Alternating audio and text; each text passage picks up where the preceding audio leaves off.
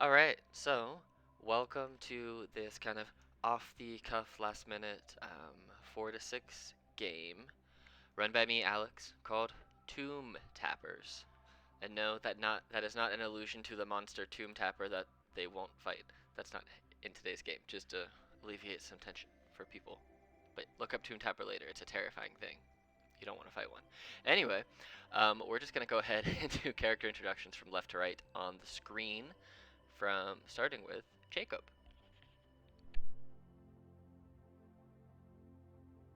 My bad. Um, Yelling at Doggo. Hello, my name is Jacob. I am a 6 foot tall half elf sorcerer. I like to do typical magic things and read books. Lots of books. Books are great. Humans, not so much. All right, Ranga. Hello, I am Michael. I will be playing Ranga today. Ranga is a very much a wild child, wild magic barbarian. She will oftentimes speak in third person. Ranga likes to play and smash things, oftentimes breaking her toys. Toys being the thing she fights. All right, Lucian. Lucian, actually. I am Lucian Dale, a Order of the Profane Soul blood hunter, follower of Yog Sothoth, and I also do not like people. And if I am hella quiet during this game, it's because I am in major pain. I am fairly certain one of my ribs is horribly fucked up, and it hurts like hell to even talk. Go to a doctor, man. Oh, I am going to immediately in the morning. Good. Next, we have Luna. Hello, I'm Luna. I am a druid of the circle druid, and I'm 4'8" in my human form, and I like giving origami gifts. Question: did you just say you're a circle of the druid? Yes. She's a super druid. Yeah. Those are real things, guys. Super druids. And Victor. Da, my name is Victor. I'm a former soldier who has lost many men in battle, and in my final fight as an army officer, my entire squad was destroyed. I was grievously wounded, but was revived, but not before my soul was split. It has not been easy to repair, but it helps me in certain situations, and I am just here to fight alongside those who will fight and try to rid the world of the monsters that wiped out my team. All right. So, you guys find yourself in this early morning hours, so like between 8 and 10ish in the morning, just kind of hanging out in the main lobby of the Dungeon Delvers Guild, kind of perusing around, seeing people shuffle in, shuffle out. You see some guildmates come in, turn in jobs, and you see other guildmates study the job board for a few minutes, looking for anything that may or may not pique their interest. You see some people come in and take things with much excitement and anticipation. You see a couple different stronger level groups grab some postings off the boards that seem to be glowing with like magical purple and black smoke and glinting energy, and then quickly just teleport out of the guild to parts unknown. You see people who might work for a circus, you're not sure, coming in and just barking out announcements and trying to persuade people to go with them. You do see, however, in the top right corner, looks like it's starting to collect a little bit of dust, an announcement. Looks like it's an older announcement for a traveling circus called Tasha's Kiss. But the thing that seems to grab your attention the most is this very flamboyantly written, the handwriting itself being flamboyant, but eloquent at the same time, written letter stuck right to the middle of the of the job board itself. And on this, as you read, it says, I need a few of you to go and find me some components for a spell I'm working on. I'll be in the guild later today to give you a little bit more information, so if you're up to the task, just kind of hang out in the main lobby of the hall, and I will be there to give you the information. Signed, Glenins with Rassus. Looking around, you don't see them yet. Anything you wish to do while you wait? Victor is sitting in a corner with a 2 glasses of vodka in front of him, Solid. just sitting there, not quite sullen, but you can tell that the activities of the previous adventure are still weighing very heavily on him. Jacob's gonna join him in the corner. Okay, well, I will move you guys over. We'll just say you guys are over here. I only have a black screen and Ranga. That's weird. You should not. You should be able to. Like I just have Ranga in the middle of the screen. Try reconnecting Yeah, to I'd the chat. refresh, because that's got to be a you thing, because there's no dynamic lighting on this page, so you should be no problem. What Just are open your eyes, Craig W. Lucian, Luna, what are you guys doing while Ranga reconnects? Lucian is probably in the other corner, and he's just reading from his journal. There we go. Luna. Luna looks at the paper and then, like, sits at the bar, asks for some milk, and like starts jumping up and down. Okay. Ranga, what are you doing in this meeting? Ranga would actually also be at the bar, Okay. asking for the biggest glass of milk she can have. So the bartender, not unused to strange orders from the adventurers who work here and some who live here, pulls out real quick. a. Basically, when she asked for milk, like Ranga was just getting ready to order too. It's like excited. I want some milk too. Ranga wants milk too. Biggest glass.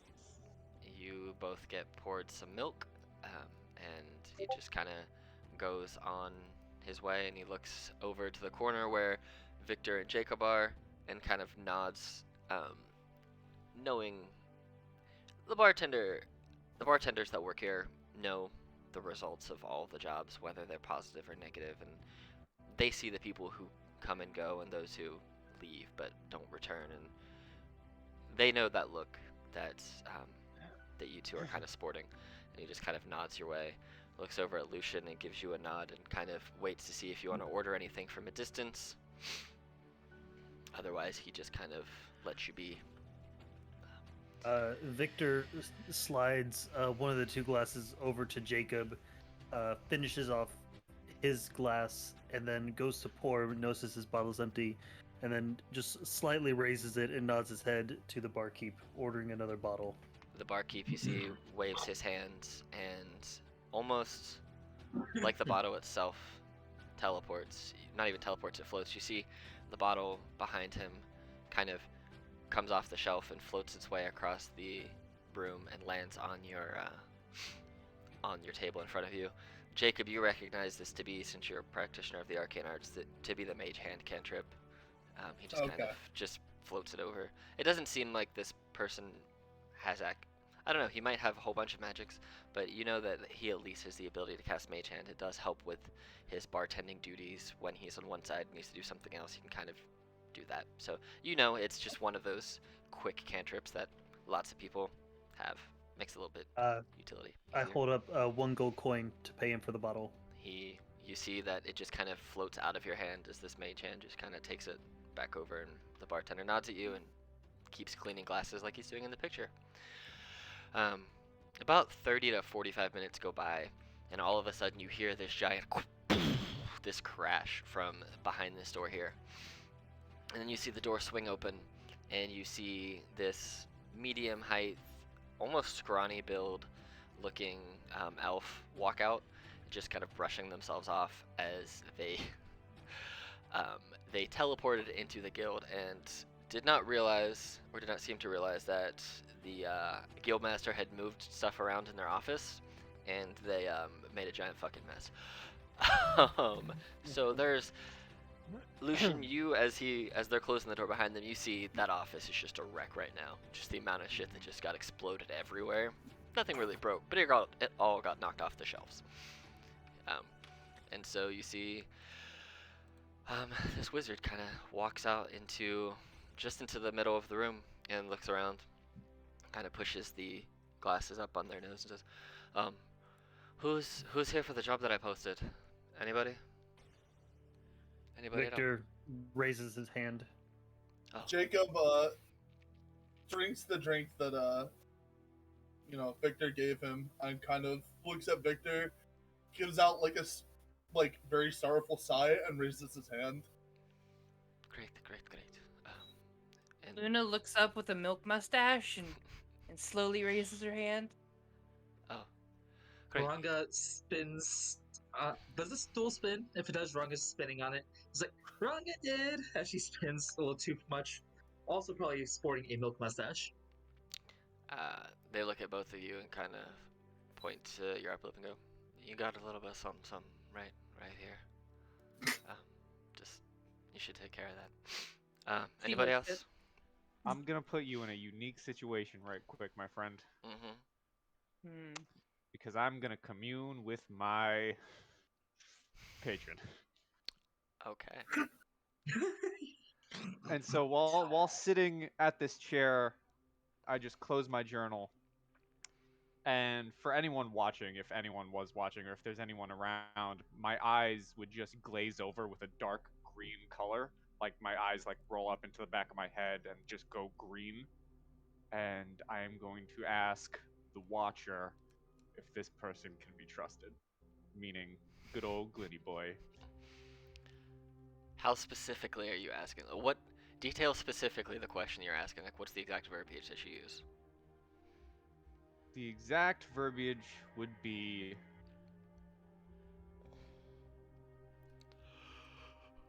basically, can this one be trusted? Simple question. You feel almost like you're getting a fever.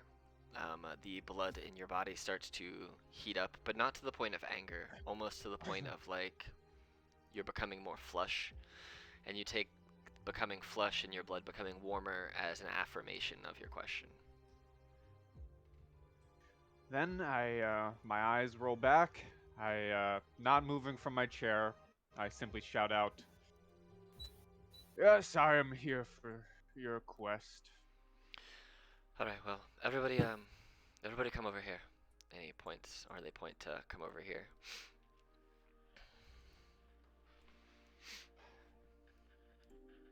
Boop. All right, so basically, what this is a simple fetch quest. I need you to go and get me an item for a spell that I'm working on.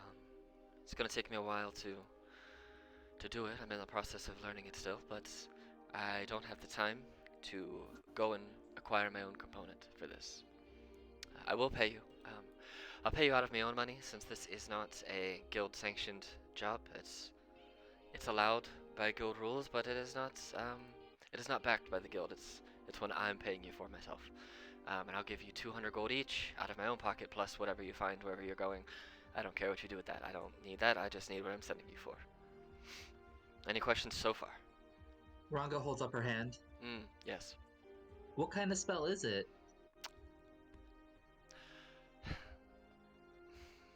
It is a spell that will allow me to increase my capabilities, shall I say. I could tell you, but I honestly don't think you would be able to fully grasp the concept of the true power of the spell itself. It's almost out of the cusp of my level of expertise and knowledge right now, so I don't really want to bog you down with the weight of something that I don't think you're ever going to be able to utilize yourself. But Can I do an Arcana check? sure, anybody who's Just for the- proficient in why not? Arcana can roll one if you want. Okay. 10. Okay. I'm curious just for kicks and giggles. Are you even though you proficient in Arcana? she's not proficient, Then- but then- wild magic. Then She does have one ability. so that ability will let you know when there's magic around you, correct? And identify the school Correct, of yeah. magic. So you can cast that if you want to, but I will tell you that it will not give you the ability to know figured. specifically what it is that they're talking about. You would notice all of the magic on their person, and if you detected magic on a really high level wizard, they're basically a lighthouse. That's what I figured. Um, But I'm gonna save her abilities for when they're actually out on the road, makes sense. because I feel like she will find that, like, she basically, when she uses this ability, she thinks that she sees things as shiny. Cool. When that's what draws her to it. So with a 19, Lucian, you're not super well versed in the higher level wizard magics, but you do know there are a couple different spells where wizards have the capability to create duplicates of themselves, to create magical beings almost out of nothing, and to create clones of things. Hmm. So you can press more on that if you want to, or you can just keep that to yourself, whatever you want. Maybe at a later date. The all-knowing has told me enough. Okay. All right. So you guys are gonna be heading to a tomb about 2.5 days northeast of Virton City, near the lake that's north of 100 Acre Circle. It's said to be the burial site of a powerful necromancer, who, I mean, obviously they're not using their own components anymore, so go wild with them. I don't care if you take them or not. But I do need you to get me one of the following. Either a coffin, a huge urn, or a large crystal container filled with salt water. That seems easy enough. And I will give you 200 gold each. And obviously, like I said, you can take whatever you find there, if you find anything at all. But I will tell you, I imagine since it was a necromancer that lived there, there's probably going to be undead stuff there. Maybe some zombies, maybe skeletons. I don't know. I haven't been there. That's just what necromancers tend to typically utilize. So, any other questions for me? Luna's gonna start folding paper and then look at you and then continue folding paper, and then she's gonna hand you a crochet cookie. I mean origami. You see that when they take it, they kind of smirk, and they nod and they go, "I appreciate it. How did you know I liked cookies?" Everyone likes cookies. You're not wrong. You're not wrong. Plus, she was drinking milk, so she just thought of cookies. I mean, that makes sense. So, okay. Anything else anybody would like to ask before you go on your way? We shall return with the item that you request. Okay. She says, "Don't die before we come back." Me? No, I won't. I have the ability to heal myself if worse comes to worse. I can I hear also- one of the Hmm. Ranga hears that one of the rules is don't get kidnapped. I mean, you can get kidnapped. I don't care. I'm not gonna come and get you, but if you get kidnapped, that's on your own. You can find your own way out. I have other business. I'm sure other guild members would come and get you, but I mean, I might, but not today. Today I'm busy. Hence why you are under my employ for today. So just come back. And I'll pay you when you return. I'm not gonna lose 1,000 gold in the meantime. So anyway, I need to go. Anything else before I go? Where shall Uh, we meet you when we return? I'll just come back here. Lucian will look at him and say,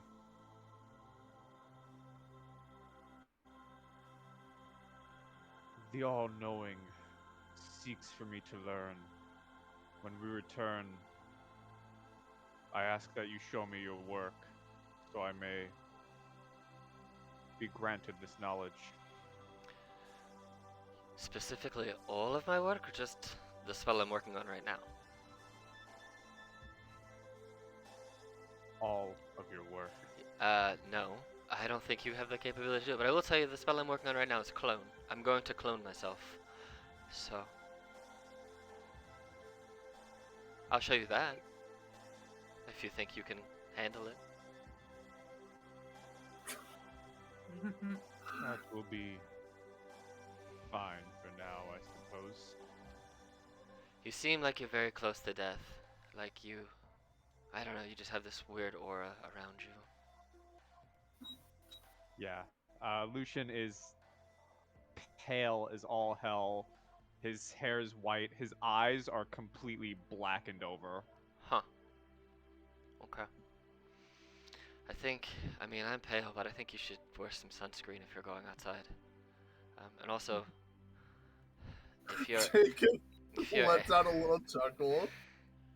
if you're any part vampire, which no judgment if you are, I don't care. I would just take an umbrella for shade. So, but alas, I have to go. I have cookies baking in the oven at home that are gonna burn if I don't get back quick enough. So I have to go now. They start walking into the office, and you hear a whoop as the office just gets wrecked again. As Glennon just, I will tell you, he uses the teleportation circle spell to dip out of here. Vampire jump, Lucian. Well, here's the funny thing. I totally plan on asking Glennon about vampires, because in Lucian's journal details the lineage and family line of some vampire lords. Well, there you go. Alright, so I'm moving your guys' tokens over to the next page real quick. Little does he know that I have a book on some of the research and notes. That's funny. Okay, so do you guys have anything else you want to do in the guild or in Virton City before you head out? You can pretty much buy anything you want from like a general store or from, excuse me, the buying guide. Anything particularly you want to buy before you leave? Potions Potion are 50, right? Standard potions are 50, yes. I will buy dose. Where's the buying guide thing at? It is, if you go into the, just the normal guild channel, it is under, oh, it's under the welcome channels. It's like the third one down. Yeah, it's the buying guide.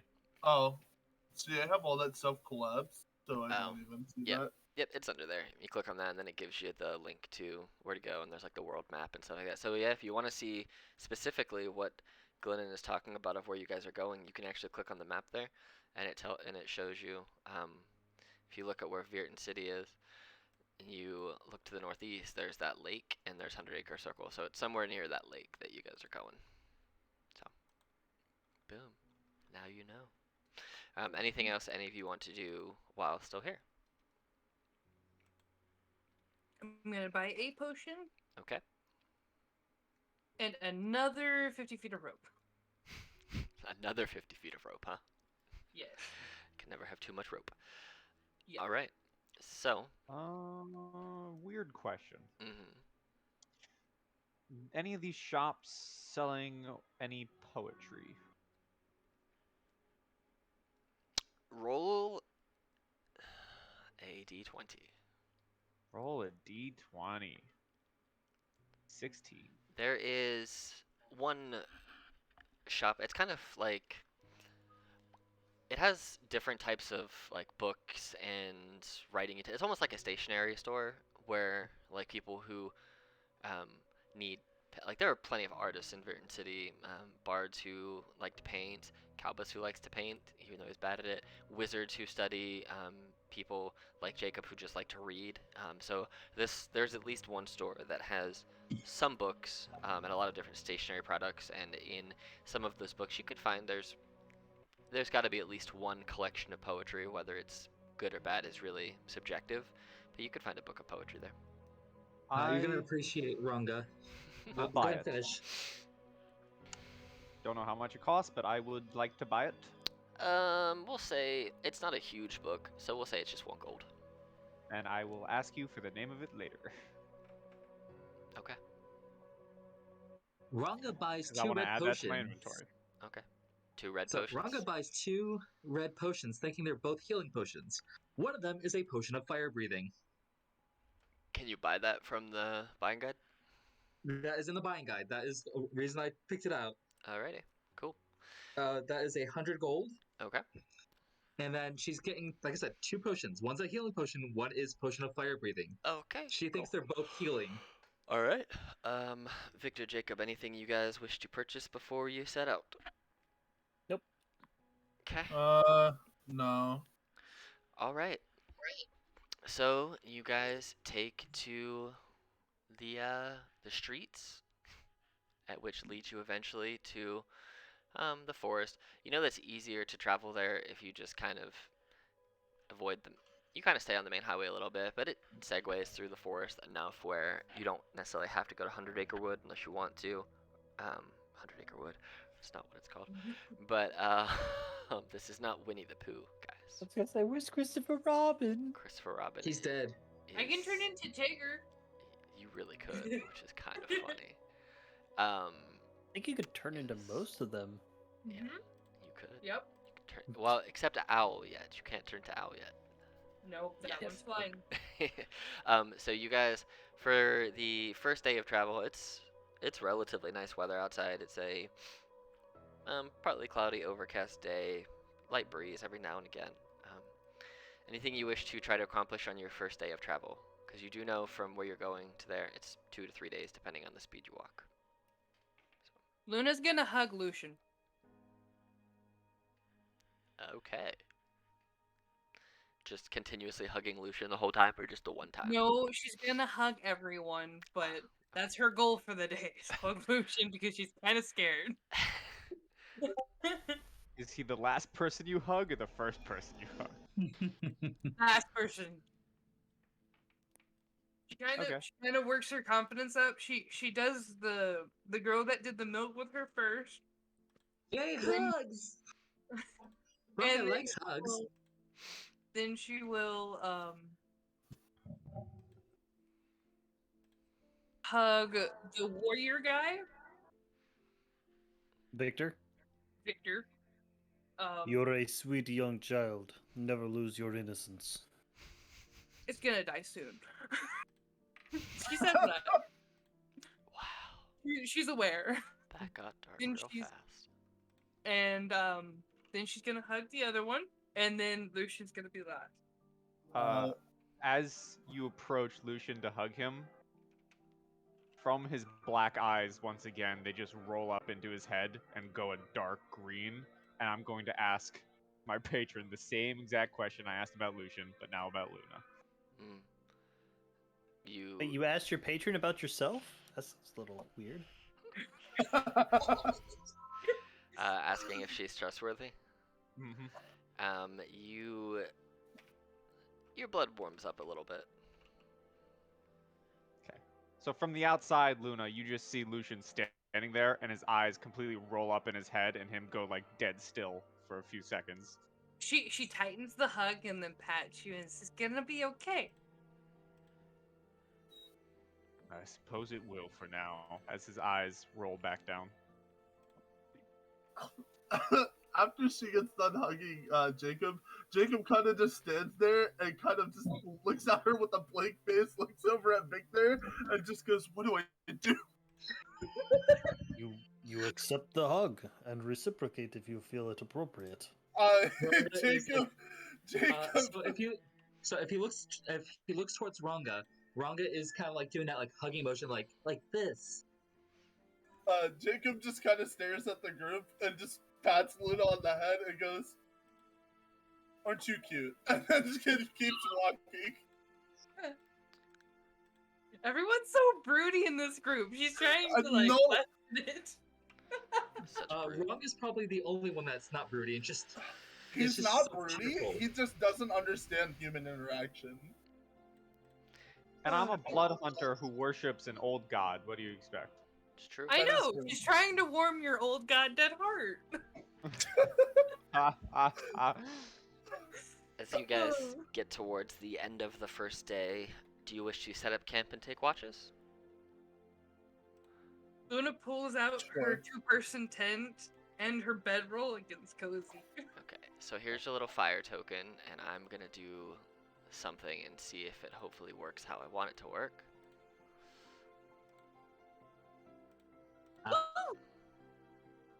Actually, the fire doesn't put out that much light. It should be 10, 10, 10, not 20, 20. That's way too much light for a fire. 10 and Meanwhile, my ass with dark vision. right. So, let me. I should. Yep, cool. So everyone who doesn't have dark vision should have. No, I was right. It's 2020. Why am I? I was gonna say that. Yeah, I was gonna say a campfire should only have 20 feet of vision. Yeah, 20. It's 2020. It's the same as a torch. Actually, it might be 30-30. We'll say 25. We'll split the difference. 25 and 25. There you go. That's your campfire vision. So this is anyone who doesn't have dark vision. They can see. They should be able to see what the fire puts off. So Ah. cool. Ah. Should be able to. Let's see. Yeah. Oh no, it's just. Oh god, I'm still back here. Cool. So what order I do don't you? know if you guys see it or not, but just Ranga just spinning. What order do you guys want to set up watches for the night? If you want to do them at all. Victor will assist with the watch, but he will not take a watch by himself. Ranga will help with the first watch. Okay. So Victor and Ranga on the first watch. Who's gonna go on the second and third? Lucian Jacob will can go take on the the last second. by himself. Okay. Luna was gonna take the last watch. You can be awake with Lucian if you want. I mean, be my guest. Sure. All right. So the first watch. Go ahead and roll your perception checks. At the start of this watch, Victor would have summoned his echo and moved it 30 feet off to the side. Okay. Good. Roll perception, please. 15, 15. Okay. Oh wow! You know, the last time we were on this map, we got attacked by wolves Yes, yes, we did. in this exact same spot. I don't know what you're talking about. This is a unique map environment for this campaign. Shush. Hey, Oh don't yes, my bad. don't judge my reusing of maps, so I don't have to find new ones. Yeah, It's dick. actually easier to reuse maps. For sure. So as you guys are kind of sitting awake, keep an eye and ear out, you hear like some cracking of twigs and branches and just growling, but you just chalk it up to normal night stuff. Your first watch goes by. Not much of a not much excitement. Second watch. You're up all by Hi. yourself, Jacob. Yeah.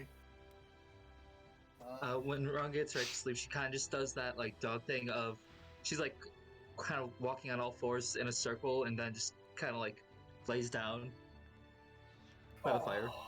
I'm ready for the shitty perception check, yeah. So as you wake up and you're kind of hanging out by this fire, the night got a little chillier than you may have expected. Not like super cold, but in the low 50s. So there's a nice crisp chill to the air. And as you sit by this fire, you're just staying warm and cozy, and you're doing that thing where you're like sitting and kind of rocking back and forth, and your head keeps like snapping back and forth, like you're asleep but awake at the same time. Okay. Let me do this here. And eventually, you do fall asleep. And go ahead, and you fall asleep and you sleep all the way through the rest of your watch. And as the final two of you wake up a little later than you expected, you see Jacob asleep by the fire. Luna and Lucian, you can go ahead and roll me perception checks. Well, This- before she like starts looking around, she's gonna put a blinky on the guy that's sleeping, Okay. and then she'll make her. You put a blanket on top of Jacob, and he was shivering a little because the fire was starting to break and starting to die down. But now he's cozy and warm. Jacob, you were nice and snug as a bug in a rug. Tight. Well, Natural you got 20. that. I was not built for perception, which is why I took the last watch. So Same. as you are tucking in Jacob, Luna, you're effectively over here at this point. You hear off in the distance. You don't see it at first, but as you wait and you look, you start to hear a like deep set purring and stepping on of branches and grasses and twigs that are breaking. And since you rolled a natural 20, you will not be surprised, and you'll have the opportunity to wake everybody up as you see 3 creatures prowling their ways towards you. So, There's big kitties here. so what I'll say is, instead of them getting the chance to surprise any of you because of your natural 20, we'll just go right into initiative without any surprise at all. You don't know how happy I am to see these. Oh, Yeah, you have a weird thing where you love the wild animals that I throw at you guys. Which is cool. Yeah, but like I know what they are too. I have the book. They do look different from what you expected. As you're looking at these real quickly, Luna, Come on, you see Rongo. that they look like this. They're almost like panthers with tusks and really big white or really big yellow and black eyes. And you know that they're not necessarily natural to this area. And anybody who is proficient in history knows that they Yeah. are in fact moorbounders. I don't know what Oh, they tight. are, but I love as a these. reaction of seeing them, can I use speak with animal before initiative or no? Let me see if they speak any languages. They don't. Also, Luna, what's your dexterity mod, real quick? +3. Okay, yeah, I'm first. I got a +4. Cool. So we'll just do this. We'll make you a 6 + 4, so that it just auto keeps you there. Bam. I love that you put in more boundaries. All right, Ranga, you're up. And we can, yeah, we can see that. So, let me fit this manga here. There, okay. And you should be able to see what you can see at this point is what you can see. Yeah. And so, and I'm glad I set up dynamic lighting because you can only see the range of the fire. I'll give you the full range of light of the fire because I don't really want to shrink it. So. So we can barely see this because of the dim light, but still can see it. Okay. So Ranga seeing it is gonna be like, Kitty! And she wants to play with the kitty. She's going to do her laughter rage thing. Okay. And she's gonna run up to it. Okay. And let's roll that d8. All right. Wild magic fun. What do we got? Roll that D8 and And- you open it. Let me see what number you get. 8. 8. Nice. Okay, I'm pretty sure I've had this one before. Let me see. 8. A bolt of light shoots from your chest. Another creature of your choice that you can see within 30 feet of you must succeed on a Constitution saving throw or take 1d6 radiant damage and be blinded until the start of your next turn. And you said a Until wisdom. your rage ends, you can use this effect again on each of your turns as a bonus action. Is it a? You said a Constitution save? Yes. They rolled 10, so they are likely. Well, what's your save? Let's see. I thought you said Need to look- 13. Yeah, I think it's 8 plus proficiency plus Constitution for that. I think. I'm double checking here. Alright, let's see. DC equals 8, proficiency plus constitution, so yep. So it would be 13. It failed. So it is blinded. You said, right? Which one are Yep. you wanting to hit with blindness? Let's see. Well, we That one. will go with this one because that's the one we can. Like, I can kind of see this one, but I can see this Okay. one more. Actually, I'll do this. I'm gonna put this red dot on him so I know that they're blinded. Cool. So they're blinded. So And it also takes 1d6 radiant damage. so 3. from that. Alrighty. And Oranga is attacking. Okay, do it. 18 hits. So that's gonna be +2 for raging. 6 damage. Yep, 6, so cool. Alright. And is that your turn? That is Ranga's turn. Okie dokie. Alright, so the Moorbounder that you did not immediately attack, its friend is going to come over here and attack you, but its buddy is blinded, so it can't get flanking because it can't get advantage because it's not, well, really all it does is it leaps over and lands behind you. So it attacks you with claw attack. 19 to hit for 14, reduced to 7. So you take 7 slashing damage. And that's its turn. The Moorbounder, who is blinded, is just going to swing at you wildly at disadvantage because it's blind. 10 to hit, which will miss. And Jacob, it is your turn. You know, we're gonna do You took your name away, Jacob? That's wild. yeah. What are Nobody names else had it. anyways? Nobody else had it, so it's just like Really? I'm gonna take it off. My Oh. name's there. Oh, I may have forgot to click the thing for them, for you, I Let's say, think. yeah, my name's Uh, on. Yeah, Oh they, yeah, I don't see everyone else's. oh, Yeah, that's probably that's why. what was happening to me, so I took my name off. That's weird. Oh, can you see Victor's name now? Yeah, I Yep. can see Victor's name Oh, now. that's why. I didn't click on the right thing, so I'll just let you see everybody's names and put yours back in there. I just missed a thing. That's my fault. Gotcha. No worries. I'm not upset by I it. clicked all the other things and forgot the one thing. See, if I was the DM, he'd be upset by it. I mean, yeah, you deserve it, Again, twin spell, though. firebolt uh, onto these two. okay, the 11 will miss, but the 15 will hit. The 15 hits this one for 11. That is a significant portion of damage. E- Are you moving anywhere on your turn? Yeah, Jacob's just gonna back up behind Lucian and Victor. I don't appreciate that blue line, sir. I'm measuring.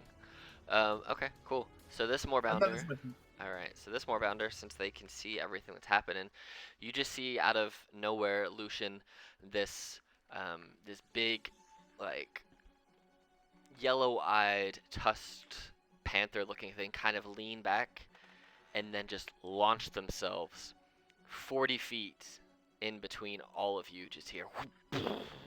Onto the fire and it burns. As it lands on the fire effectively, the smoldering ashes of the fire are just scattered. And you just see that this panther in front of you is now backlit, and you just see this dark, even more black, shadowy monstrosity in front of you, and it's going to try and take a bite right out of your face. I have a question while you do that. Oh, My Lu- face? Yes, your face. Lucian, you take 26 damage to the face. Just as it claws down on you. It kind of lands, you see the shadow, and it rips right into you. But that's its turn. And what was your question, Jacob? does prestidigitation create light? Or is it... I'd have to I look know it you up. can put out light, Let me see. or you can put out flame. I mean, You can light, like, torches and stuff like that with it. I don't But think it that actually wasn't- produces any light. I think it can light a light source, but it doesn't generate any light on its own. Okay, thank you. That's what I was trying to figure out. Yeah, it doesn't do that. Yeah. It'll light it or unlight it, but yeah. All right, Victor, it is your turn, and this giant shadow panther demon thing just launched in and just took a giant claw deep into the ribs of Lucian, and he's starting to pulsate with a lot of blood right now. Okay, do I have flank or advantage right now with Luna? If you move one square, that way you do. Yeah. All right. Well, then I see that, and I shift over, knowing that I'm now basically straight up flanking him, and I'm going to take two attacks with my dwarven battle axe. So Do it. attack number 1. Do it. That will just hit. All right, for 11 damage. Holy balls. Yep. Attack number 2. Misses. Oh, that will miss, I'm sure. And then bonus action Morning Star attack That will hit. for a 16 for an additional 12. Oof. This Moorbounder is not looking good. It's looking real bad. Lucian. Oh, did you want... you can't move your guy without a bonus action, right? Just Nope, take the nope, I already used my bonus action. Cool. Lucian. Yeah. I'm going to grab the handle of my rapier while it's in its, scabbard, and I am going to... My hand kind of goes even pale than it already is, and across the entire, scabbard and rapier, just frost starts overtaking it. I'm going to activate my Crimson Right. Ooh. So I will take 3 points of damage myself Risky business. as I activate it, and I will take a swing with my rapier. Okay. That, as you... Real quick, just for the funsies, it's an additional 3 cold damage. As this giant monstrosity lands down and tears into you, and you see Victor take a couple swings with his battle axe and his Morning Star, and Jacob back away, and Luna kind of looking over, ready to react in some way. As it goes to reach up to claw down on you again, you freeze your rapier, and you just, without even looking it in the eyes, just one quick rapier slash across the undercarriage of this Moorbounder, and you see that the wound that you caused through your deep slash, rather than the blood trickling and seeping out like what would normally happen, it's almost like the blood as it leaks freezes, and then you start to see these blue lines appear across the undercarriage of the Moorbounder, which then begin to stretch out around, and you see at first they're slowly emanating from the source of the attack until they reach the heart, and then all of a sudden it's like a nuclear bomb explodes inside of the Moorbounder, and these blue lines instantly fill the entirety of the Moorbounder's body as you freeze the entirety of its circulatory system, killing this Moorbounder from the inside. And I just say to myself, another for the Eater of Souls. And that is my turn. How edgy. Luna. It's one of Yog Sothoth's names. I'm going to use all of them. He has like 15. Oh, jeez. She kind of cheers up, my turn, and she will turn into her direwolf form, which is all white. Woohoo! And let me get the health in there.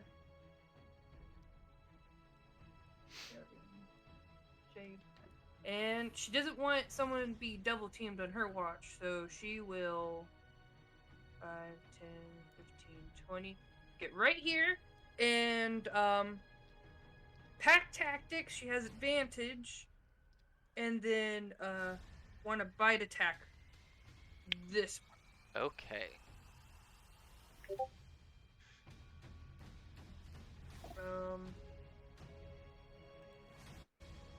+5 to attack, so give me 1 second, let me make it round.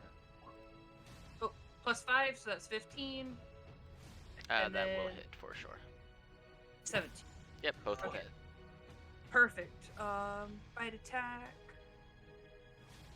2d6 plus.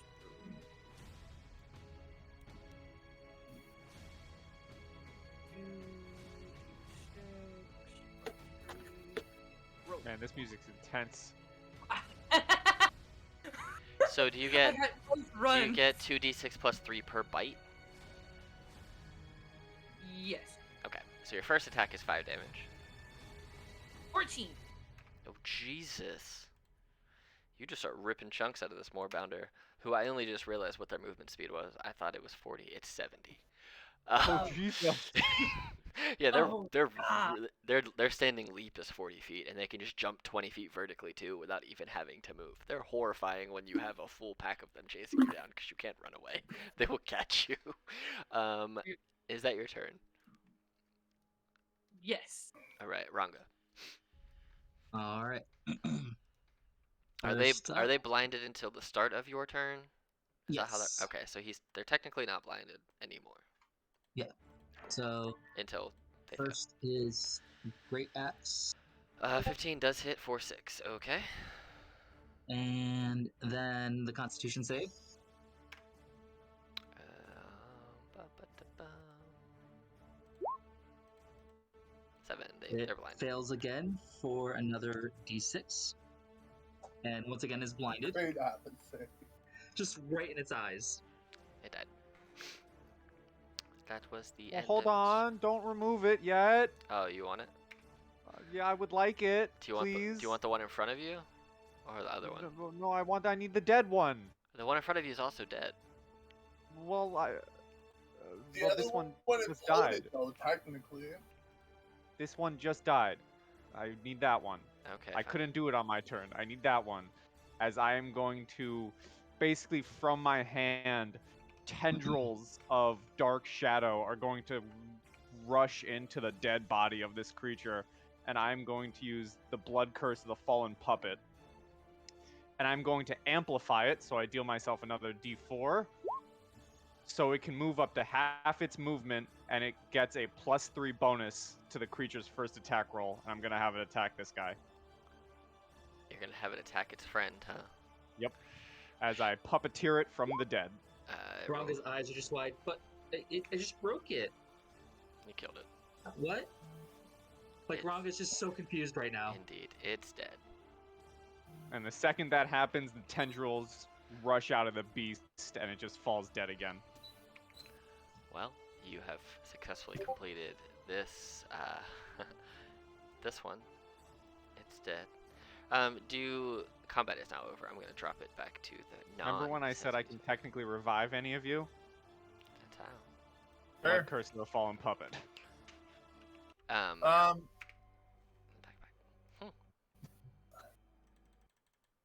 Cool. So combat is complete. You guys can finish your long rest since that happened towards the end of it. So you guys can finish your long rest and get the benefit of a long rest. Oh, yeah, Yep. true. Yep. So you Never don't have to worry mind. about that. Luna, do direwolves get multi-attack at your level right now? I'm just curious. No, we were doing advantage. I got confused. Oh, okay. That's fine. I mean, they're even without the extra damage, the 17 from it took it out too, so it's fine. I just wanted to make sure, so.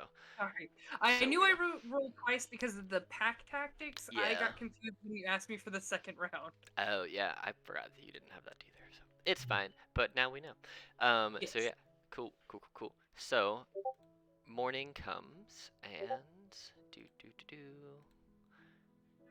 daylight appears. It's now daylight. So, you guys benefit for a I long... just realized I was muted for that, Alex. Real quick, before he would go to bed, Victor would like to decapitate one of the Moorbounder heads and collect that as a trophy. I will tell you, a Moorbounder is a large beast, which means its head weighs like 80 pounds. But you can take it if you want to. This thing is huge. Okay, then he at least wants to remove like the tusks. You can absolutely do that. Those things are like 6 pounds. Okay. They have elongated tusk and retractable claws. So, He'll take the tusks and the front paws. I guess I probably should have said if you were keeping the decapitated head of either of the vampires you decapitated, that's like Witcher style. Like it's big enough to cover like half of a horse. Like you like put Yes. it on the side of a horse. Yes. I currently have I have 2 of those heads and the head of the transformed. cool. All right, so you guys get the benefits of a long rest. You finish that as you took out the Moorbounders that made their way here. Everybody can go ahead and make either history, nature, or survival checks. Your choice. History, nature, or survival? Mm-hmm. Boom, shakalaka. All right. Cool. Wait, do we get advantage if we have proficiency? No, That just rolls automatically for me. I think Oh, I okay. think Lucian has advantage on history checks related to like monster stuff. I think. Fae Fiend's undead. This is. I'm pretty sure they are neither one of those, but I will check. They are not. So of if I those. don't have advantage, Yes, then I yes, just get the it's 19. it's a yeah. It's Or still 16. it is still a high roll. Luna, did you want to roll any? You rolled already. 1, 2, 3, 4. Jacob, did you want to roll history, nature, or survival? 12. Cool. So, with your two 16s,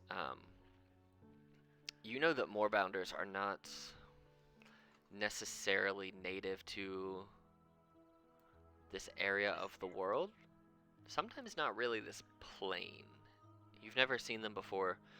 Um, you do know that they always hunt at night. You rarely ever see them out in like forested areas. They're normally in very wide open, desolate environments.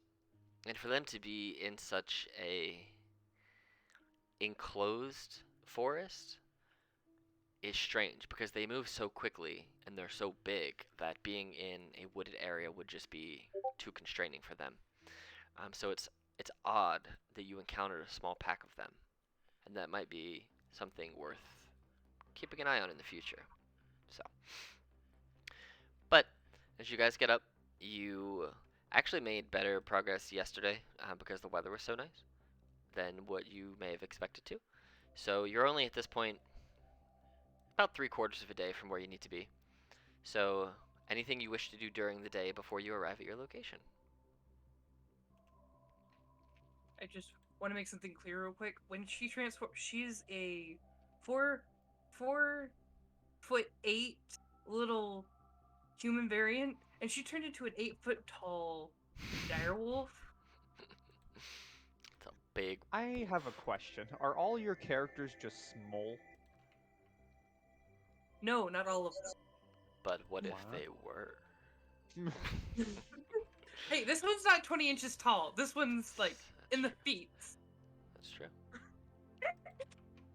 All right. Fair play. So, you guys, anything specifically you guys wish to do on your travels to where you need to be? I am writing in my journal as we walk. Okay.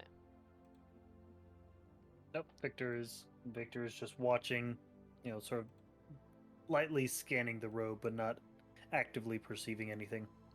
Okay. Cool. As you guys make your way. What? Whoa. Hmm. I'm going through my inventory and I see. Oh, I have a ruby worth 5,000 gold. That's expensive. When? I don't know. Wasn't me. I didn't even realize I had. Sniffing the air and making sure that there's nothing bad that's going to happen soon. Cool. She's very on high alert. That's fine. I will say, as you guys, since you're walking through the majority of the day, as your wolf form wears off, you effectively just get a short rest through walking. So anything you would get back on a short rest, you have by the time you get there. So, because you get the benefits of a long rest to finish it out, and then if you stayed in wolf form or used it again, you could have a short rest so you get your wild shape back by the time you get there. It only lasted an hour, so as she was sleeping, she curled up like a wolf, and then she slowly deformed into Gotcha. her regular Don't form. yours last 2 hours because you're a moon druid and they last half your level? Yeah, two. Okay. Cool. Yep. So you get it back you get your wild shape back by the time your long rest is over. But you guys spend most of the day. Anything that anybody wants to do before they get there, other than writing in the journal and just hanging out? Nope. All of Victor's things can't be done on the road. Okay. So as you guys, towards the end of your trip to where you need to be, you find the lake. You see the lake off in the distance, and you find this small, kind of off the beaten path cemetery with only a few graves there. There's a big oak tree kind of set in the middle, and there are 3 or 4 graves, which don't seem to really have any writings on them. They're just stones. Everybody, go ahead and give me investigation checks. Investigation.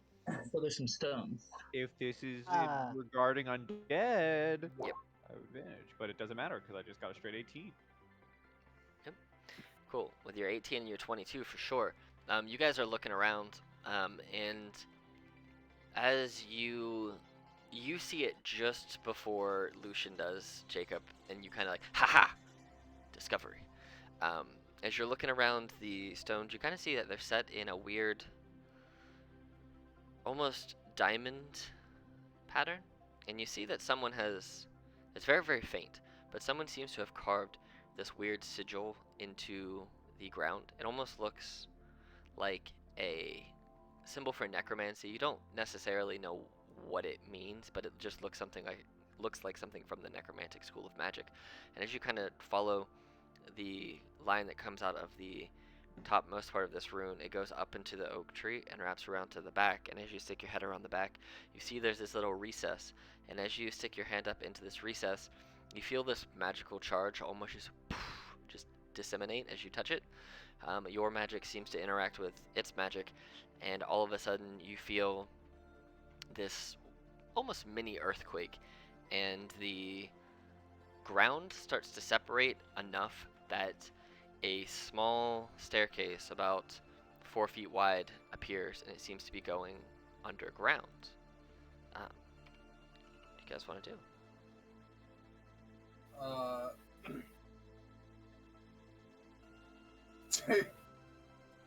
Jacob's gonna kind of just study the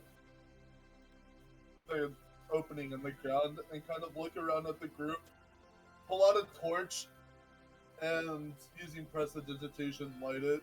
Okay. Handing it to Victor, going, "You first." Very well. Let us press downward. Okay, let me update your token real fast here with dark vision so that you can actually, no, you're going to be this. You're going to I'm emit still on light. the other map. Yeah, I know. I just haven't flipped you Oh. yet. I'm just updating it on the right map so that I have you, because I want to do one thing first, which is this.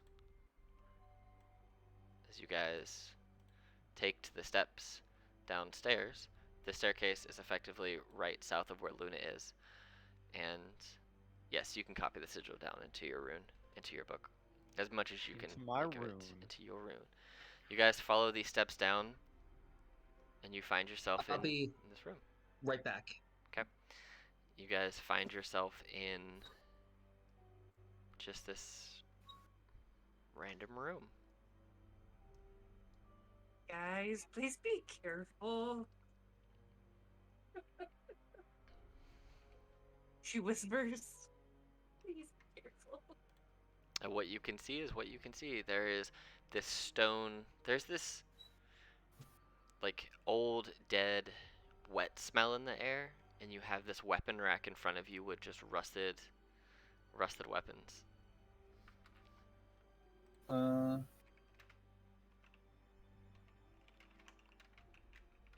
Jacob's gonna walk up this way and kind of take a peer into there, but not step all the way in.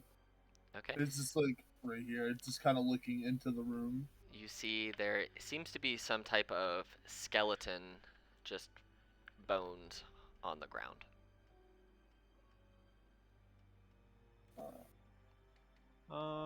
I think Lucian will light his own torch. Victor will come up behind and then summon his echo to appear just right there and see if anything like reacts to it. Can you nothing? Did I Seems just to get react. torched? Was that Yeah. what that light bloom was? Okay. Yeah, that was you getting torchlight. So now you have 20/20, bright to dark. So, and everybody should be able to. Anybody who doesn't have dark vision can see, if I've set it up correctly, can see the light that you guys are putting off through your torches. So, which is nice. So, Jacob kind of turns behind and looks at Victor and goes, "Nothing responded to it, so should I walk in?" you start to hear a shambling, but you don't know where from, because you don't see anything, but you hear a shambling and a groaning. Innocent might be afoot. Jacob walks up. And you see Oh. shambling towards you is a zombie. It's a zombie. Zomblage. Mm-hmm. So Oh, since that- since you're the first one in here, I'm just gonna Mhm. do you and the zombie first, real quick, and Oh. see how long Okay. this zombie lasts for. So not everyone needs to do it. Oh. So I'm just Zombie gonna, gets to I'm go gonna, first. I'm gonna pop you out of here real fast, Victor. So the zombie's just gonna stumble over to you, and then it's gonna take a slam attack at you. For an ace, which misses. That misses. Okay, cool. I'll let you take an attack, and then since your echo is there, well, you can all see it now. So I'll put you back into order now, Victor. Whoop. We all go now. You can We all get put to your, roll? yeah, you can all put yourself in there now. Can I keep my roll? Yeah. Yeah. I'm gonna cast Burning Hands right in front of me. Oh, Right at it. okay. I'm just gonna do this and this and well, it's gonna be at the top of the order anyway. Next Victor will be first, so you can just leave that like that. That would be a dexterity saving throw of a 15. Of a 14. Well, here comes the zombie with his -2 dex, guys. Oh, he But takes start 10 out pretty points of high. fire damage. He takes 10 points of fire damage. Okay. Yeah. All right. And that brings it to Victor. Currently, Okay, you cannot. The only way that you yourself can get in here is if you can somehow get on the other side of Jacob, or you can shove Jacob out the way, or you can use your echo, obviously. As I say, I'm gonna move up so I can at least have a visual on it because I can't see through my echo. Mhm. Then I'm gonna move my echo here and make 2 attacks Okay. against that guy. So attack number 1, Misses.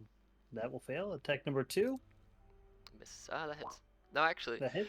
fun fact: if you didn't natty 1, you would have hit, but you hit with an 11. Oh, So really? yeah, Okay. they have a really bad AC, but you just rolled a 1, so you miss. So That's fair. So for 10 damage, this zombie is on death's door. okay. It also, in case for whatever reason, its movement is now reduced by 10, and then bonus action Morningstar attack on it Hmm. for 13. That zombie dies.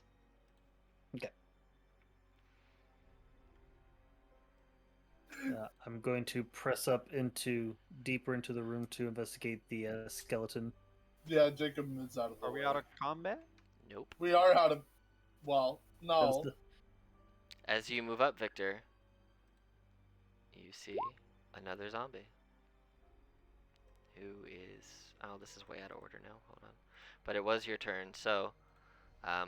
Ranga, anything specifically you wish I will be back here in just a moment.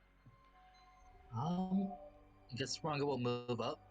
Okay. Mind you, I'm a pretty lanky person, so it's not that hard to shove me out of the way. We'll say that if you wanted to step out of the doorway as the Okay. zombie killed, you can do that to let your friends through. I'm not going to be like, no, you can't move the little bit out of the way, because Gotcha. they can get there. So, but as you guys get up here, you see that there is, well, those of you who are in this room, you see that there is another, so you can only use your full movement right now, just because you're technically in initiative using your turns and actions as they are. So you see the zombie there, and a tunnel that way. You see a tunnel this way, and you two down here see there's a tunnel this way. So Ranga, you took some movement to get to where you are. What else do you want to do? You cannot. Well, I guess you could lean around the corner, and you can barely. Nope, you can't see what's around the corner. So you see what you see. So she will hold her action. What's the trigger? And what are you holding? Great axe, and if someone tries to come to attack her, she will swing.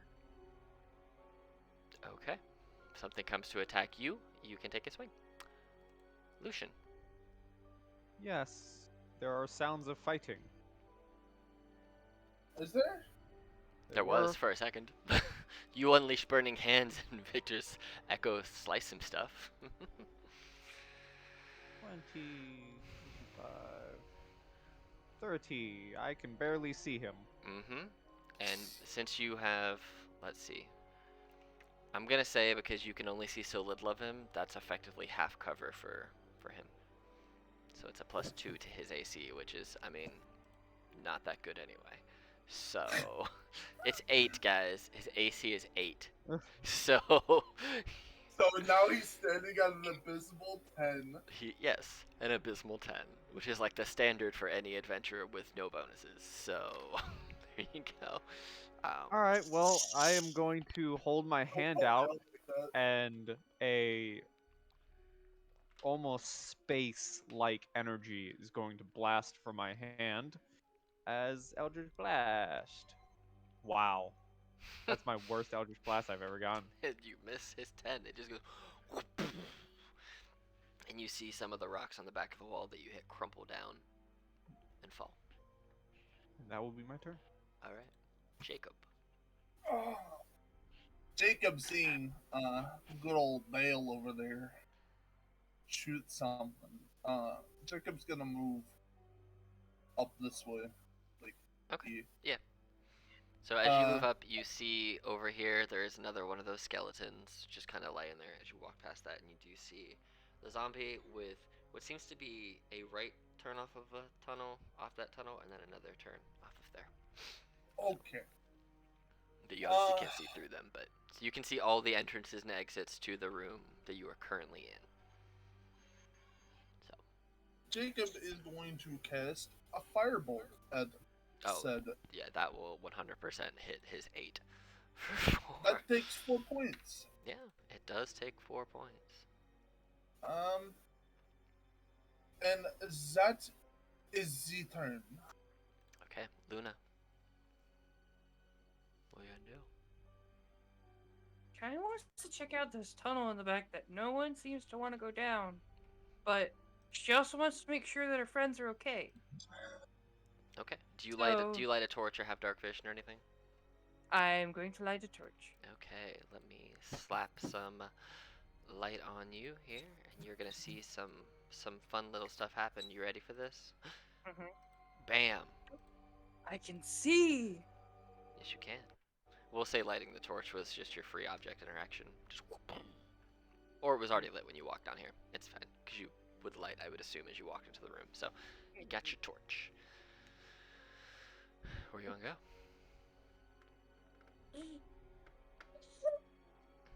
Those big burly guys got it, so she's gonna walk down here. Okay. 1, 2, 30. You see another zombie. Let me put this Oh. one into initiative order. Yay. I rolled a 7, so let me just. It's not gonna go this round because it's past where the 7 would be. So, barely, but it's past it. So it's still your turn. I will flaming sphere. Oh Okay. shit. You want a flaming sphere, huh? Yeah. Hold on. Burn it with fire. I might. Hold on. I might have one here. Let me see. Maybe I do. Wait for it. Oh, I don't have. How big's flaming sphere? 5 foot, 5-foot sphere. I believe. Yeah. Hold on one second. I'm gonna do something fun here. Can go It's a 5-foot spear. 60 feet, 5-foot spear action. Doesn't it give off light also? It will. Hold on one second. It is fire, so. Let me find what I'm looking for here. One second. You'll see what it is once I get it and I can make it work. Where is it? It's a 5-foot radius, right? If I recall, or is it just a one? It's just a 1 square thing. I think it's just one 5-foot square. square. Okay. Yeah, it's concentration up to a minute, so I can hold it. If it ends its turn next to the flaming sphere, it'll take another 2d6 fire damage Okay. on a failed dexterity saving throw of 15. Okay. Cool. So, you cast that sphere on him, and let me pop out this thing for you. And you want it behind him, you said, or in front of him? I want to hit it. Put in it- its. Put it wherever you want to put it. You have perfect control Yep. of it. I can't move. That it. No, you have the sphere. You should have control of the sphere. Maybe. Does it let you Nope. move it? Damn. Uh-uh. Damn. Hold on. Because I If thought I could have it right here, I want to hit it in the front of the face, and then I want it right here, so you have to go into it to go straight to me. Okay, cool. I thought you could move this red sphere that you have there. Yeah, I can't. All right, cool. And so deck save, or it takes 8 fire damage. I will tell you, it's probably gonna fail. I put it in your. Oh, you probably have to pull it out. That's why. So I think it's in your journal. So you have to pull out the one you want from your journal. I think. See if you can pull one out of your journal. Because if so, then you can just use that one or replace this one. Here. It should be there. And it won't have like an image, but you can just like drag it onto the thing and you'll get a thing there. Theoretically. So it's this zombie's turn. Zombies don't move very far. Let me see. So Yeah, I can't. 5, thing. 10, 15, 20. It rolls to Victor since it saw Victor first. And it's going to try to slam into you, Victor. With a 6. That hits. Oh no. Alright, Yep, Victor. I'm dead. It is Cool. your turn. Okay. That's weird. 1 second here. You might hear a crying baby. Does that held great axe action go off, by the way? It does not. Because specifically, the trigger on the action that was held was if the zombie or if whatever was there attacked Ranga. And the zombie could not see Ranga, just like Ranga could not see the zombie, and went directly for Victor. So, it does not release. So, yeah, 27 hits. 4-7. For 9 damage. Oh, for 9, you're right. And then 17 hits. for another 11. Okay, and it has to make a con save now of 5. So it's gonna be 16. This zombie, as you slice through it with 2 axe swings, collapses, but then rises back to the ground. Just goes. Alright. As it starts to get back up. You hit it again, okay? For 8. So it is. Gotta make another one. It falls permanently this time. I blood curse of the blood puppet and have it attack No. Okay. Are you doing anything else in your turn? Do I see, like, I'm not sure, like, I clearly can't see the rest of the room, but do I see, like, any light that might have just suddenly appeared from, like, say, a flaming sphere? What's the light emission on a flaming sphere? I think it's 30 feet? 30 feet. Up to 30 feet. Up to 30 feet. Let's see. We're gonna do this. Just 30 feet of bright light. Bam. Okay, yes. There you go. So you see one- it. You see additional light that has appeared a little bit brighter, but you don't necessarily know where from. You just know. Well, you know it's from that side of the underground, but you don't know what the source is. Okay. Sorry, I'm You're good. eating. Real quick. Then if you can move my character for me, I want to move 5, 10, 15, 20, 25, 30. So 30 feet down that hallway, so that put me, like, I think 1 square away from the lights. Right there. Yeah. Cool. Yeah. Okay. Yeah, you see some light, and you hear another similar groaning, but coming from different directions. So, Okay. Ranga. Yeah. Alright. What do you want to do on your turn? Ranga will follow 5, 10, 20.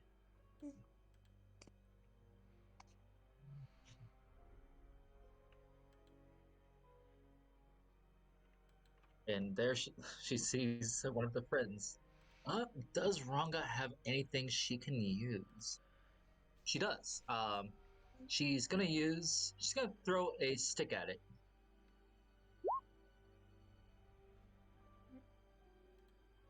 AKA a javelin. So, here's what you'll have to do. So, I recently did learn this, that you can only drop or pull out a weapon on a turn. You cannot do both and then throw one. Unless you take certain feats, right? Correct. So, like you can pull out your javelin and have it ready to throw. And since you're using your axe two-handed, so you'd have to drop your axe, and then on the next turn you could pull out your javelin and throw it. Or Mhm. I'd say you could throw your great axe if you wanted to, just whip that thing. And we'll say it has, if you're throwing it two-handed, instead of it being 20, we'll say it could reach it with no disadvantage, and it would be, instead of 1d12, it would be 1d8 plus strength if you wanted to do that. Or you can just hold on to it. Or we'll Or none do of one those her things. other Or none things. of those things. Those are just options of things to do. Instead of pulling out the javelin. 'Kay. Let me see. She's already moved like she's about 30 feet there. So there's one other thing she can do once I can grasp the token. Hmm. Yes, that should work. She will have dashed, and Okay. she's gonna go for a gore attack with her horns. Okay. Go Because ahead. that's something she can do as a bonus action. Go ahead and roll your gore stuff.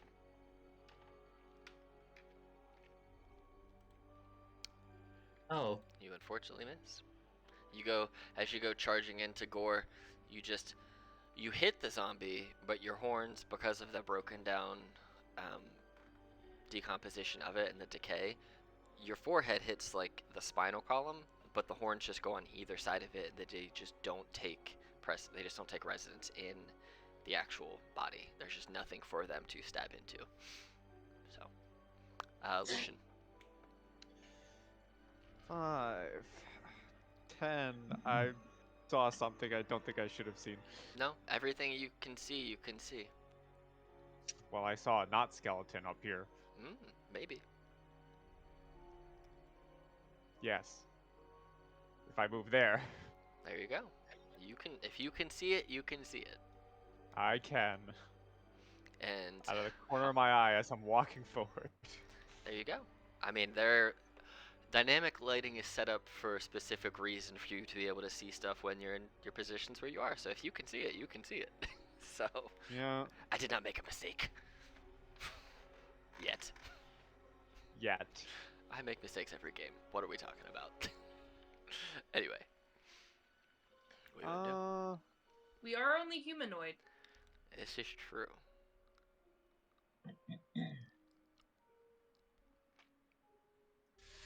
He's gonna get cover, right? If you shoot him from that position, yeah, because you can only see like half of him. Yeah. You can always move in. I could. I definitely could. Just roll better than a 9, and you'll probably hit him. You know what? I'll do it. I'll activate my Crimson Right. Oh, okay. Hold on, let me find it. How long does that last for? A minute? It lasts until I turn it off or a long rest. Oh, okay, cool. So I can have cold damage for this entire Nice. session if we don't long rest. I like it. So I take 2 points of damage, Okay. and I will bibbity bobbity boo my way right here. Okay. And I will do rapier slash. All right, do it. Slash. That hits 410. And hold on, let me add the cold. Boom. 13. 3 points of cold damage. Right across the chest of this zomblage. Okay. Anything else you wish to do on your That is turn? my turn, my good man. Okay. And you can roll initiative for him now. Yes. Yes, I can. If he's gonna live that long, maybe. We'll see. What? Yeah. I've never seen that. Well, he's gonna roll. He's gonna have a 1. So That's fun. he'll just go at the end, or he can go negative and just never get to go. Never get. Jacob. Jacob sees everybody splitting off from each other, and Jacob kind of goes, "Where's the little druid at?" And he's going to move back this way. Okay. I remember how far I can move. 30 feet.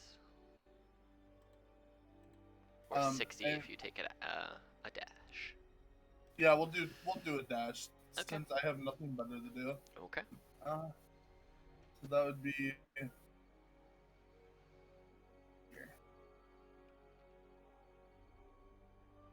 You can get 1 square further since you could have taken that diagonal, so you can go. There you go, right there. Okay. Cool. Okay. All That right. is my turn. And you see your druid friend looking forward. I'm gonna put a little thing on you so I remember that you're concentrating on your spell. Okay. It is zombie who's in the flaming sphere's turn, and he's just gonna walk.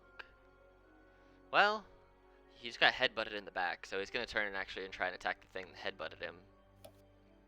Slam. Should only be 1 slam attack. 17 for 7 bludgeoning damage to you, Ranga.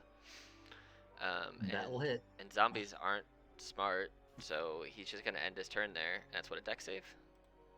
It's a dex save of 15. He rolled a -1, so he failed. And takes 2d6 fire damage. Yes, ma'am. Okay. Boop.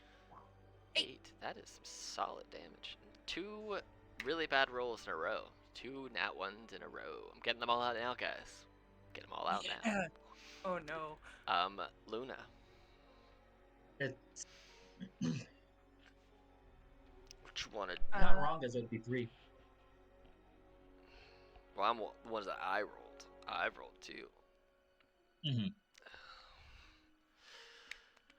Well, as he comes around the corner, I'm going to say, "Fire!"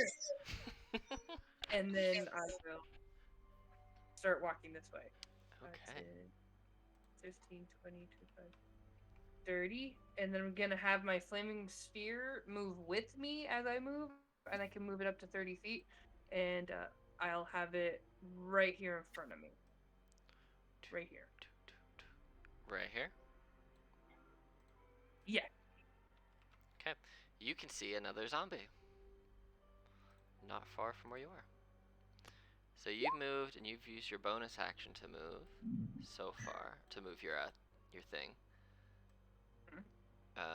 Jacob, I'm just gonna say you have a better than -2 dex, I assume. So this zombie's gonna have a 10. Because like they aren't that bad. What do you want to do with your action? Could I, with my action, move it towards the zombie? It is a bonus action to move it. That's the only thing you can do it with. Okay.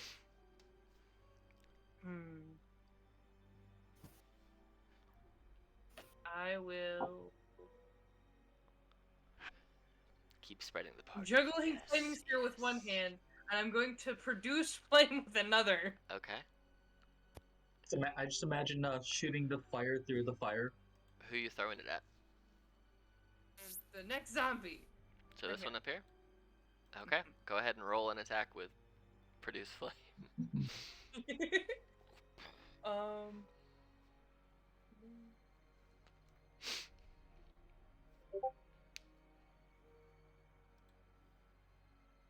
Attack modifier +5. So 20 + 5. Nope. Well, It's yeah. 6 plus 5. Plus Yep. Yeah. That will hit. 5. Yep. And that's 1d8. Are you level 5? No, Oh, I thought you were. I'm going to be in level 5. Ah, okay. Yeah, well, it's 1d8 then. Yep. That's not bad though. Alright. 5 damage. Take it. Better than average. Okay. Zombie with a 1. It's the one that's up here that's covered in ice. It's gonna take a slam Yeah. attack at you, Lucian. Come on, both things that hit me.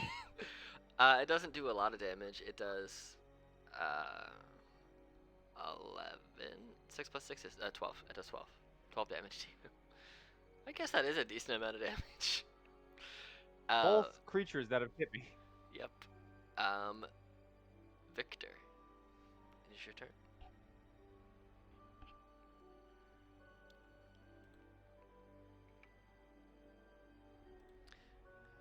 He is muted. Victor, you are muted. Sorry, I didn't realize I was muted. I was dealing with a small child, and once again started talking without unmuting. So the only thing I have seen is I saw Ranga, like come around that corner and then just like lower her head and charge into this hallway. Correct? You saw her bust around the corner, but you didn't see what she hit because you can't actually see all the way around the corner right now. Exactly. Yeah, Yep. but so that's what I'm saying. Yeah, that's you the just only saw thing I you saw her was- go into a downward on all fours charge. Yeah, you heard connection, but you don't know what it is. You could probably so- safely assume what it is, but you didn't see it. I'm gonna take Now you can see. 5 feet, and I see that in there, so I'm going to come down. So that's 15 feet. And then come around, and I'm going to take 2 attacks against this zombie here. Okay, do it. That will hit. 11. Okay, and as you hit it, it goes down and it stays down. Okay. And then 10, 20, 30, 40, 50. So I cannot see. Oh, wait, no.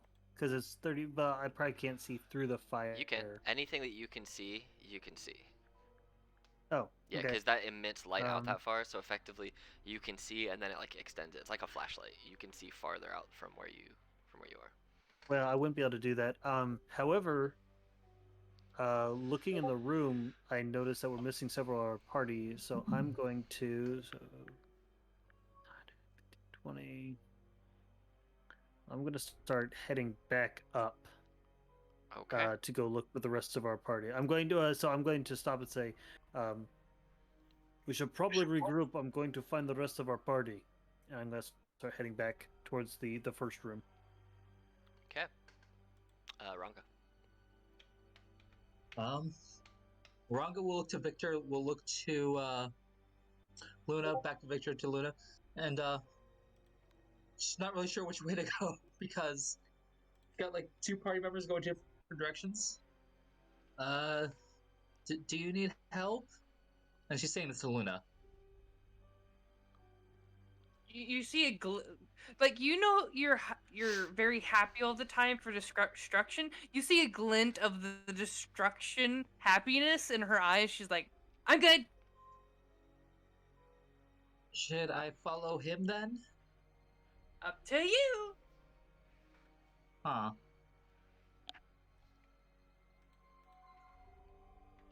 Yeah.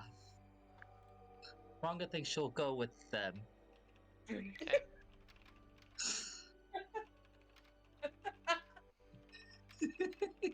And I'm assuming she can't exactly go past Victor, or can she? If you're gonna move past him, yeah, you can squeeze on past him. That's Victor can let you squeeze on through. Stop spinning. I'm trying to scroll up.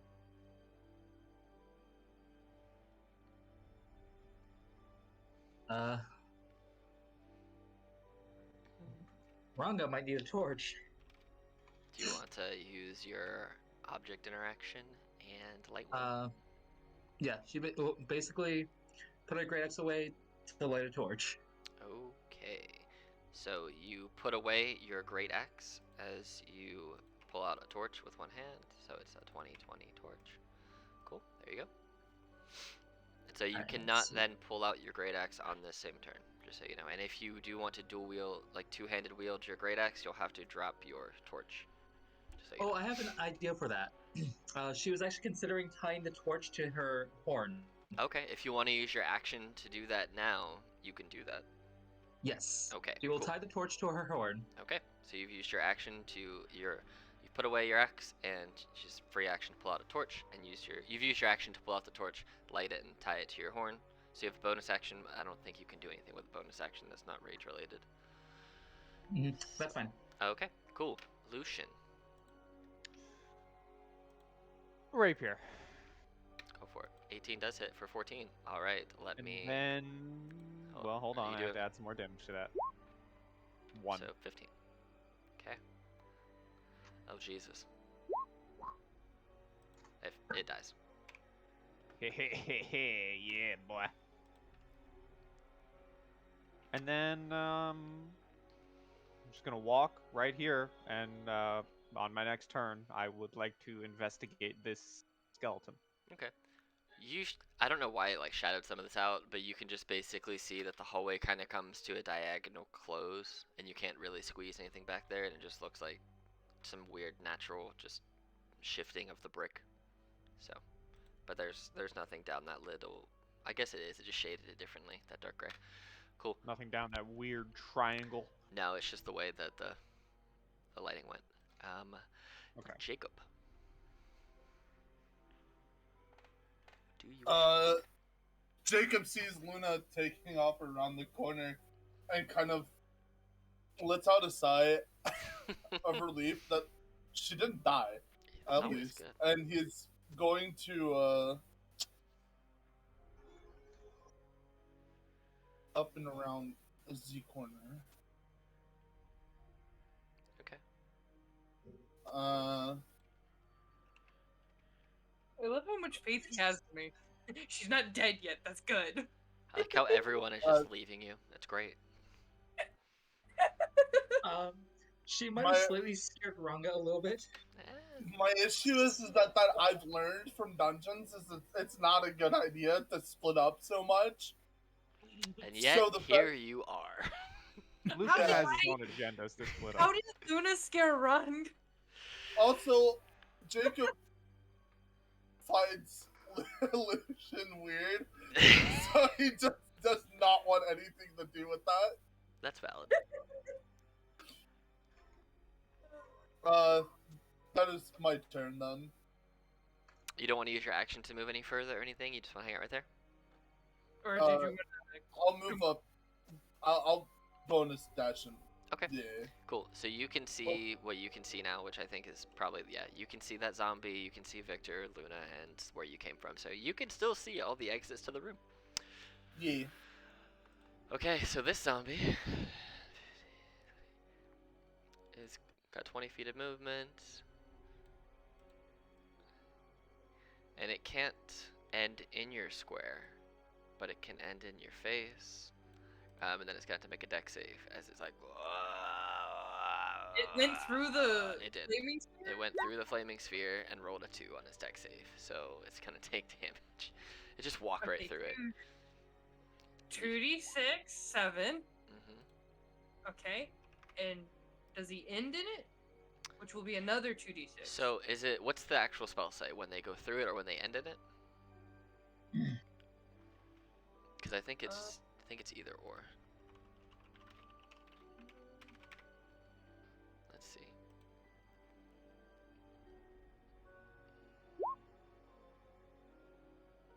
It says that. Any creature that ends its turn within 5 feet of the sphere. So basically, they can dance all around it. They can walk on it, and they only take damage if they end within 5 feet of it. So They Got can it. dance if they want to. they can They leave their their friends behind. corpses behind. Yeah, but it ended within 5 feet of it because it can't share the space with you, and it can't move past you because they're pretty slow. So it's right there. And now you have this zombie just going right in your face. Okay. And it's my turn. That is correct. I will hit it with the flaming sphere from the back. Okay, so you're gonna push it out and then slam it back into it. I like Yeah. it. I am here for that. It's probably gonna fail with its -2 dex, guys. Here we are for 3, for 10. Okay. And And then I will. this zombie, as it gets set on fire, falls to the ground, and then it stands back up, a flaming zombie in your face. You thought you I had killed it, will- but it stood back up. I will produce flame on Okay. its face. Okay, do it. That's gonna hit. 8 damage. Okay. Let's see. You basically stick this thing out and just stab it in the face with a flaming hand. And you punch it, and its face sets on fire, and it falls to the ground again, and it stands back up again. A flaming zombie. Welcome to zombies when they don't stay dead. They keep coming back. Victor. Yeah. Screw zombies. Screw zombie children. Mm-hmm. So I'm going to go back. So I come around the corner, I see Ranga heading up that way, but then I'm guessing I see the light down at the end of the tunnel. So 5, 10, 15, 20, Did you leave your 25. echo in the same spot? That spot where it's been Yeah, the whole time? he.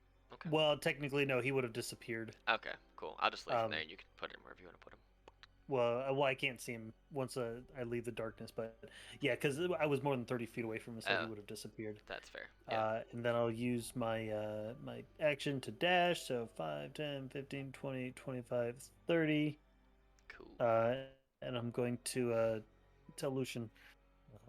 We will have time to investigate later. We should probably group up so we do not split up and become lost in this labyrinth. Cool. I shall join you soon. I wish to learn of these skeletons. Ranga, you have a flaming torch tied to your head, and what do you want to do? Go to I'm your gonna horde. roll something for Ranga. Okay. Just a straight up intelligence. It's not awful. Would 13 be high enough to consider grouping up, or would she just end up going the way she's been going? It's up to you.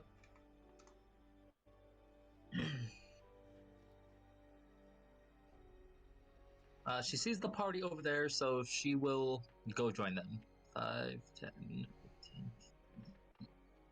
Ah, damn it. Go away, pop up thing.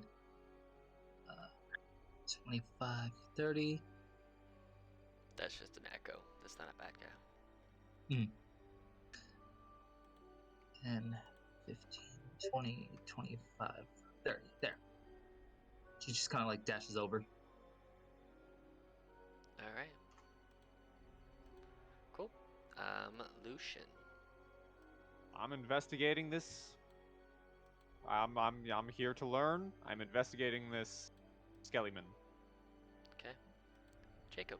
You see the zombie on the other side of Luna that she's put down twice that has stood back up twice, and it's on fire. Jacob is going to do what any smart spellcaster would do. And back up a little bit Mm-hmm. and cast Firebolt. Okay. Firebolt of 13 does hit. Roll damage, 15. Okay. Let me see if that works. It seems to take effect, and the zombie, you explode its head with the sheer force of this firebolt. If you wanna roll an investigation check, you can, Lucian. Woot woot. Finger guns. Just kidding. Not really. Holy shit. You see, Finger guns for real. you see that the skeleton, with your ability to puppet the dead, seems to have like sword marks on its bones, like it had been reanimated at least once before, and it has been killed multiple times, as you see deep grooves into the actual bones and skull itself that can only be put there if the bones themselves are being directly attacked.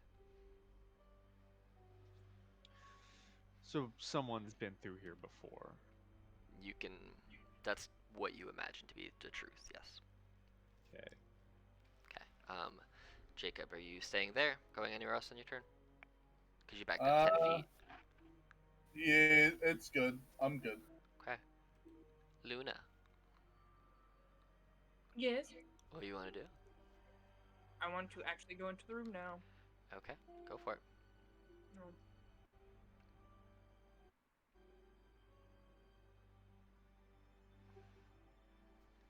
Right here. You see And two, move you the see flaming- 2 more zombies. I'm moving the flaming spear towards the zombie that's closest to me. Okay. Okay, it's gotta come out and whip around, so we'll say it hits him right there. Bam. All right. Right so, here. you want it right in front? Got it. Because if he goes near me to attack me, Got it. he'll still be 5 feet in. So here. they roll a 1 on their deck save, so they'll take damage because you hit them. Mhm. Or So that one And then- got damage. 4 fire damage. Okay. Let me roll initiative on And this then- one. I will produce flame it in the face. Okay. 9 will hit.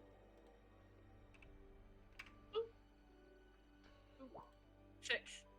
6 damage. Alright, you just taking care of zombies every day. Taking Yep. care of zombies every single way. This is gonna have a worse dex than you because you don't have a -2. So it's gonna actually be a 4.9, which means this one will actually have to go after you because it's slower than you, which is fine because it's up here. It can't go very far anyway. 5, 10, 15, 20. It's gonna use its action to get right here, and that's it. Now you have a zombie in your face. Victor. Jacob, let me see. You would have seen the zombie come across your way and like, make its way down towards where you saw Luna run to. You also did see her Okay. throw, like a produced flame at something. You don't know if it was the zombie that hit her or if it was something else, but you saw the sphere move, and her throw a piece of fire. You heard it impact, and then you saw the zombie cross your field of vision to where you saw her go. Okay. So you do know that much. So, Victor. Have you learned what you needed to from this room? Yes, Talking to Lucian. yes, I have. Then will you join me with the rest of our party, and then we may thoroughly search this place once we have cleared it. Lead the way as Lucian stands up, closing his journal. Okay. Then 10, 20, 30, 10, 20, and 30. Well, I guess go there. Okay. So, Alrighty. Ronga. Ranga puffs up her cheeks. Ranga just came from that way. As she follows behind. 5, 10, 15, 20, 25, 30. 5, 10, 15. Yeah, she's just like following behind, just like, Okay. but Ranga just came from this way. What gives? Lucian. She doesn't want to see Luna right now.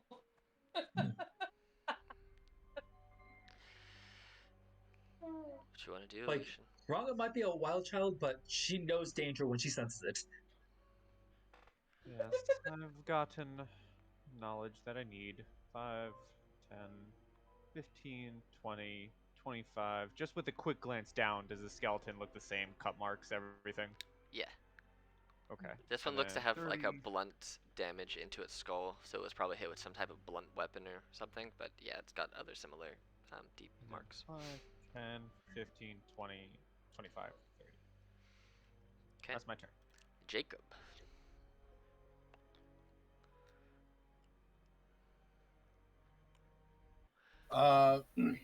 Jacob is going to move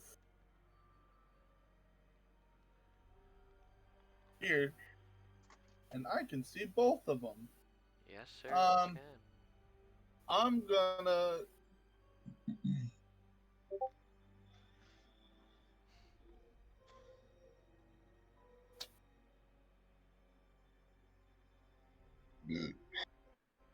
Good one. Gotta burp up that fire. Acid splash. This one here. That one. Oh man, you're really hitting him with those deck saves, huh? Yeah. I rolled a 0. So, so it takes so he takes 7. seven. You just throw this acid and it just goes shh, and you start to see the already decomposing flesh of this zombie start to just melt. Cool. A 0. Hey man, I've rolled negatives on them so far. Negative 94. True. That would be. Yeah, that's my turn. Okay. The zombie that you just hit, I believe is who's up now. It's going to just lumber its way towards you and be between you and Luna, and it's gonna try and hit you with its acid-soaked body. 12 to hit That does it. for yeah. for 3 bludgeoning damage. 3 bludgeoning. Okay. And it's gonna end its turn there because it really can't go anywhere else, and it's gonna make a -2 dex save. And it's probably gonna fail. It rolled a 12, so go ahead and roll me Is out. that the highest number you've rolled? For those guys, I think the highest was the one who got the initiative of like 20 something.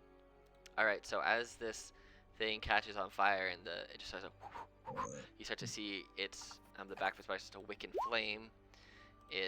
Wow. It does not. It falls to the ground, but it doesn't seem to stay there. It stands back up, and now Jacob, Luna, you have this flaming zombie standing in front of you. So, I all right, Luna, it's your turn. I will hit it with the flaming sphere. The one that you just hit. Yes. Do you want to leave the flaming sphere in the same spot, or move it to the square in front of you as you hit I it? want to hit it, and then once I hit it, I'm gonna move it right here so that it doesn't end on my turn and I get the damage. I'm wondering if once you hit with it, if you can then move it again.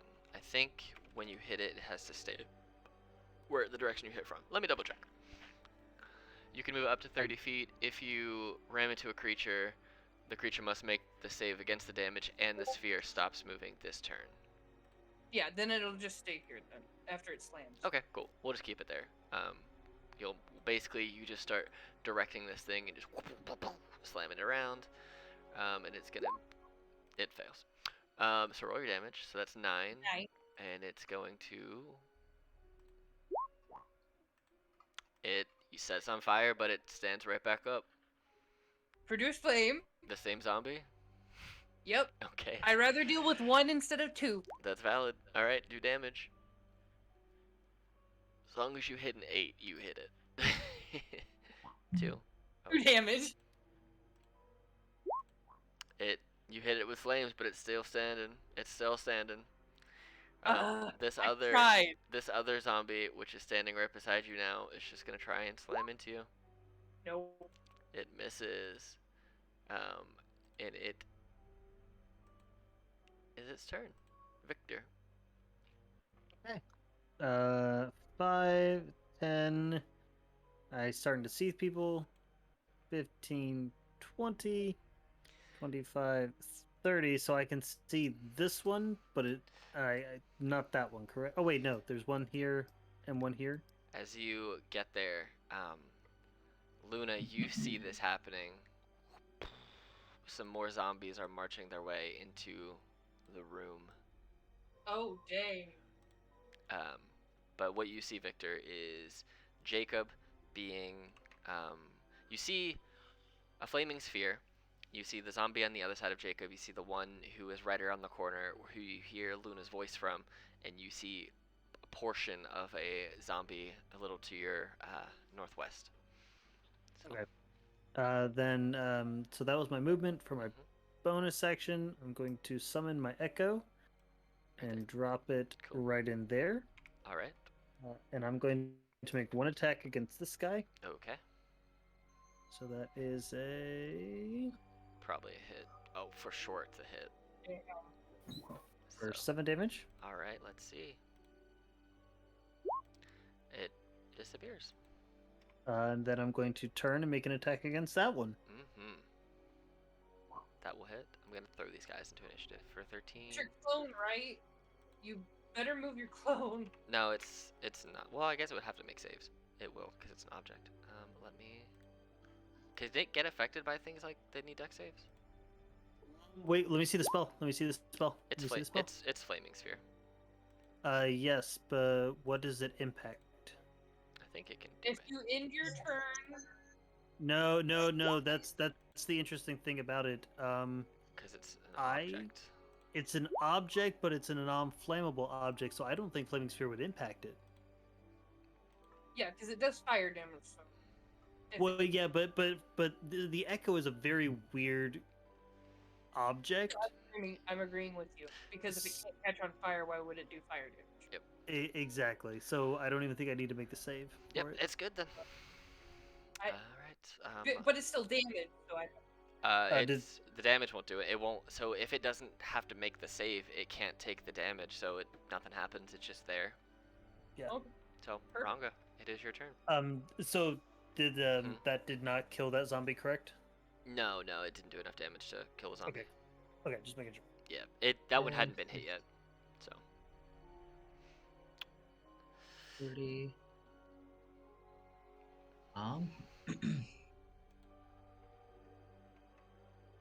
and you can see two copies of one of your friends, and then another friend, and then a little bit into the next room, and you hear like grunts, but you don't know what it is because you can't see anything. And you cannot get past the 2 of your friends that are blocking the hall. It's too Out of- tight. Out of my reaction, can I like tell them that there's 3 more? I will say that you would have screamed, "Ah, more zombies!" Yeah. Like real monsters, but real zombies. Yeah. So Jacob and Victor know that there are at least more zombies in there. So, and Ronga appears right in the back end of it. So. You took some movement to get there. You want to do anything with your action or your bonus action? I guess she will draw her bow and hold an action. I don't know if she'd be able to actually do anything, What are but you? the action she would hold is if she sees a zombie pass. Okay. I will say, because you'll be shooting past 2 of your friends, if you It's get one, if disadvantage, you, so well, no, it won't be disadvantage. Right. It would be disadvantage at half cover, so they would have a 10 AC and you would get disadvantage. But if you roll a 1, you won't hit your friends. So I'm not that mean. So I'll say you have a readied arrow for if you see a zombie. So, Lucian. Yes. 5, 10, 15. Boy, people are really blocking up that doorway, huh? Mm-hmm.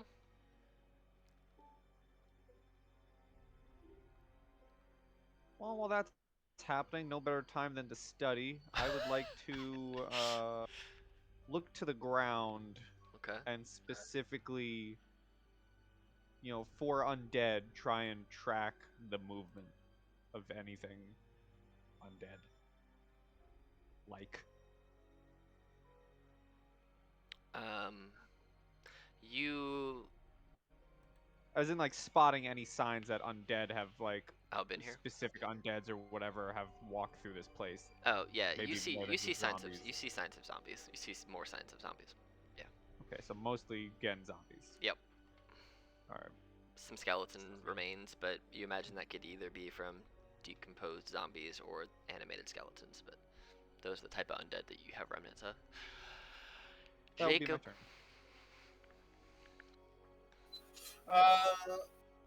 Jacob is gonna twin spell, Okay. and he's going to twin spell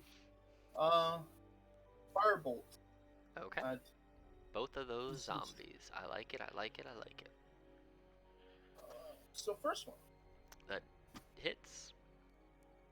And that 14 kills. points. Let me see if it. I forgot that these were bonus actions. Can I have, like, go back and say bonus action popped a potion of healing? So the way that I like to do potions is you can do a bonus action to roll the dice, or you can use a full action to just get max healing from it. So. Yeah, I'm bonus action. All right. That zombie, you blasted it in the face with a. Nope, it actually did fail. I rolled it wrong, so it dies. And then the other one. 14 does hit for 10 damage. Those are 2 nice firebolts. Yeah, for real. Thank you. All right. I pride myself in abusing a cantrip. It's the best one to abuse.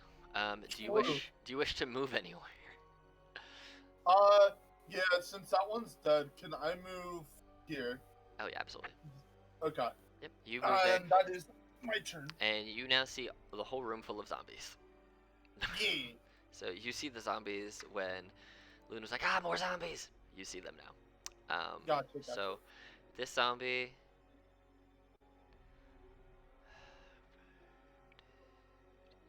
Is gonna actually make its way between the 2, and it's just gonna try and attack the thing that is close to it. So it's gonna attack Luna. Wow. I Nope. cannot roll dice on any of these things. Alright, so that zombie misses, and it's the zombie's turn completion because it used 20 feet of movement. It has no bonus action. So, Luna, you get this zombie that is all up in your grill.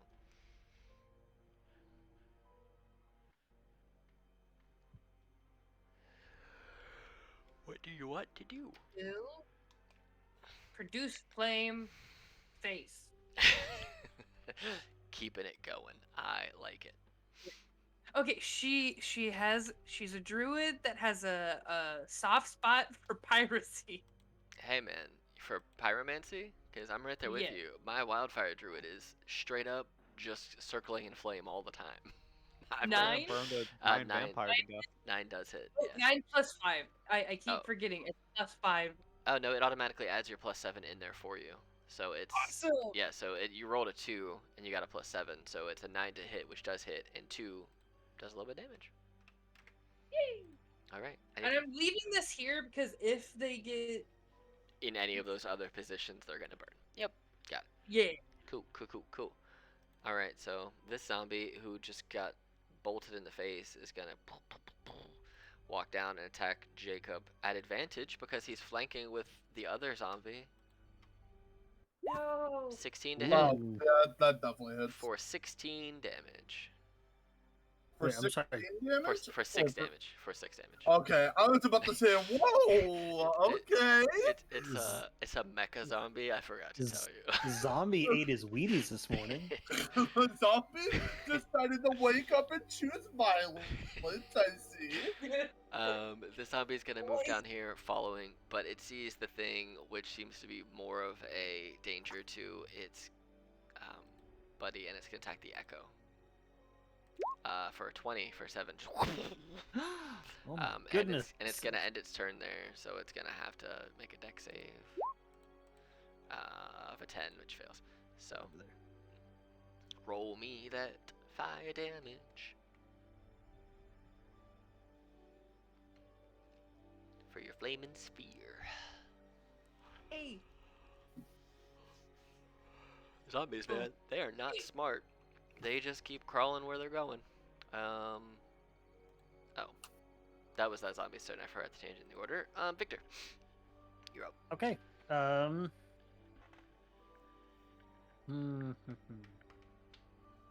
So I'm going to come out here. So 5, 10. Okay.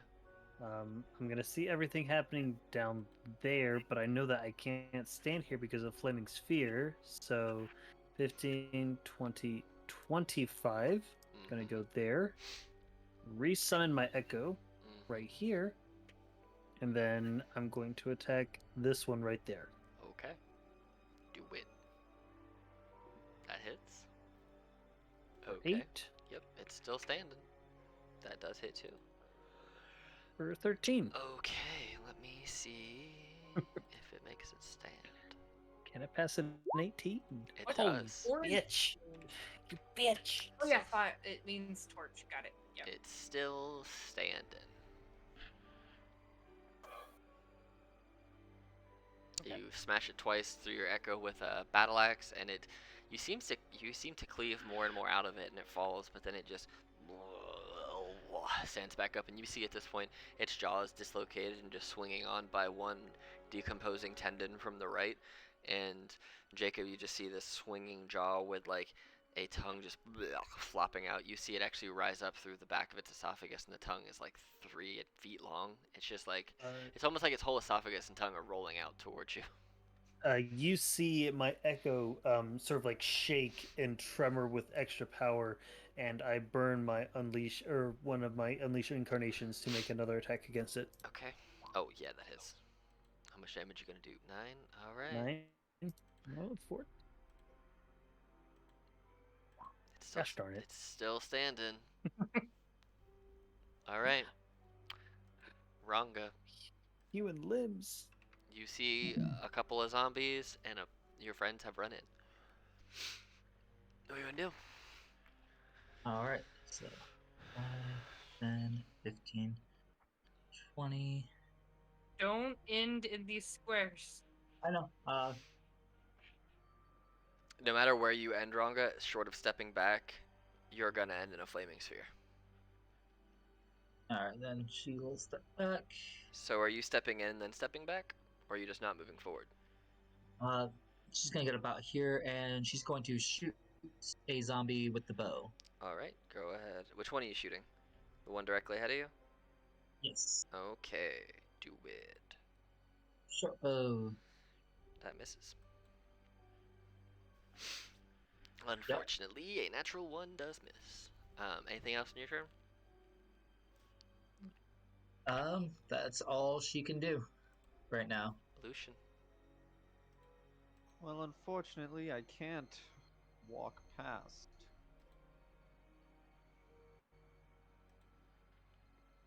So, and I assume if I try shooting past, they'll have cover.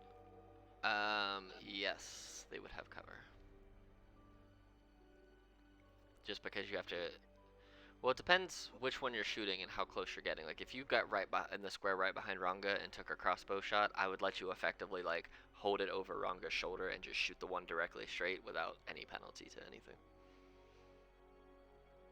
Just because you can literally just aim directly above it and just have no chance of hitting Ranga in the head.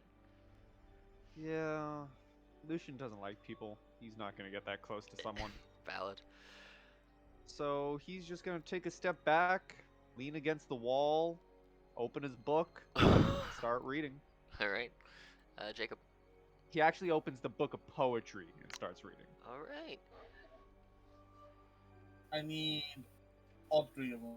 Oh man, I wanted to What see in the world just happened? I clicked on show spell description and nothing happened. That's what that Oh, was. it worked for me in my game. I don't know, it didn't work for me. Oh, why the heck isn't it working? Hold on, I got you. Okay, so are you choosing all Oh. 3 of those things? Yeah, all three of them. Oh, Since they're around me. they all make con saves, so I'm just gonna go bang, bang, bang. 1, 2, 3, left to right. So One the- of them, Nice. one of them, yeah, and then they take 2. Cool. So that one failed. The one on your left fails. So let me roll another one for him. And he's still standing. It's Okay. radiant damage though. Oh, you're right. He dies. Way to metagame, Chandler. Mm-hmm. Sorry. Mm-hmm. How many? Sorry, real quick here. Out of this game, how many children did Grasmug kill that night? You're not grass mug in this game. I don't care.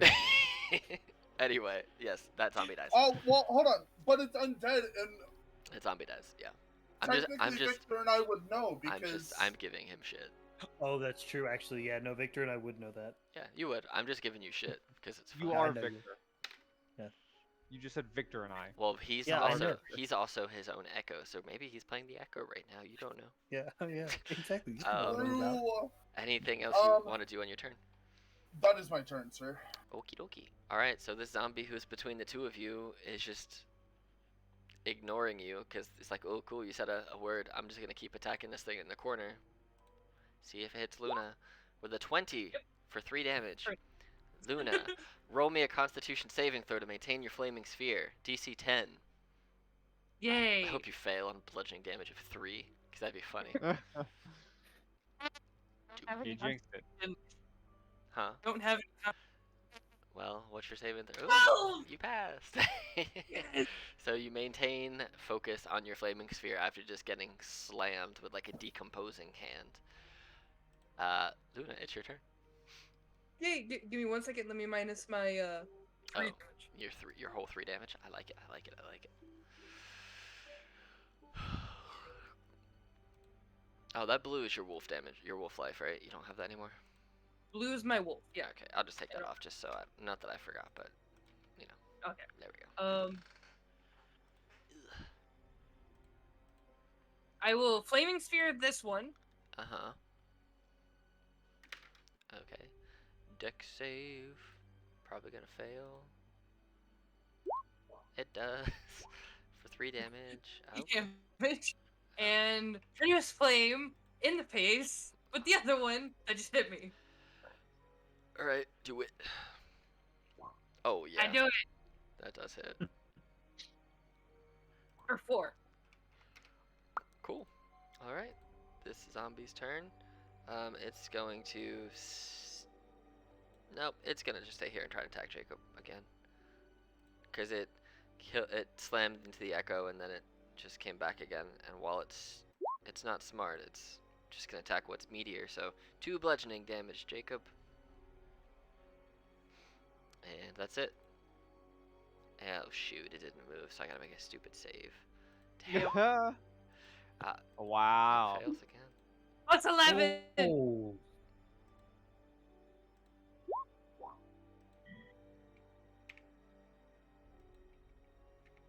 It dies. It had exactly 11 HP, and it failed its Yeah. con save for its undead fortitude. And it seems, at the moment. There's still one zombie left. Oh, you're right. Damn. Shoot. I don't know why I did that. Well, here, let's see if I can kill it real quick. I mean, it's gonna be it's end of the order anyway. So, oh well, it's before Luna technically. So, you guys, I'm just gonna say within this round, you guys were all gonna kill. You would have killed the zombie. It had 16 HP. Okay. It's dead. I forgot it was there, because it was basically a useless zombie not doing anything and not dying. It was just hanging out. But yeah, you don't seem to see any more zombies in this room. You do see, however, a bookcase up here, a skeleton down here, and Victor, you see another little tunnel that goes this way. And since we're out of initiative and it was close, Flaming Spear goes away. Okay. Boop. So you lose some light, but that's okay. A little bit. You said this is a case up here? It is a bookcase, yes. Seems to be a Um, bookcase. Jacob would like to investigate it I was with gonna say Victor. Victor will investigate it as well. You can both roll investigation checks if you wish. Ooh. We Okay. both roll a 20. Sick. I love it. Can I make a perception check on the room? I don't want any more zombies. Yeah, you can do that. So as you What guys do you want? are all right. So as you look in this room, you see there are a couple skeletons. There's one you were standing on top of a skeleton. I didn't realize it was there because you were on it. But you're standing on top of a skeleton, and there's another one over in the corner. But as far as this room is concerned, you don't see or hear any zombie gurgles in the immediate um, area. You guys, with your 20s on investigation, as you're looking through this bookcase, you are looking through, and it's weird because the books here they seem to be in, there's a lot of books that are very destroyed. There are a couple that are legible and not completely destroyed.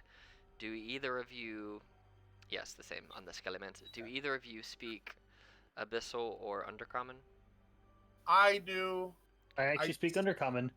and I speak Abyssal. All right.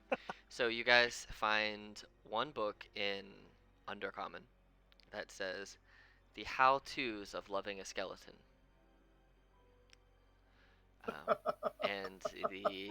And the book that's in Abyssal says necromancy for beginners, resurrecting zombies to feed your animals. The Undercommon one was called How to Love Your Zombie. How to Love love a your skeleton. skeleton. How to love your skeletons, yes. It doesn't even have any backbone to the book. Yeah. But it does have a lot of good ribbing. I hate that pun so much. I hope you trip and fall. No, I did the other day and had a bad back for 3.5 weeks, so I hope I don't. No! Okay, never mind. You already paid your tax. I preemptively paid my back tax. Back taxes. Anyway, so as you're also looking through this, you find that there is a weird switch behind some of the books, Jacob, on the left side of the bookcase. And as you run your fingers along it, you hear, and how tall are you? 6 foot. And how tall are you, Victor? 6'4". So it's I'm just for 4'8". It's just out of your purview, Jacob, because it's on the very top of this bookcase, and this bookcase itself is like 6 feet tall. It's a pretty big bookcase. It's just old. You see Victor for a quick second, like almost like a little compartment just cracks open, and you see a little bit of dust emanate from it. And the compartment seems to be the length of this whole bookcase. It's just a little like inch crack open. So it's on the. You said it's along the top. It is along the top, yes. The only I reason you can reach- see it is because you're tall enough. Okay. I want to reach up and like pull up on whatever compartment just opened up. You use the back of your hands and push this compartment open, and as you feel into the depression inside of it, you're like running your arms as far as you can reach across the top. And what you're feeling seems to be like a rod or a staff, maybe in nature. Okay. I would like to grab it and pull out whatever object is there. As you pull out this object, you see that it's real dusty and it's kind of wrapped up. And so as you pull it down, you unwrap it, you see that it is a staff that has this winged bird atop of it. And I will tell you that as you hold it, you see a light start to emit from the top. It is in fact a Skyblinder staff. Ooh, nice. From what I know of it, that's a really good item. Yeah, it is a really good item. You can give it to whoever you want. You don't have to keep it. It's just what was up there. Yeah. So I pulled the staff down, and I'm just sort of like holding it in my hands for everyone to see, and I would like to know what everyone's reaction is in character. Blinder staff Mhm. as a player. No, as your character. No, I don't Jacob? know what it is. Oh, what does the Skyblinder staff do? So you get a bonus. No, he's one- acting for your reaction to the staff as your character. Yeah. Oh, asking for the reaction. Jacob has kind of a big smile. Luna throws up her staff of flowers and taps it on the ground, and it produces a flower. Luna likes her staff. Luna likes her staff. She's very pleased with her staff. I don't know what that other one. I tap the ground, and on cobblestone it just produces a flower. Rango runs over to Luna. Oh, such cool magic! Like, she's seen plenty of actual magic, but this just flowers. She's like, Yes. you know, like a little kid would be excited to see street magic? That's Rango right now. Despite there being, like, actual magic being done. I don't think Lucian would have a reaction. He's busy in his work. He's leaning over the skeleton, writing stuff down in his book. Well, seeing that Jacob is seems very happy about it, he holds it out and says, "My friend, you seem like you might benefit from something of this." And he offers him the winged staff. Jacob, like, kindly grabs it from him and then gives Victor a big, like, smack on the back and kind of lets out, like, a little chuckle of, like, this is a great find. So it does require attunement, so you cannot currently attune to it, but you do now have the Skyblinder staff in your possession. Which is a Nice. super badass staff. Like, Yeah, I was just like, oh man, this is actually really good for early game. Like, Yeah. I mean, so it's good. good. It's good. Like, even just its +1 effects are good for a oh while. yeah. The blinded is nice too. It's like, bam, you're blind. Leave me alone. Goodbye. Okay. So as you guys spend a little bit of time looking through the case, that's all that seems to be. There seems to be no more hidden compartments in this case. Lucian, you take note of the Skelly boys that are in the room, and Ranga and Luna are playing with a flower. Where do you guys wish to go? I think that it was a mistake for us to split up earlier. We got lucky encountering these things in small groups, but a horde would probably easily overwhelm us. So I feel that we should stick together as we finish clearing this chamber. I agree with your smart idea. As she starts walking this way. And Victor just starts following. Rango will be right behind. Okay. I will be right behind them. I have to reload roll 20 real quick. Okay. Cool. Oh, Lucian is probably the last to follow. He's busy overlooking these skeletons. Okay. oh. Yeah, those 3 skeletons that you encountered all shambled down from this room as they heard their friends getting burned alive. Well, burned Yay! undead. Jacob, seeing. Oh wait, I can't see anything. Okay, there we go. Jacob seeing Lucian like coming or like lacking behind, kind of sits there and waits for him before fully committing to following the group. Cool.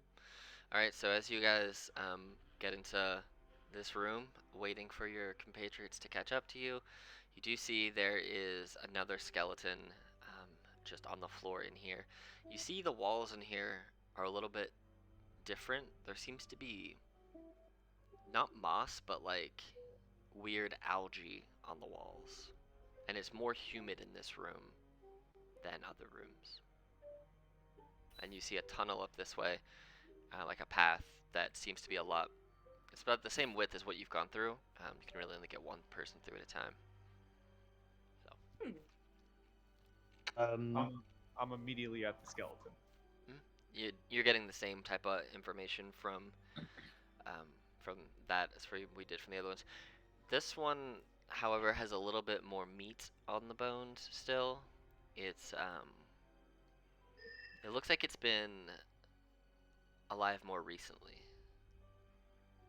So. As we get up here, Victor puts a hand out to stop Luna and says, "Maybe I should take lead. I know you are strong, but I would not wish to see anything hurt you." And then, unless she gives him a hug. Okay. Alright, and then I take the lead going down the tunnel. Okay. You Right. see another skeleton, and these walls are getting more thickly covered in this weird algae moss. And it is getting more and more humid as you make your way, and the stench of death and just like decomposing flesh is growing the further you follow these tunnels. Oh, her druid nose is hurting so bad. Jacob, Lucian, are you guys following them through the tunnels, or are you staying in this room? In character and out of character, I'm legitimately writing down notes for Lucian on these skeletons. Cool. Jacob's still kind of waiting on Lucian. Victor will be slowly going until he reaches. Until he, like, as he hits like every junction, like he's like stopping beforehand and like slowly peering around each corner. Okay.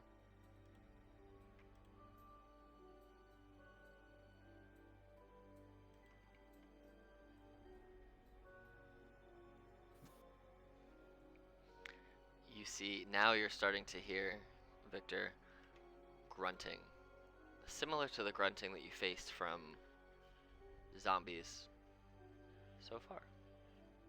Okay, I put my hand up and I just like whisper, "I hear noises up ahead. I feel we may have more company."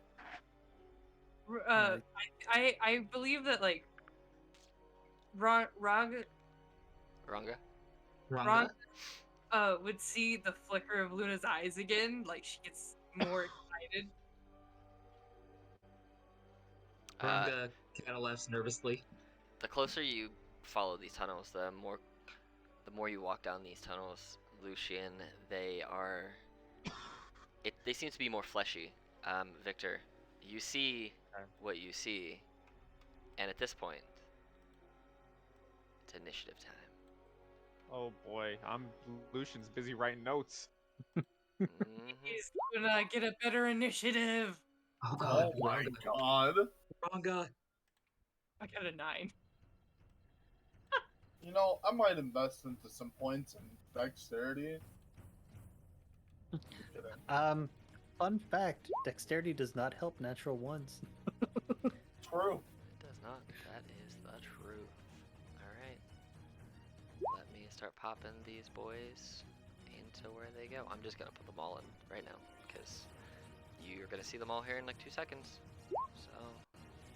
Oh no, these zombies could actually have good initiative. Yes, give me the good initiative. No.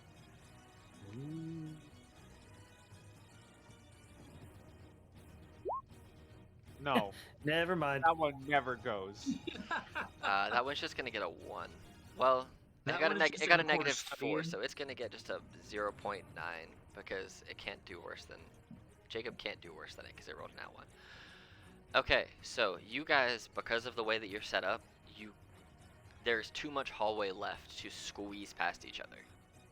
So Ranga and Luna, you are at the behest of Victor right now. You guys cannot get past Victor until Victor moves because of how thick. Like, Victor's 10 feet from the opening, and you guys are behind him, and you can't squeeze past that far. But Ranga, it is your turn. So you can delay your turn if you want until after Victor, which would permanently put you there in the initiative order, or do whatever you want. Ranga's gonna try to shoot her short bow. At the first zombie you see, it's gonna miss. Yeah.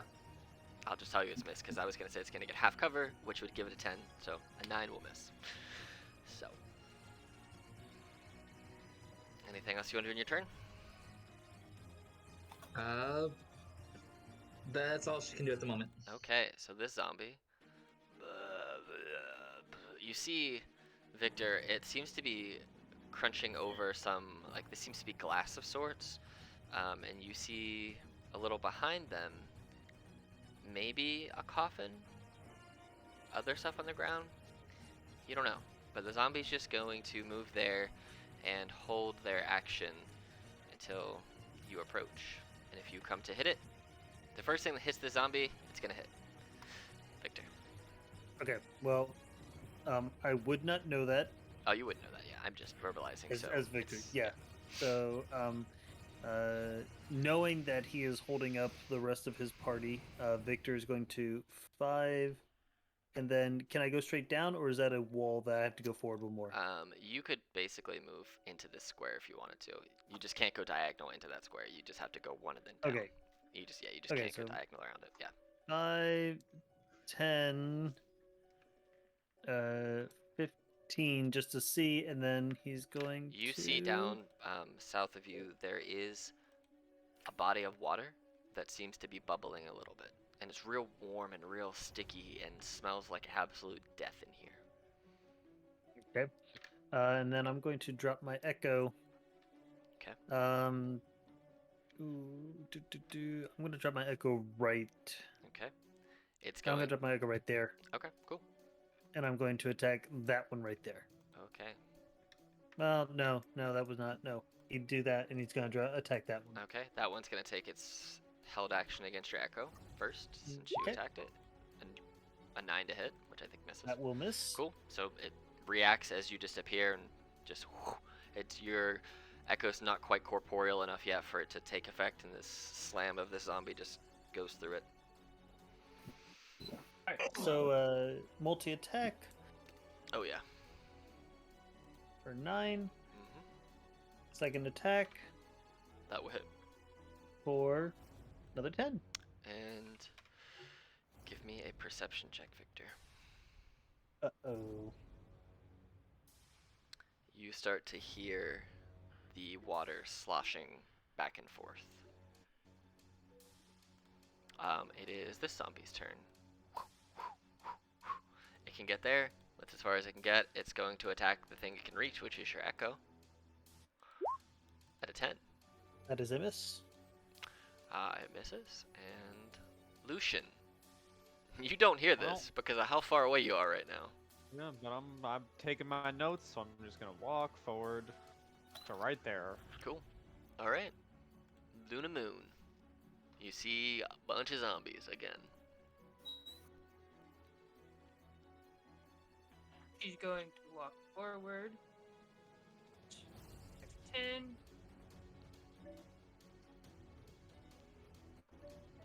You can step down this way if you want to. You just have to, like, get around the corner. Yeah, you can do that. Yep. So 15, 20, 25. 5.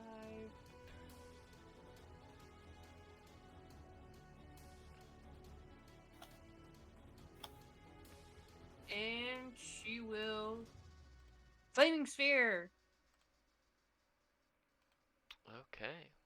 again because it's very effective Okay. You and should. it's tiny, Gotcha. And you're putting it where? right here, and It- smacking. It really won't let you grab it out of your journal and just drag it onto the map. It's not in your journal at all.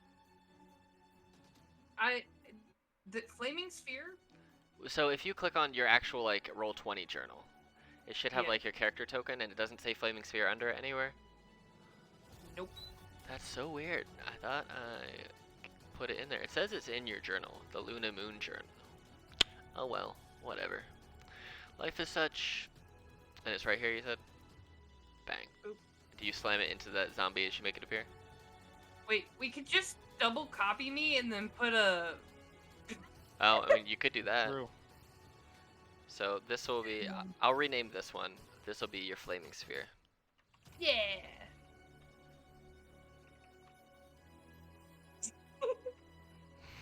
There you go. Luna's fate. You turn your face into like this flaming sphere and slam it into a zombie. Yes. That's even funnier. Okay. So it rolls a 9 against your face. You can roll, and it takes 6 damage. You rolled the damage on it already. So. Oh, cool. yay! Took 6. Cool. All right, Luna, roll a perception check. Okay. Oh. 16. You, as you call forth this flaming sphere and slam it into this zombie, you hear the sloshing and the splashing. Actually, I'm gonna make it red because I like red better than orange. No, not red and orange. And as you look down to the pond, you see rising out of it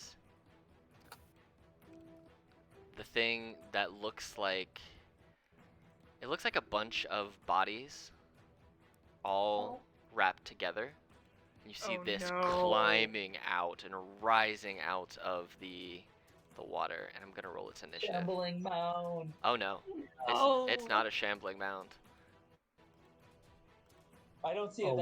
That's just my guess. It's not Bagman. It's not bad. Oh God.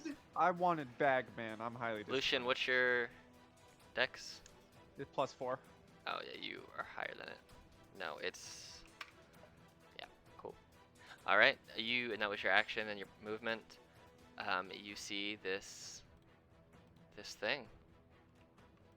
I still have 5 feet of movement. Can I take a step back real quick Sure. after seeing it? I'm just like,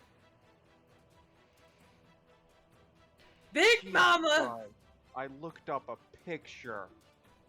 Oh, Yeah. I'll show you the picture of it if you want. Here you go. Do you regret it? Oh. I just yell, Big Mama. It's just like the zombies, but all of them. Just all of them. This zombie, seeing what's going on, is just gonna go here and try and take out this echo. Misses. That'll miss. Jacob. Ah.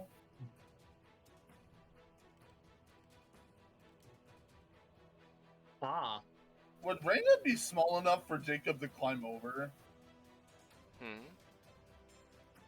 I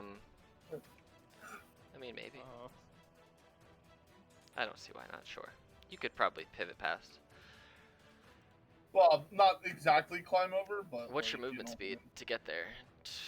Yeah, you'd end up in her square, so you're not going to be able to get past that. Oh, it's gonna take a dash action. Oh. Then yeah, sure, we can say you can sprint past it.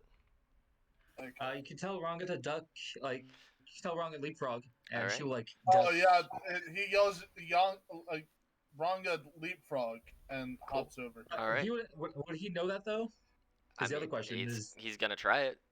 Go ahead and roll.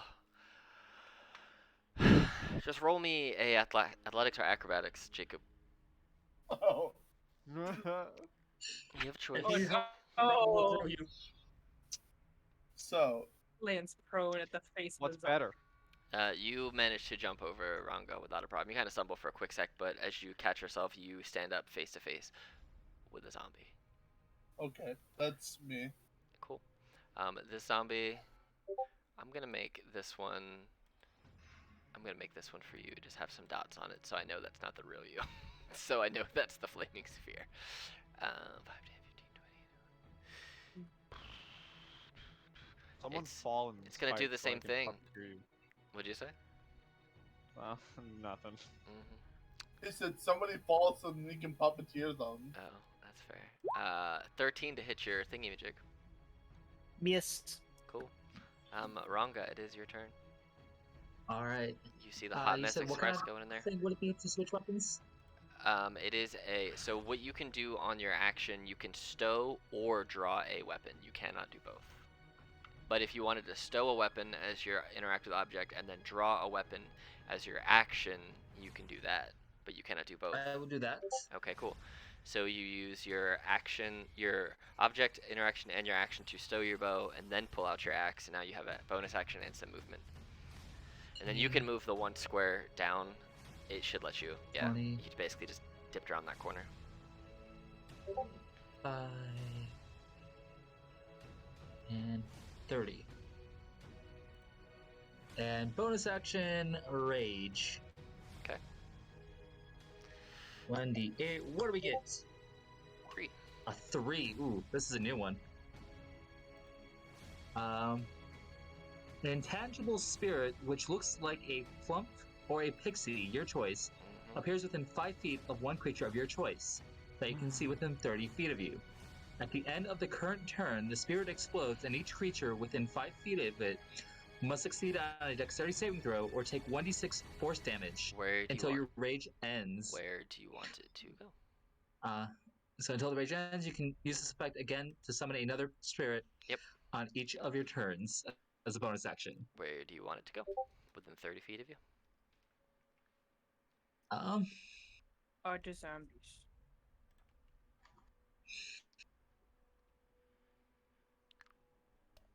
Let's put it here. Okay, and then it explodes, and so that'll be at the end of your turn. And so both those zombies right there will make dex saves.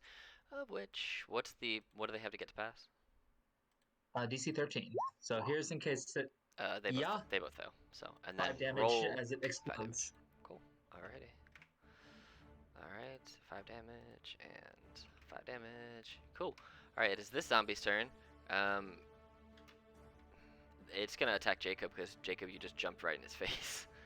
Yay. That's a 21 to fair. hit for 3 bludgeoning damage.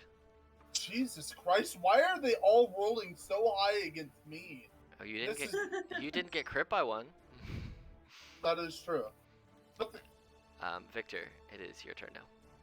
Okay, so Victor, seeing this thing come writhing out of the water, will turn all of his attention onto that. Okay. So he's going to send his echo down. How big is this creature? It's huge. It's huge? Okay.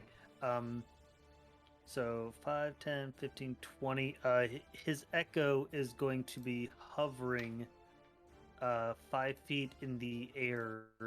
So where it would Okay. be a good... I'll just do that symbol. Here, we can just do this. We'll just say this is 5. You put Okay. you highlight over the color and you just put the number and that's how many feet you are. So we'll just say that's 1 means 10, but it's actually 5. So Okay, that's fine. So he is... let me get rid of symbol. Okay, so yeah, he is hovering 5 feet up in the air right in his face. And we're going to start swacking at it. Okay. So, yeah, that hits. for 6 damage. Second attack That hits. for 6 more damage. Wow. Okay. Bonus action attack. That will miss. That will miss. All right. I'm going to use my Unleash Incarnation Okay. to get one more attack. That does hit. Um, Okay. and just because I want to like burn through it as much as possible, Action Surge. Okay. So, Yeah, that hits, and that will also hit. oh, okay, wow. For another 8 and 12. Okay. Okay. Cool. All right. You moving anywhere in your turn? Lucian's just hanging out in the back somewhere. Yeah, I will move down 1 to try to provide like some extra cover. Okay. All right. It's this zombie's turn. It's going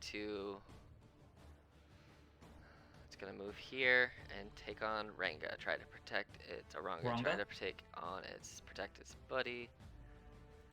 15 to hit. No. I'm right. Either way, it would have been 1 damage at most. So that's its turn. Lucian. Yes, 5, 10, 15, 20. Hello, Skellyman. Taking more Just- notes, Just huh? give me the base deets. Same. A little bit more fleshy, a little bit more stinky. You are hearing the Did battle I now. say 15 or 20? Huh? I lost count of how much I moved. Did I say 15 or 20? 20. Yeah, 20. 25, 30. I'll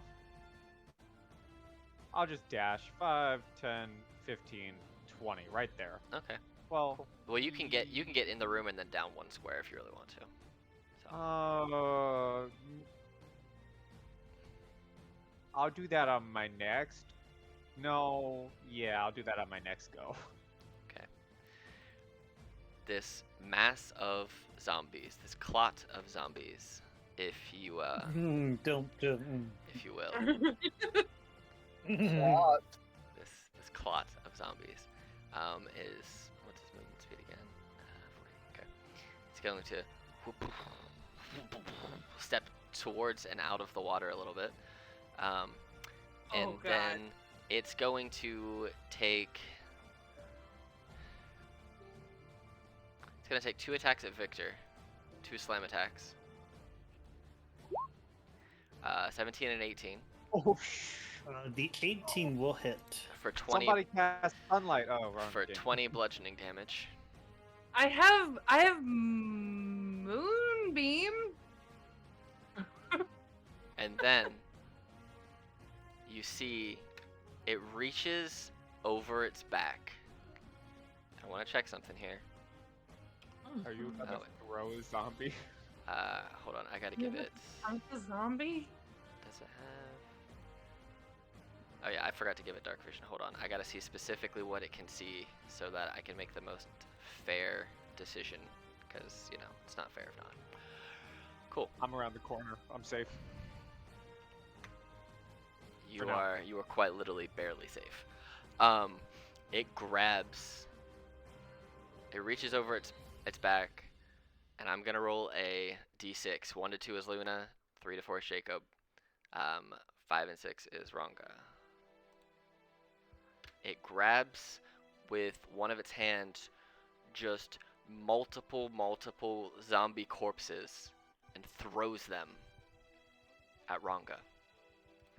Ranga, I need you to make a strength saving throw against its flesh entomb move. Oh, gross. As you feel these zombies, you see them get thrown across the room, and they just start landing on top and on top and on top of Ranga.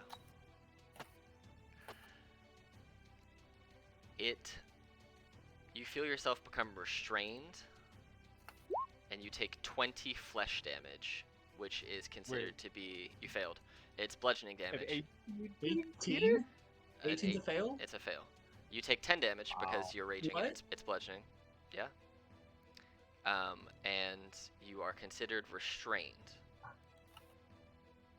Ah? And at the start of each of your turn, we'll see what happens. And now worry for. You're not even in the room. But you are currently restrained, Yeah, but I don't covered, want to enter the room. covered in flesh. Covered in flesh, basically. You're tombed in flesh. So Out of curiosity, could I help them get out of the flesh? you can certainly attack the flesh. Yes. Okay. Luna. Lucian just you should- literally witnessed this happen. You think I'm gonna enter the room now? Oh, and it ends its turn there, so you get to roll 2d6 fire damage against its giant, stanky corpse. You rolled a 12, so go ahead and roll your damage for me from your flaming sphere. Yay! 4. You know what? Sometimes it's really good. Sometimes it's not. All right, it's your turn though.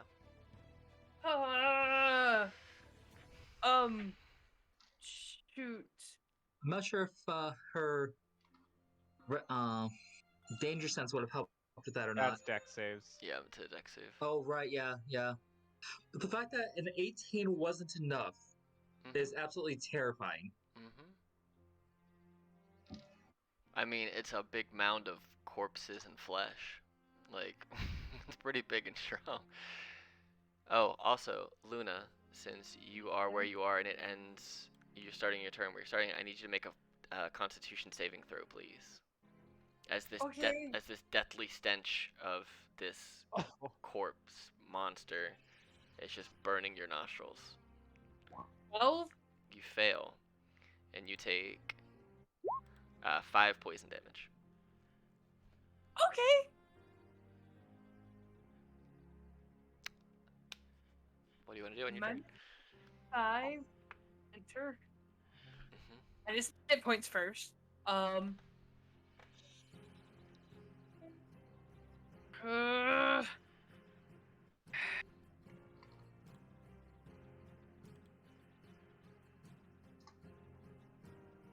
he will ram it with flaming spear. Okay, so it's gonna make a deck save against your thing. This one has a +0. It's still not rolling any better. it's not a -1 though. It's not a -1 though. No, it's not a Eight. -2. -2. Ooh. Yeah. And then she will.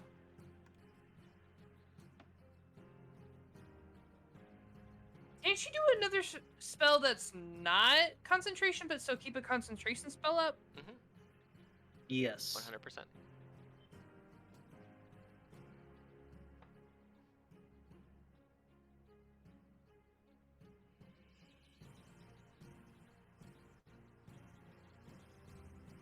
She will. She doesn't want to hurt her buddies. Dang it.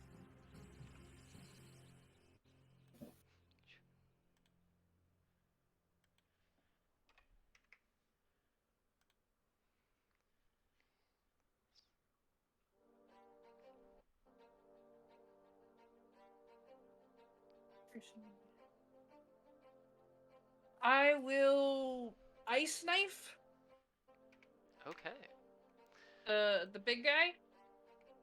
So I'm fire and ice right now. He Okay. has to do a 15 dexterity saving throw. On a hit, he takes He'll take 12. he takes Well, no, because 9 doesn't hit. But it still explodes, and he fails, so he takes the 5. I also need you, So you're saving- Victor, to make a saving throw as well. dang it. Dexterity. Yes, please. Right. Okay. That's 3, and you fail, so you also take 5 cold damage from the explosion of this knife as it just I explodes didn't around. mean to. I didn't mean to hurt you. Okay, that is your turn. Unless you want to move anywhere. I would like to. Well,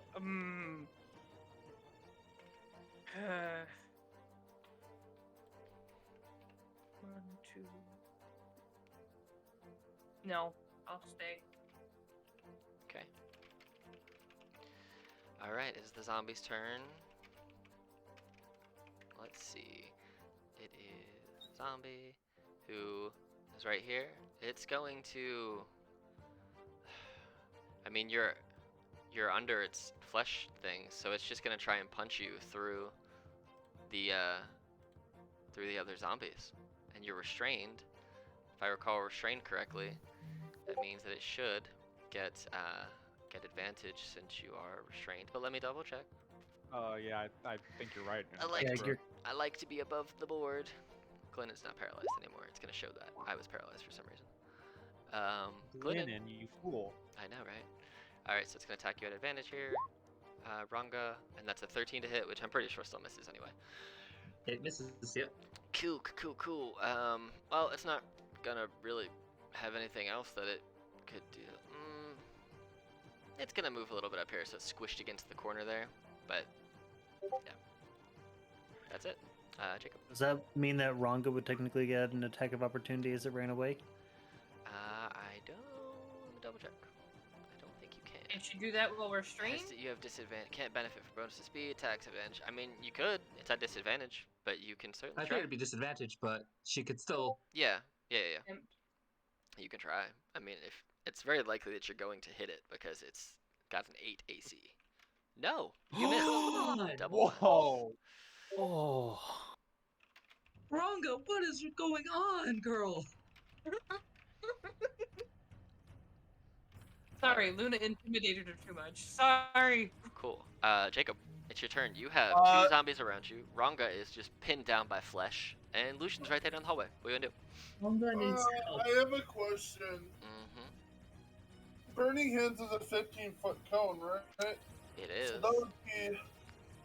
that'd hit all of this right here. Minus the zombie up here, right? Probably. Let me double check I something think- because I actually have a fire cone here, which could work for you. Hold on. Fire cone 90. Fire cone. This one. Hold on. This is a 15-foot cube here. 1, 2, 3. And you're letting it emit from your hands, right? Yeah. It would do that if you wanted it there, or basically however you wanted it to rotate. You could do that. So basically, you could get those guys like that. You get those 3. That would be the most you get without getting Ranga. Yeah, that's what I'm gonna do. Okay. So it's gonna be a Burning Hands, my dude. Oh, cool. It's not gonna do that. Hold on. Cool. Dexterity save. All right. So they all need dex saves, or they take Yeah. 10 damage. Yeah. All right. Well, I'm just gonna roll it from the same zombie since they all have the same. So Okay. they all have a -2. Yeah, they all fail. They all take 10 fire damage. You said. Yep.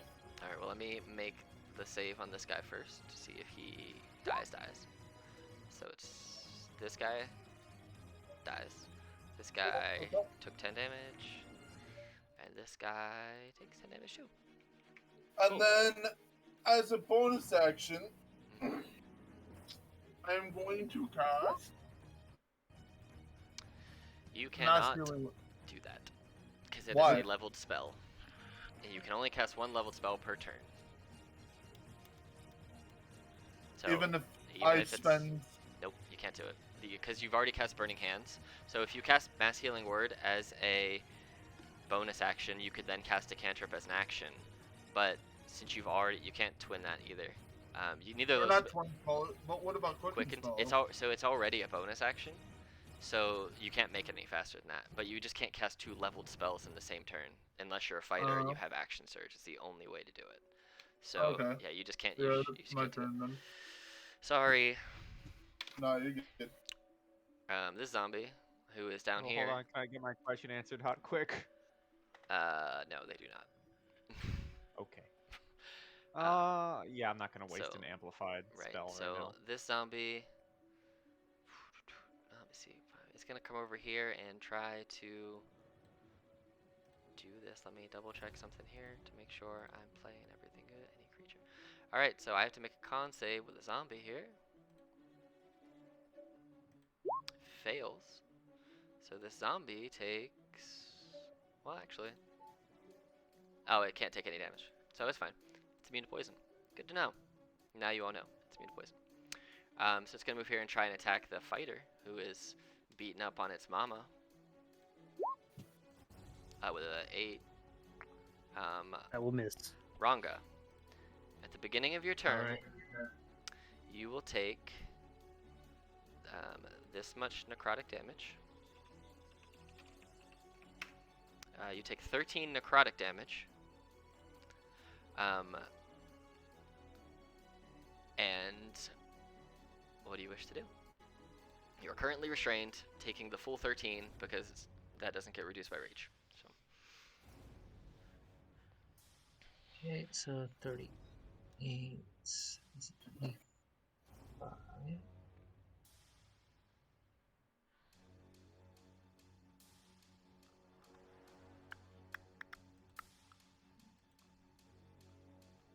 No, it's 22. Okay. but yeah, you are currently restrained. You can try and break your way out, or what are you gonna do? She is going to try to get out of that. Okay, go ahead and so the way this one works specifically is you have to make an attack roll, and since you're restrained, you're attacking at disadvantage. You're attacking the flesh that is entombing you. So go ahead and make me just a straight. You got your axe out, so we'll use that. A axe attack at disadvantage. We're gonna make it reckless. Okay, so it's just a straight roll. 11. Let's see how much it's got here. Okay. I will tell you, you did hit it.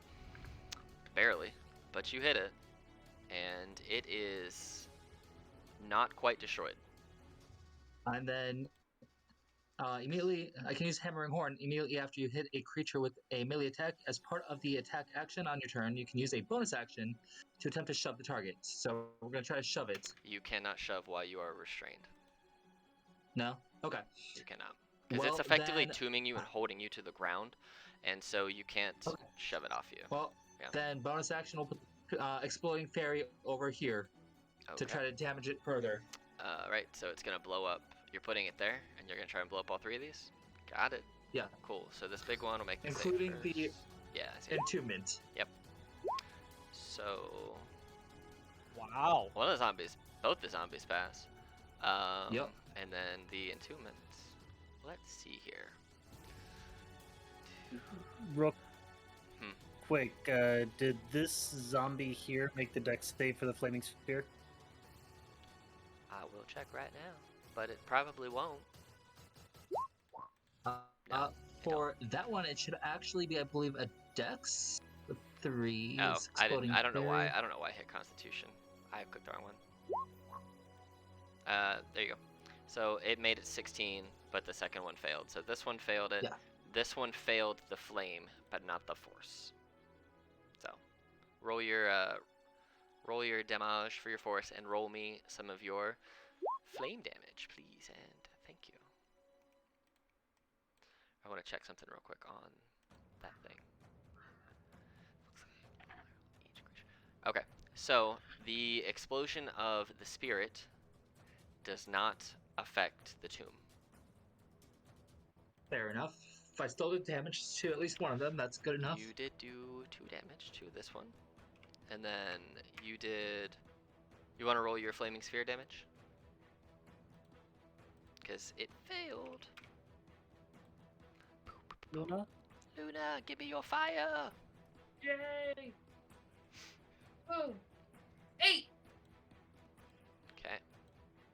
Ooh, let me check. Fire! It Oh. falls to the ground, but it stands back up. A flaming zombie boy. So it's still going. Victor, I need you Mhm. to go ahead and make for me a Constitution saving throw, please. You failed. Oh, you're poisoned until your next turn, Luna. But you failed your stuff, so it's fine. Oh. Until the start of the creature's next turn. So your stuff happened and it didn't do what it needed to do anyway. But you take 12 deadly stench damage, Victor, and you are poisoned until the start of the creature's next turn. Okay, so I have disadvantage on all attacks, correct? hmm Strength-based attacks? Or Poisoned specifically. Man, I just threw away my thing. Hold on. I should really just leave one of my characters up at all times when I'm adding conditions to people. Let's see. Poisoned. Poisoned creature has disadvantage on attack rolls and ability checks. okay. So. Alright. So for my action, I'm going to go ahead and multi-attack. So attack 1 That hits. for 8 damage. Attack 2 That hits. for 13 more. hmm I'm going to.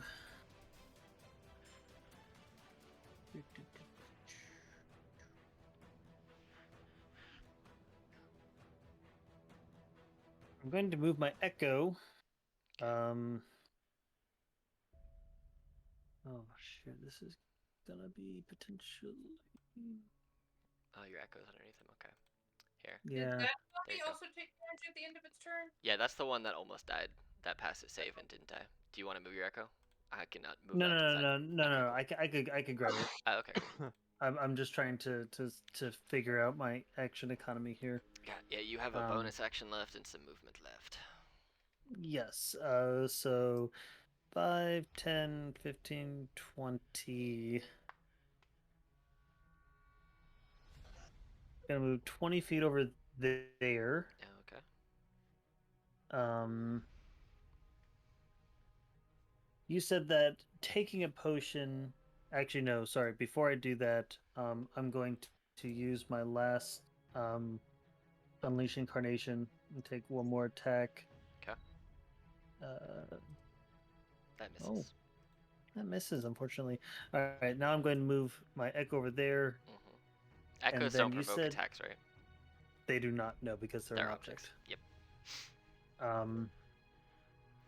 Taking a bonus action or taking a potion is a bonus action, and you roll dice, or if you spend your whole action, you can drink it and get the max damage out of it, or max health out of it. For me, Okay, that's how I do them. Yeah. Oh shoot! Wait a second. So that should just do that. Okay. I am going to use my bonus action to take a potion, and then also do second wind. Second wind so... is a bonus action. No, it is not. It is a feature. Are you sure it's not a bonus action? Yep. Second wind is a. Oh no, it is my bonus action. Second Oh, wind you're is a right. bonus action. Okay, so action I'm. surge is Yep. a free thing. Yeah. That's the. Okay. So I will do that to get.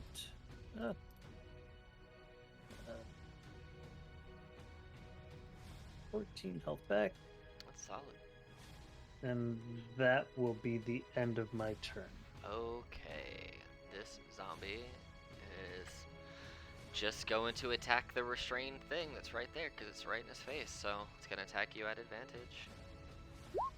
Natural 20. So you're gonna take that plus 6, which is 9 divided by 2, so you take 4. 4 damage. So, yay for raging. Lucian. Lucian, it is your turn. Yeah. And I have a plan Uh, that involves. Oh god, that thing is a lot closer than I thought.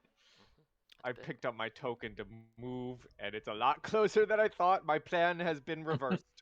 Get your butt out here. Oh Wanda boy. could use some help. Yeah. Well, I was gonna run up and stab something, but now I'm just gonna shoot an Eldritch Blast at this one right here. At the which one? Oh, that one right there? That Okie dokie. that Zamblage. That's Ambush. Got it. Do it. Zamblage. Wait, did that get damage already? Because of That one, flaming yeah, sphere? that one got the damage last time. That's the only zombie that's in your flaming sphere. And this guy took. I added the damage to the big guy too. So the big guy and the zombie in front of him are what took the damage. This guy's just outside the range for it. So when you rolled that damage, this guy took it and this guy took it. So. Okay. Yep. 18 to hit this boyo. It does hit it square in the chest. It doesn't. It does not fall. It stands. You hit it and just you take a chunk, like literally you blow a hole through its stomach, and it just kind of looks at it, and then looks up at you and just stands there, lifeless eyes. Oh, I have a plan, but it's really risky. Do what you gotta do, man. I'm going to pray to the gods that this works. I'm going to blast it. Blast what? Well, I already blasted it, and then I'm going to 5, 10, 15, 20, 25, taking 3 attacks of opportunity. Okay.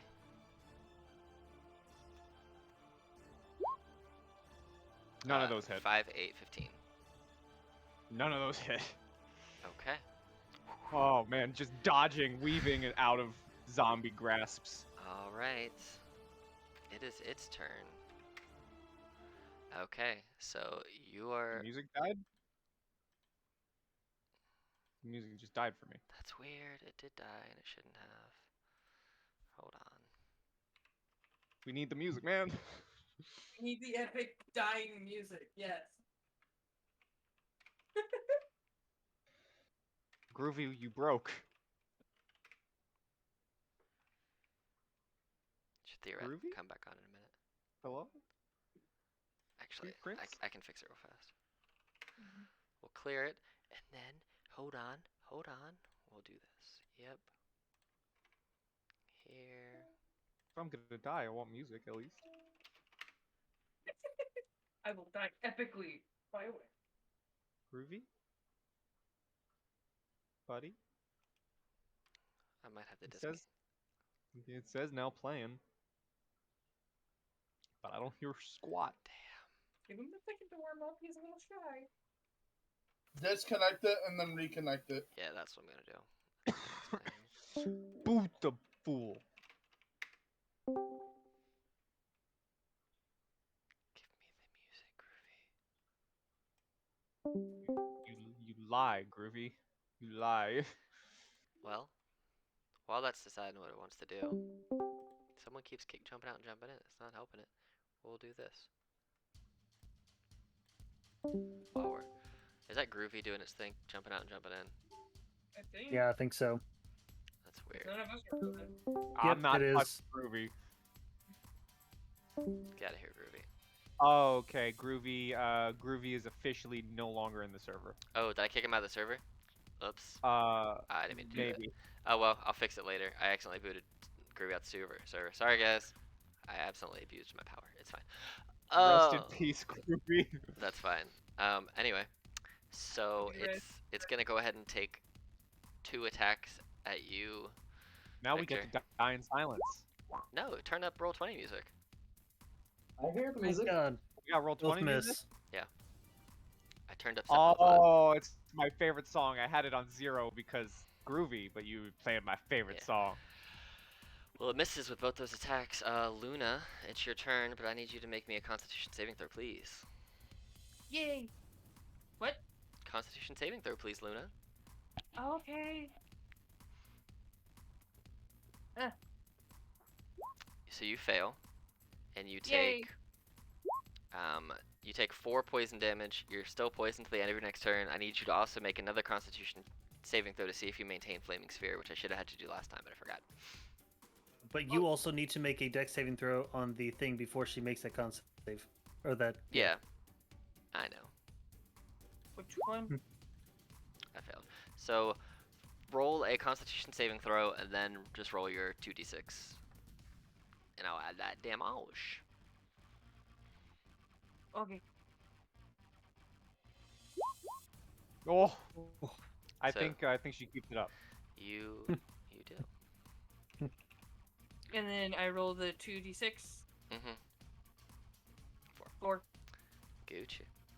Alright, and it's your turn. And you are still poisoned, so you have disadvantage on all attacks and ability checks until Thingy's next turn. So Okay. Nice. I Rhonda needs help.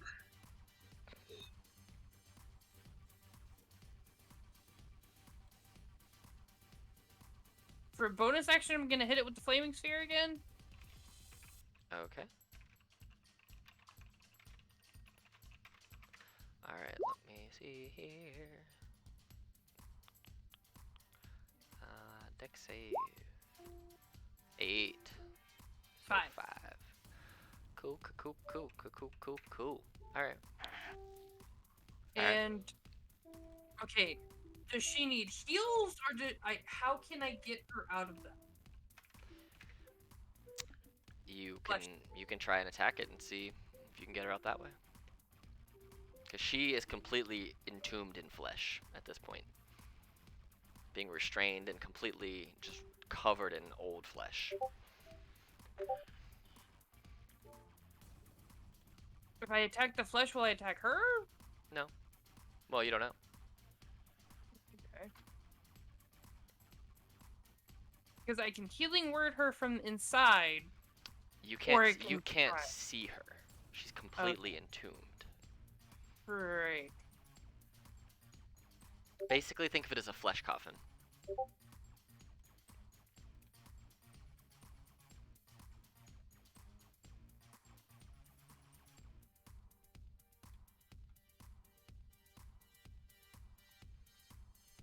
Can I use my action to rip away flesh instead of attack it? Because I don't want to hurt her. You can try, but I will tell you that will not work. You have to attack it. Okay, well, You can totally attack it though.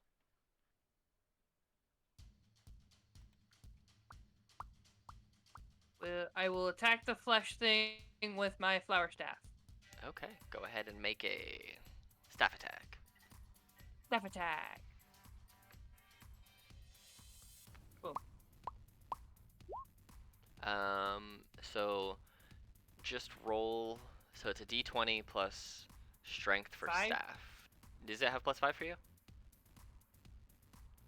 Is that what you have for your attack modifier with the staff of flowers? No, it's +1 for staff of flowers. Oh, then Sorry. yeah. So roll a D20 +1, or roll the attack on that, and I'll tell you if you hit, because it does have an AC. So D20. plus whatever the 1, attack mod is, which is +1. 17. That hits. So go ahead and roll damage.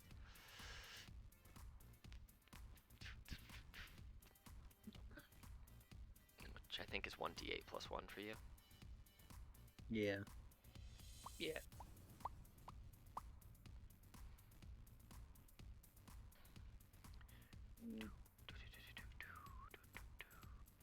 Give me that damage. Okay, one second. I'm doing the dice. 1d8 +1. Boom. There. 5. Cool. 5. All right. She is still entombed. Mm. All right. You want to move anywhere?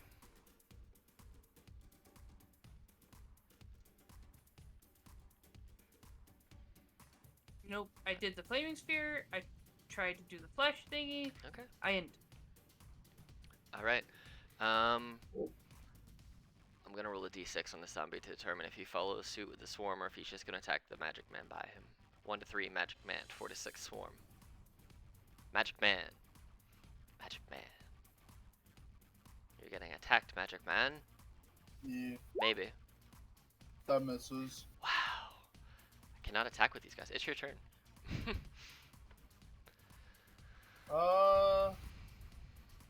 So even if I use mass healing word, it won't heal Rango, right?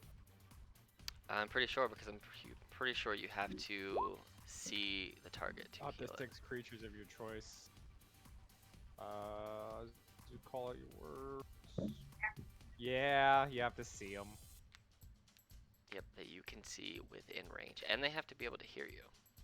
I mean, I would say that she can probably hear, but you can't see her. Okay.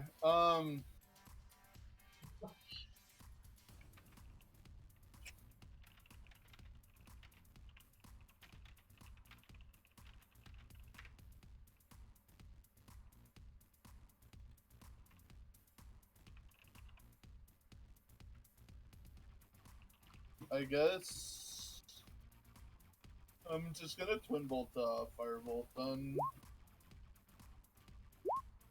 Okay. On this one and then this one.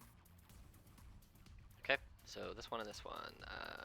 16 does hit, and the 13 also does hit. And you hit them both you hit the one on the right down here. The first one was this one? First one is the one that's right next to me, and then the AIDS is the one that's right next to Rango. Okay, so because technically you're at disadvantage because you're in range, you just have to roll. The first one's gonna hit because it's the 13. So just roll the other one. 17. Yeah, you for sure hit. We'll keep the 7 and the 8. I just wanted to make sure it was the same because, like I said, they're. I misclicked the 3 on accident. Oh, that's fine. Yeah, you still hit with the 17, with the Okay. 13. So you got nothing to worry about. This one. Let me do ye old Constitution checkums. It falls down, but gets back up. Okay. Zombies my are fun. turn. Let me see if it works. Maybe. Groovy. I think Groovy's back. That's my turn, Yeah, man. cool. Groovy's back. Oh, cephalopod. All right. This zombie is gonna attack the thing that's restrained. 15 to hit. Nope. 15 is not enough. Okay, it misses. So it hit your flesh instead. All right. Yep. So Ranga, you're in this area. I need you to make, first of all, because this monster's mean, a Constitution saving throw. It's a different ability, though. So you passed it. Let me... Yep, that's fine. You passed that ability. So, what are you gonna do? You are restrained, so all of your attacks and ability checks are at disadvantage. You are covered in old flesh. Reckless! 19 does hit for 6. Okay. You are still wrapped up. You said give me a bonus action to drink a potion? Yes. Let me make sure. I don't think restraint stops that, but let me double check. Attack roll, disadvantage on dex saves. Yeah, you can drink a potion with a bonus action. Roll Okay. your 2d4 So, plus the- 2. Actually, I'm rolling something else first. Oh, are you gonna roll your fire breath code thing? Okay, so it is high, so it is in fact the healing potion. What I was gonna do is high healing potion, low fire potion. Because they're both red potions, so they must both be healing. Okay. Roll 2d4 plus 2 for your heals. Yeah. You get 9 Nice. health back. All right, cool. Victor, roll a What do you- Constitution. what do you think of her logic saving there? throw. It's red, therefore it must be healing, right? So you fail. So you take 13 poison damage, and you are poisoned. So you have disadvantage on attacks and ability checks still.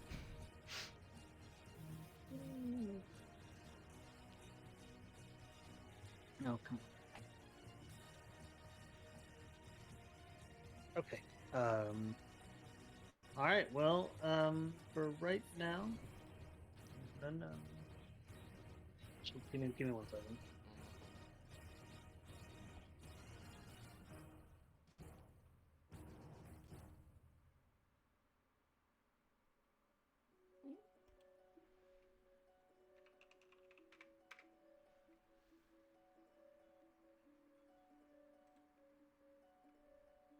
I appreciate that this is always your go-to battle music, Alex. It's good, right? It's good. And do you know the It's no Okay. reason? cephalopod. Do you It's know no the reason cephalopod. why I don't choose anything else right now? Because I know 100% for sure that this one has no royalty rights. It's royalty free, and it's good. So It's no cephalopod though, but it's good. I mean, you can stack them. Yeah, true. All right, Victor, what you doing? Okay. So I can't hold control, so I'm going to roll my attack twice, and then we'll just take first damage and whatever the lower of the two is. So, All right. attack 1. Yeah, it hits. For 6 damage. Okay, Attack 2. that misses. All right. And then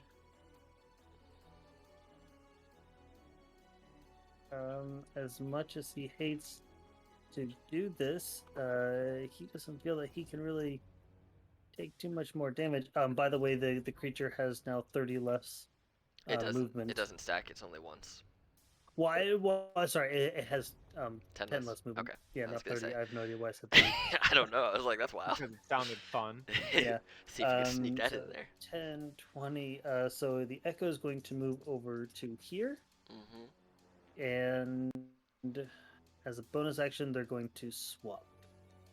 Oh. All right. All right. All So- right. All right. Okay. This zombie is he's gonna continue the group beating of the thing that's restrained by flesh. 16 to hit.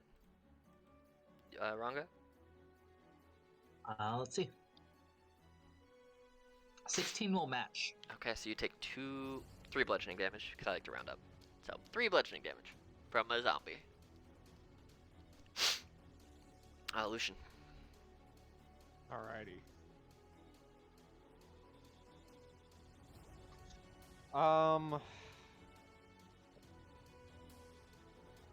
Let's see.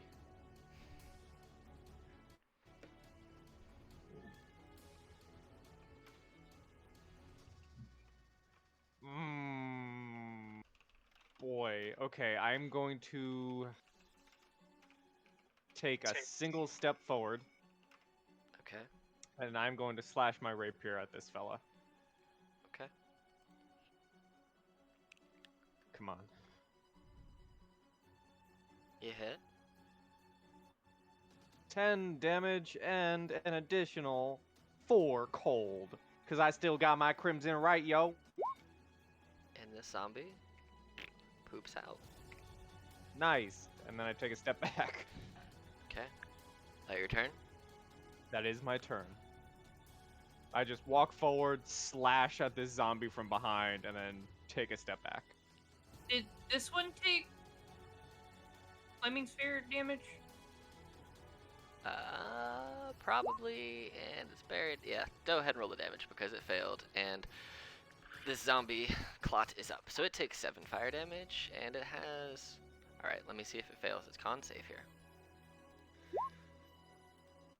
It does not, so it stays at 1 These damage. zombies, dude. These zombies. This thing...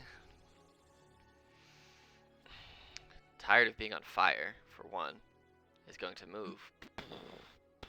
It has 30 more feet of movement total after the 10 feet reduction, so it's going to move there. It's going to... Wait. I get an AOO. Do you, though? Yeah, for my echo. Alright. You flew away. You ran away. From I didn't. Echo? I couldn't remember if Echo's got attack of opportunities or not. Yeah, echoes actually, and it actually, let me just make sure. It's still at Um, disadvantage because... Yeah, I know. you're Manifest poisoned. echoes do get an attack of opportunity Gotcha. if it leaves its range. So. Yeah. 12, 28. 12 hits. Oh, 12 dang. hits. 6. An additional 6. Okay. Well, it's gonna attack the thing that's restrained first because it's... Actually, I gotta do one other thing first before I do anything. Ah, Okay, cool. So it's Fuck. gonna attack the thing. It's got covered in flesh. fuck. Oh no. So that's 21 plus 24. So that's 45 reduced to 23. Wow. Ranga is still standing. Oh my Ranga is Someone- still standing. Someone free her from the corpse mound so I can blood puppet her. No. Yes. It can feel you moving and knows you're not dead. It's gonna attack you again. Oh, I want to blood puppet her. 17 to hit for 18 damage. Yeah, Ranga's down. So I can't blood puppet her. you're restrained and you're unconscious. Let me double check something because it's both of its attacks are gone now. That's all of its attacks. So and it's going to used its movement. It attacked the thing that it had restrained because it wants to absorb your body into its body clots. And Ew. Just to be clear, I that- can't see Ranga, right? nobody can see Ranga wrapped in body. Aw. That's its turn. I don't know why I skipped this. Luna, it is your turn. Go ahead and make another Constitution saving throw for me, please. Okay. Oh yeah, it still is within 5 feet of your thingamajig because it's really big. So no matter what, it'll take... Oh, it passed your save, I think. 16? Does that actually pass the half damage. save? Yeah. Yay! That's That's fine. So it takes half damage. So, yay! 7. So it's gonna take 4. And I need you to roll a Constitution saving throw against... Okay. Well, Stinky Life. Stinky 2. life. You failed. Oh no. So you're gonna take 5 deadly 5? stench damage. I need you to roll another con save to maintain your flaming sphere. It has to be a 10. Because it's 10 or half. So Minus. Did Groovy break again? No, okay, I can hear it. Okay, and con save of 10, please. 2. boom. Oh You no. fail, which means your flaming sphere goes up in smoke. God. I mean, that thing was Okay. doing work. It is your turn now, though. It is your full turn. It is my full turn now, Yes. and I will switch it up with.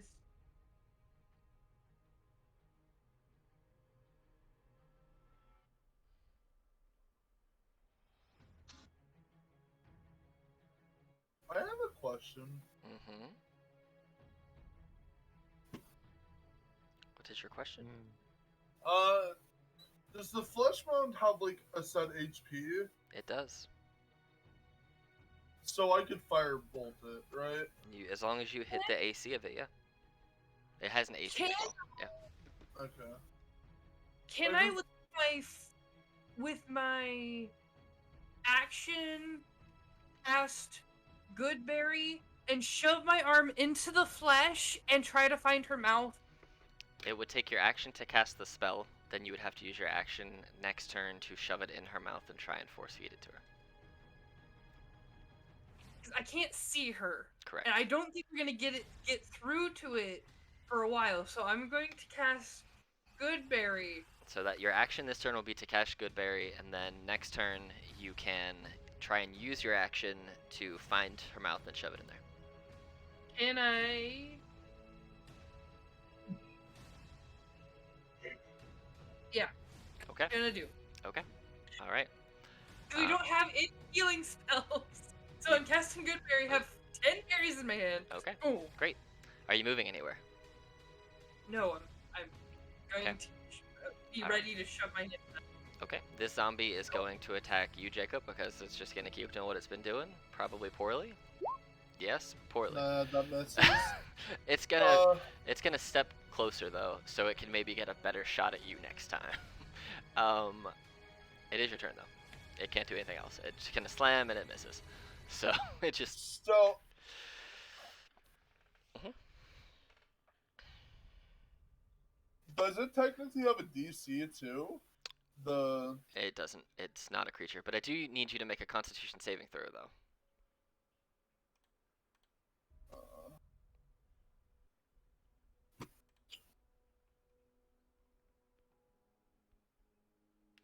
12. So that is a failure. So you're gonna take 7 poison damage from Deadly Stench, and you are considered poisoned until its next turn, meaning all attacks and ability checks are at disadvantage for you.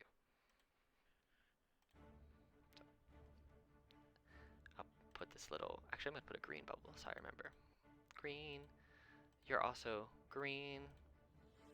Oh, you are actually. Yeah, you failed after the fact. You are no longer poisoned right now,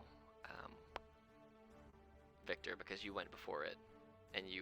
Yep. So you can take that thing off yourself because you're not currently poisoned. Yeah, I think that was from when you cloned the Oh, flying. you're right. You're right. So a firebolt at that thing is going to be at disadvantage because you are poisoned. So roll it again. 24. So you're shooting the big monster, right? yeah. Okay. So you hit with a 19 for 11 damage. Okay. 11, and then I'm going to cast Mass Healing Word. Okay. So everybody except Ranga gets 5 HP. So. Do do do do do. And are you staying there or are you moving? I'm staying. Great. All right. So this zombie is going to move and attack Luna. Luna Okay. at advantage because he's flanking you with his zombie friend. 5 bludgeoning damage. Hmm? 5 bludgeoning damage because it hits you with a 22. So. Alright. That's its turn. Ranga's first death save. Ranga. First death save. Do it. Fail. Come on, Ranga, don't fail me. Victor, roll a constitution saving throw. Ranga's too young to die. You passed. Hooray! Okay. So you see the flesh Then- that's surrounding Ranga, and you see this big monster. What you want to do? All right. Well, unfortunately, I believe that this big monster is far more of a threat, and I'd love to help, but not if it's gonna keep killing us. So, attack 1, Mm-hmm. That'll hit. Mm-hmm. attack 2, Mm-hmm. Mm-hmm. Mm-hmm. Mm-hmm. Mm-hmm. okay, and then because it wants to put a little distance, my echo. Let's see, 5, 10, 15, 20, My echo's going to go. Oh, Does no, your wait, I echo can't. provoke attack of opportunity? No, it does not, because this is an object. Broken. I actually did look that up earlier. Yeah. Yeah, it's Yeah. not considered a creature, so I it know. doesn't provoke. I know. I can complain. And now. they swap places again. Great. Lucian, roll a That Constitution is saving throw. unfortunate, as I was just about to pivot behind this thing to get flanking. Yep, nope, it does. It does not, unfortunately. Yeah. Roll provide me a that. con save, Lucian. You fail. So Why is my health at 16 all of a sudden? I don't know. But you take Not 10 quite. deadly stank damage, and you are poisoned until its next turn. You got hit with the stank. Yeah. So yeah. So you're poisoned. It's my turn.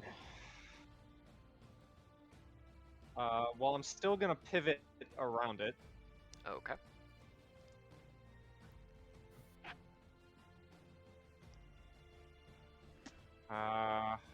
Yeah, no, this is the big threat now. It's up in my face, and I don't appreciate this. That'll hit. And then my Crimson Right for an additional 3 points of frost. Okay. That is my turn. As I attempt to just carve pieces from it.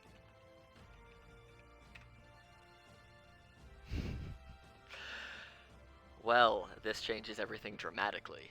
I did not expect that to come back. Okay. Oh, shit. Okay. He just got the Entomb back. I've been rolling for it every round. It just hasn't come back until now. I figured you weren't doing it in the open, so you just forgot. No, I've been doing it every round. Whenever it's things like that, I don't roll those in the open. But I mean, Gotcha. you can see I've rolled like a 4, a 1, a 3, a 1, and a couple other non-5s and 6s. Okay, well, it's going to do this. It's going to move right here. I'm gonna move it there, so it's everyone's ready. It's gonna take a swing at Lucian. None of you are poisoned anymore because it's the start of its turn. Let that be known. Takes 7 slashing damage. Oh yeah, that's right. But so you guys aren't poisoned because it's the start of its turn, which is good for y'all. So it's gonna take a smack over at Luna and a smack at Lucian. So the one at Luna's first. Okay. That's a miss. Oh Oh, my god. Here's the Thank one at God! Lucian. That 14 is to a hit. miss. That would be a miss. All right, and Jeez. as it swings and it's missing, you see Can I that take it away my that it takes green its top? arms and flips them and spins them over to the back of its body, and I need No. Victor to make a strength saving throw, please. No. You fail. So you're gonna take 13 bludgeoning damage, and you are now entombed by flesh. So you are considered restrained, entombed by flesh. I'm putting that on you. And that is its turn. I'm wondering if he's able to escape using his echo. Luna, make me a Constitution saving throw, please. Yes.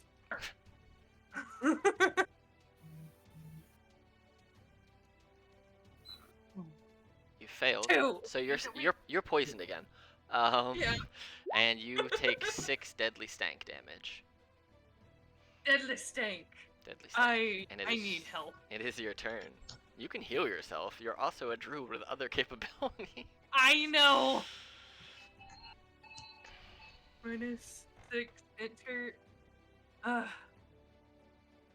You can go beast mode and get a whole new health bar.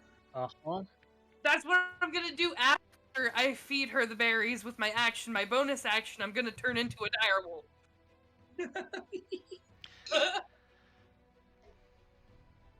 So can I do that? Can I shove my hand into the flesh, try to feed her some berries? So So you because freaking- she's buried and you're shoving your hand in there blind and just trying to guess, it's gonna be a really, really hard DC, and it's gonna be trying to get in there, trying to do it quick. Here's what we're gonna do. Because you're blind It's automatically going to be at disadvantage, and the DC is going to be a sleight of hand of 20. Oh, Disadvantage, sleight of hand, DC 20. double nat 20s. I can't do that. Fuck.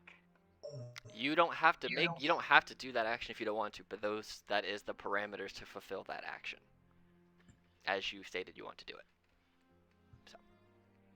Because I it's believe really in hard. you. It is she is entombed in flesh. It's up to you. You don't have to do that. But that is what you would have to meet to do that.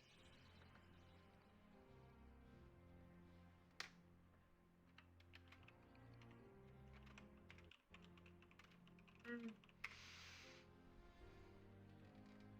What are we gonna do? Would this work? Okay, it takes an action, thunder wave. Any object that is not tied down moves 10 feet away. Could that move away from her? It's wrapped around her, so it would move her with it. And it's an so it's an object that can't make saves. So I mean,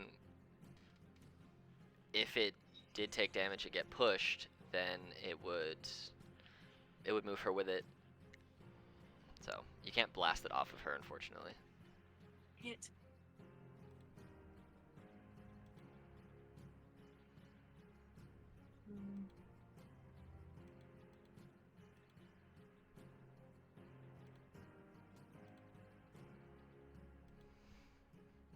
What you wanna do? I just don't want her to die. I can't do it.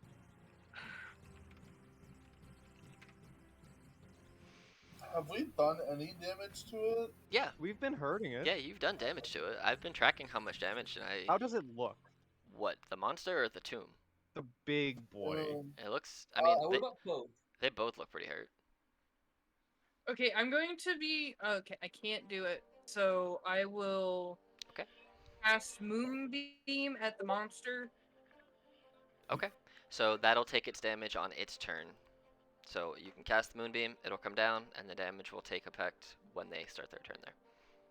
So, and that's what, a 5-10 foot thingy-majig? Here's what I'm gonna do. I will give you. Oh, beautiful damage. So here's what we're gonna do. I'm gonna give Radiant. you. Fred's gonna be your Moonbeam. What's the radiation on that? Is it just a 5 feet? 5 foot. Radiant. It's 5 foot. I can center it in the center of it, and 18 radiant. Okay, so you're gonna put it basically right here. That's No, I'm gonna. Yeah, like right Okay. in the center of that. Cool.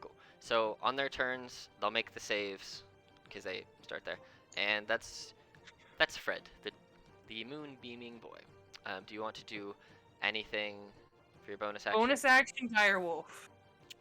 Great. I will put the good berries on the ground and bonus action, direwolf. Okay. All right. Oh, God. So first thing, so it's your turn is over now. Zombie. This zombie is not in there. So this zombie is just gonna try and smack Jacob as he's been doing. Hey, he actually hit you once Yeah. when he moved. 2 damage. He's hit me twice now. For like a total of what, 4 damage? 5 maybe? No, more. Oh, well that one He hit me for 5 the first one. Ah, okay. So 7. All right. That's its turn. Jacob, it is your turn. Has Uh, Rhonda been able to physically hit anything besides with her spirit and Hmm. the tomb? You This is made fair game. there was an attack of opportunity that you got to hit on the big creature. Yep, and you I thought- missed. Yep. Yeah, she missed. Jacob's gonna move over here and yes, attack of opportunity. Honestly, it'll probably miss. Okay. No, that hits. Oh, okay. Got 6.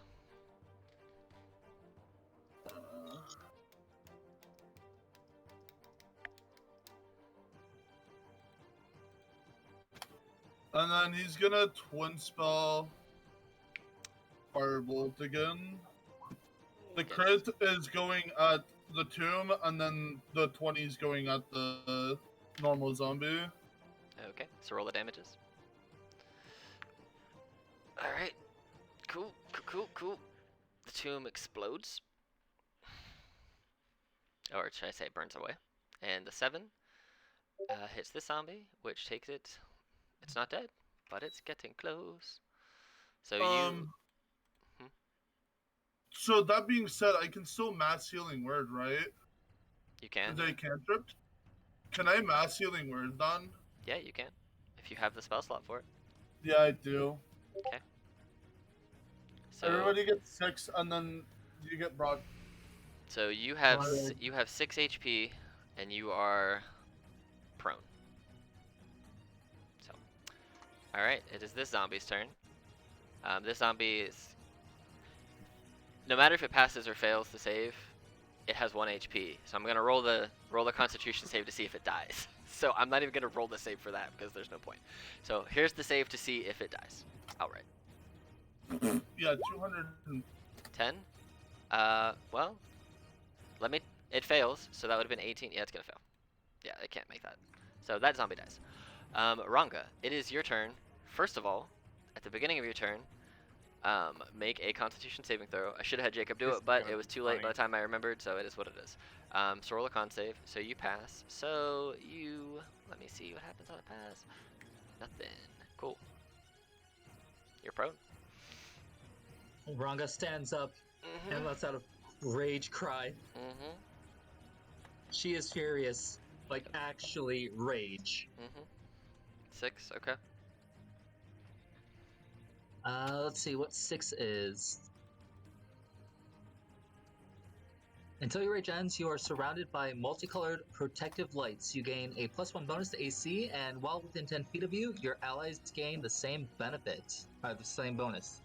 Cool.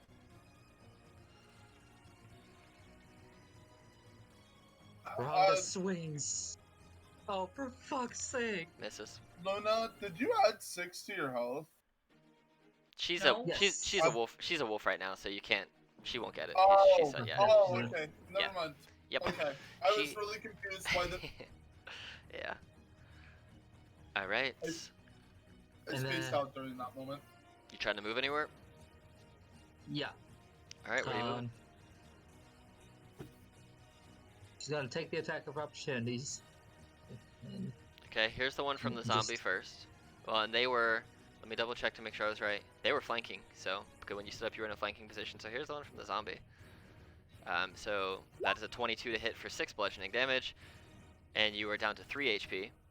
And so, here comes the one from this. If this hits and takes you to 0, you don't move. You are stuck where you were. Just so you know. Mhm. Yeah, not 20.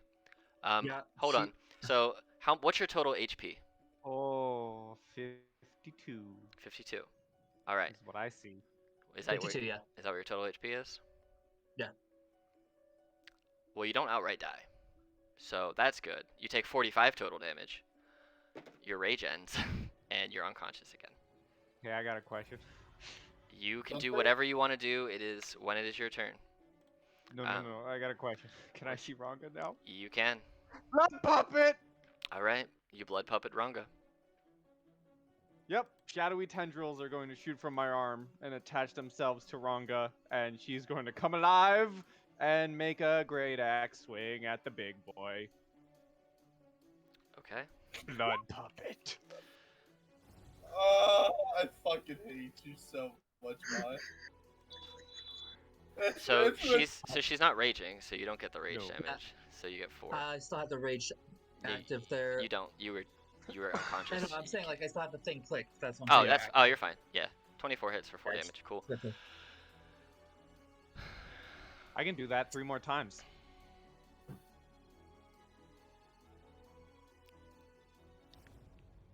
Blood pup. I gotta check something real quick. I think you may have just killed your compadre. No? No, I need to check because all it says is you can use your reaction to do something when they drop to 0. But I'm wondering, it specifically says a final act of aggression. So I'm wondering if they're dead now. Didn't happen in the previous game. They I just know. let me do it. I know, That but was I need to know Todd's for sure. game. Yeah. Let me check, because I want to know. Watch I mean, it says Pie 0 out. hit points. I'm not gonna feel bad. I'm just gonna throw that out there. I got to use Blood Curse the Fallen Puppet on another player character, and that is my favorite thing to do. Hmm. I want to check. Cause some it's funny. I mean, I could bring you guys back and basically fight for me. I mean, for one swing, but like, and kill off a character. That doesn't seem worth it. Yeah, no, that wouldn't be worth it. to you, You gotta understand, Pie Guy gives 0 fucks. Also, by the way, I don't know if you guys kept seeing me trying to check out like the radius of 20 yeah. the whole time. Pie Guy probably already knows what I was planning to do. I'll let you all know right now. I would Blood Curse the Fallen Puppet any of you. So, I'm gonna have to check because I'm not sure. My gut tells me if you use the blood curse to puppet something that has 0 HP, you've effectively taken control of it. And the way the wording says a final act of aggression to me, that says that character is now dead. I'm gonna check and not say that. I'm not gonna make a ruling one or the other right now because I'm in the middle of this. But Rongus turns over. Victor, you're up. You're covered in flesh. Okay.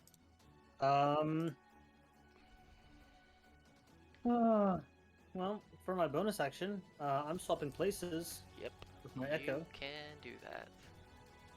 So, and my Echo cannot be restrained, so it just floats up. And then as my action, I'm going to drink a healing potion. Full health back from that. Because you're using your Exactly. action to do it, so you get the maximum healy boy. So what is that? 2d4 plus 2 10? it's 10. Yep. 10? Okay. Okay, and that's your turn then. Unless you're moving somewhere.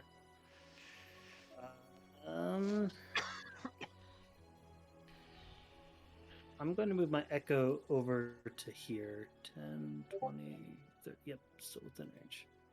So, Okay. Is that your turn? that is my turn. Okay. So I need you, Lucian, to make me a Constitution save and throw, please. You pass it. Cool. What are you doing your turn? Okay.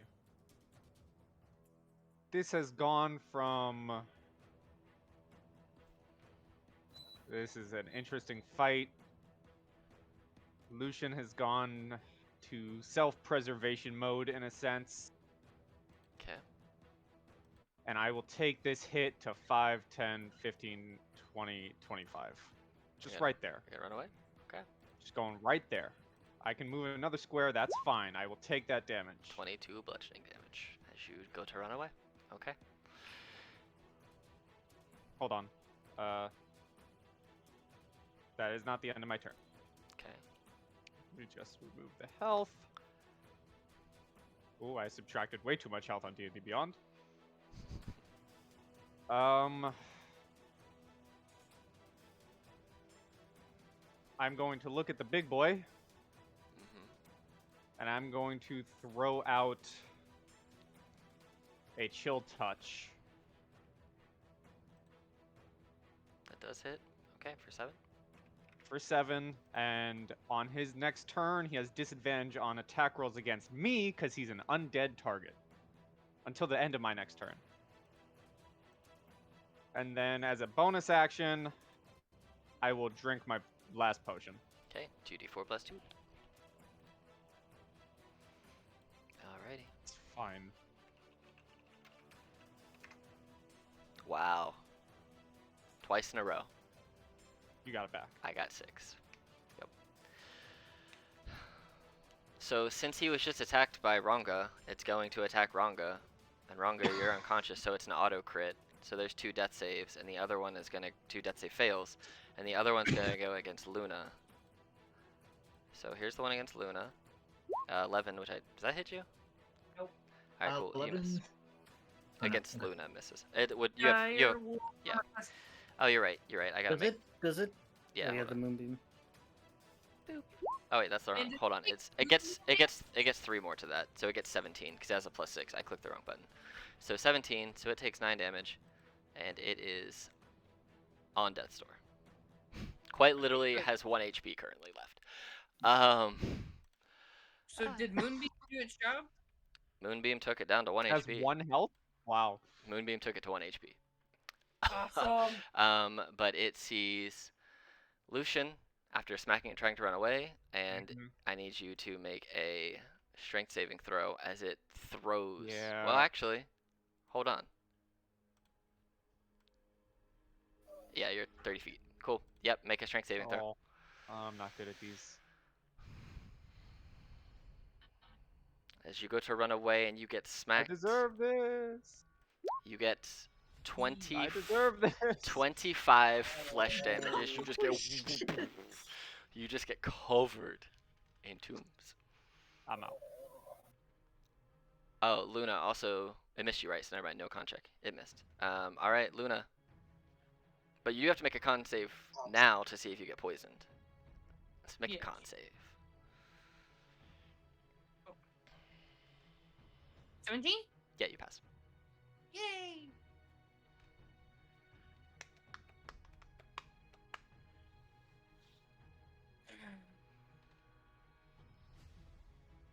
I will make a bite attack with pack tactics at advantage. +5 to attack. What's within 5 feet of it? Because does it say creatures, or does it say allies? Allies. Okay. Cool. I was gonna say because his thing's not a creature. +5 is 18. It'll hit. Okay. So You'll do 1 damage, and you'll take it out. yeah. Okay. So, you attack it on your action, and kill it. Your moonbeam is there. We have to finish out this round of combat to get so that because these all happen things all of these rounds happen at the same time. So, the zombie, seeing its master go down, I'm going to roll a d6 to see if it attacks Ranga or if it attacks Luna. Luna's the 1 to 3, Ranga's the 4 to 6. Because those are the only 2 things that's close enough that it can hit. It's gonna hit Ranga, and if it hits, it's 2. Can I use my reaction to take the hit for Ranga? Unfortunately, unless you have something that allows you to do that, you cannot. Dang it. You're on the ground, you're unconscious, it's attacks at advantage. If it hits you, it's 2 death saves. Fails. And it's a 10. which I It think missed. misses. So, It missed. there you go. It misses. And it's going to stay where it is. Jacob, it's your turn. Well, see, I'm gonna do this really cool thing called Firebolt at it, At and then the zombie?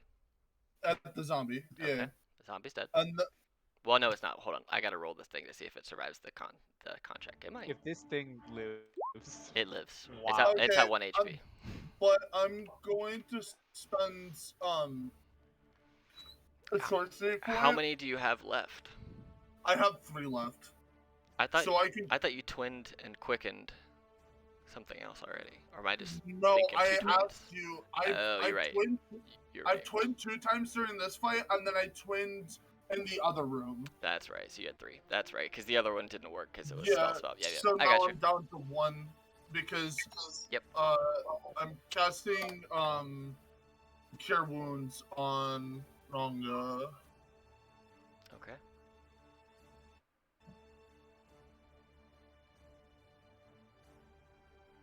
Roll your heals. That's only at a level 1, right? Or I can spend all 3 for a level 2, right? Is that how that works? Yeah, it's 2 points for a cantrip or a level 1, and then it goes up. I think, or maybe it's not. Maybe I'm thinking of twinned. Quicken, I it's think. Twinned. Quickened, I think, is just 2 in general. Yeah, and then you whatever spell slot, like you just burn the spell slot, whatever it is. It's not any extra sorcery points. Okay. So you got 5. Cool. All right. Wouldn't it be 8? You're right, 8. Three. Yeah. Yeah. I just miscounted. Alright, so 8. Ranga, you awaken with 8 HP. I'm gonna roll just out of curiosity. Yeah, she would have died if it weren't for you. Yeah. I figured as much. Well, technically, she could actually be dead based on what Blood Puppet does, but I don't know, so I can't rule one way or the other on that. So there's that. So if I'm gonna look, and if it does in fact have you dead, just know that I you should have tried been looking dead. stuff up. Nothing. I'm not. came Either up way, I'm about not gonna death retcon it or- and say you died from it. Just know you could have been dead from that. I don't know. Yeah. So either way. I like that ability of Blood Puppet. I'm gonna start bringing that up in games. So Ranga's going to stand once again, and once again, just bloody rage. I don't. How many rages do you have it for? 3. Cool. This would be third rage. Yeah, I know. I just couldn't remember if it was 2 or 3. Flowers and vines temporarily grow around you until your rage ends. The ground within 15 feet of you is difficult terrain for your enemies. There you go. All right, roll that attack. Since I'm assuming you're gonna hit it, as long as you don't roll a 1. 22 for 6. Okay, let me roll its con save. Do you realize here. how many nat ones Ranga has rolled this game, though? That's fair. That's valid. It's not dead. Oh my fucking god. Victor.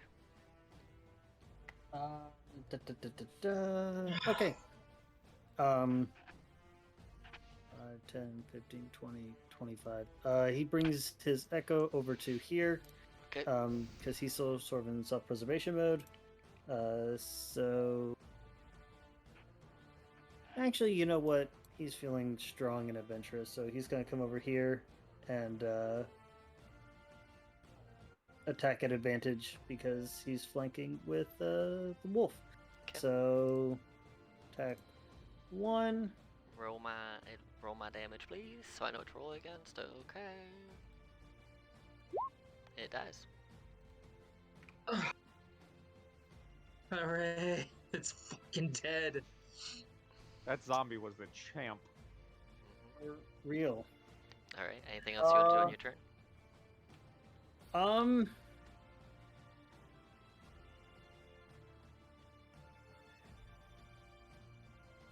Ooh. Victor's not sure how he feels about someone, one, trying to run from the fight, in his view, and then also trying to, or basically, like, Puppeting a blood corpse. puppeting. Hey, you were in Uh, self-preservation mode. I saw you run from the big guy too. Yeah, no. If you actually watched, Victor never actually ran. He strategically teleported around while still being able to make attacks. It's true, he did. And I can still make attacks from range. That's true. Yes. What Yes, else? yes. What else are you doing for the rest of your turn, Victor? Anything that you say in there? I don't think you can Victor's get to him anyway. going- So No, I can't. But Victor's just gonna go this way and stop and just look and see what happens. Lucian, roll me a d20. I thought the fight was over. We're still in initiative because they can heal. You gotta pass. All right. So because here's the Boom. thing, if they can heal you, they can just tell me that they're going to heal you, and the initiative will be over. But if people are hesitant to heal you, then we're gonna stay in initiative until a decision's made. Which could mean we go through rolls until you pass or fail death saves, if that's how your party wants to play it. So let me. That's up to them. Luna, what do you wish to do? Do you want to go and heal him, or what? Do you want to? She doesn't know that that's happening. You are. Wolf, yes. She's nuzzling Goodberry towards Ranga. Okay. All right. You do that. Cool. Jacob. What do you want to do? You're shoveling good berries at her. Jacob let a companion die after what he witnessed with Kraken. You know, Jacob's gonna walk up right next to Victor and Oh, have a no. conversation with Victor on whether or not Jacob should use a healing spell. Fair enough. So Jacob is gonna walk up and place a hand on Victor and go, "Should I heal him?" Did you see the magic that he used to bring poor Ronga back to make a single attack and then try to flee. I did.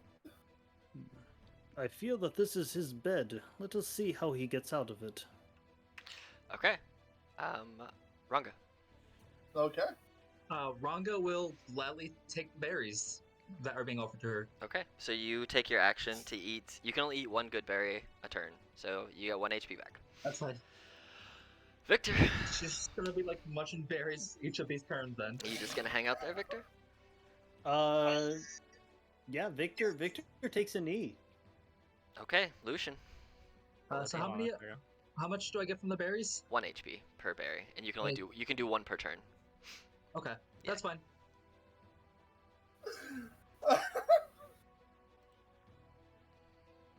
Roll me a d20. Mm-hmm. I feel like Ranga will be munching the berries while petting the wolf. There's a failure. All right, let me ask you this: do any of the three of you, so rather than having to keep going through order and order, because you gave him a bunch of berries, so are you spending the next 9 rounds just eating good berries, Ranga? Yeah, that's what Ranga's gonna be doing. Okay, cool.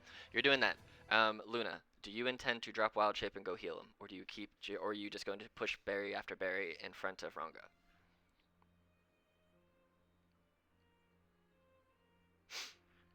Well, so let me ask. Wait, let me ask this question. Sorry, and this might change sort of my attitude.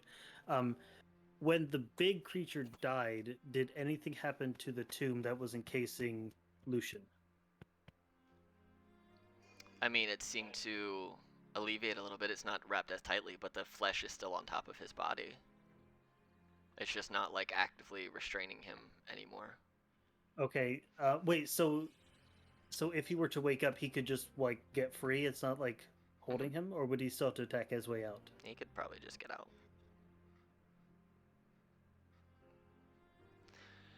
Luna, are you gonna just be pushing berries for the next 9 rounds to Ranga, or do you want to go and heal Lucian, or what do you want to do? What do you want to do, Victor and Jacob? Victor's gonna walk up and just like pull the flesh off? Okay. pull the flesh off and check and see if he's still alive. Okay. So you take an action, you pull the flesh off, and he's unconscious. Luna on her turn would take one of the good berries, only one, put it in her mouth, and take her movement speed 5, 10, 15 and put it in and his mouth. here. No, like she would get here, and on his 3rd death saving throw, she would get there, basically. Okay. So you want to leave it to 2 failures, and then you give it to him? Okay, we can do that. Well, So this could go either way So- with one roll. so here's what we'll do if that's what we want to do. Unless you're actively going to go and cast a healing spell. Nope, Or Jacob's just standing there. She won't fight it if you tell her not. But she's a kind-hearted person, period. Well, to pick that up, to not squish it in your mouth, to use your movement, get over there and ready to put it into his mouth, that's an action. So you'd need to wait until your next action anyway. So if you're waiting until he has 2 fails, that's perfectly fine. But Lucian, you can go ahead and roll another death save, please.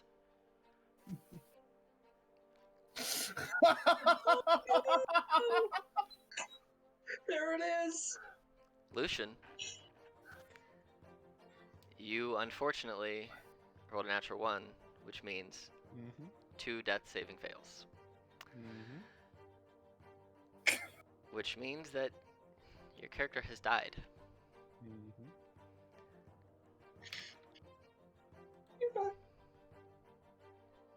What do you guys want to do? As you get there, Luna, you see that his oh, there's no previous song. Man, I mean my spooky stuff. Where'd it go? You see that his body is taking in a deep breath as you get there, and as you go to place the berry in his mouth, his last breath seems to escape his chest, and his lungs fall flat, and he goes pale and cold. There no longer Well, seems he to was be. already pale. They're paler. And there no longer seems to be any life in Lucian's body. And there's no frost He covering my will- rapier anymore. She will lick his cheek, take his collar, and start dragging the body to the coffin. Okay. You, with your direwolf speed, take Lucian's body to the coffin.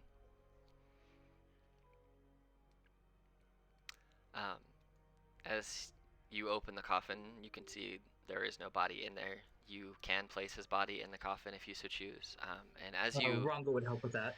as you look around, you see there are. Go ahead and everybody give me perception checks. Oh gosh. That's alive. I Unfortunately. have advantage on my perception checks.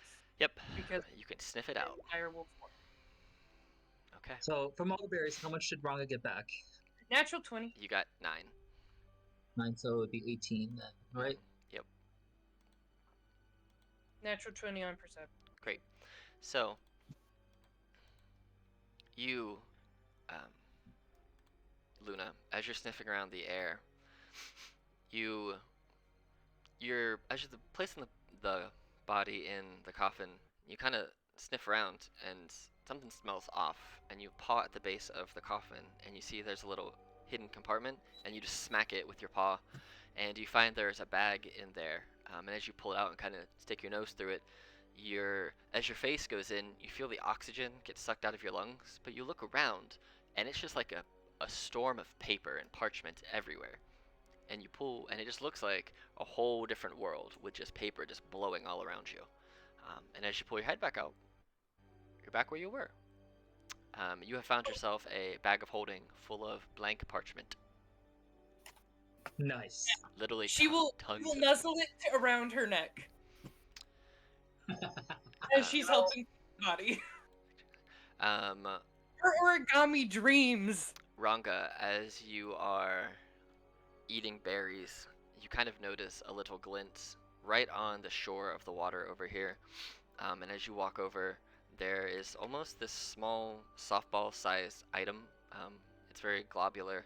It's like blue and white, and as you touch it, it kind of lights up a little bit. And you feel just this little bit of magical knowledge come to mind, and your wild magic ability kind of takes over and identifies for you what this is. You have found yourself a drift globe.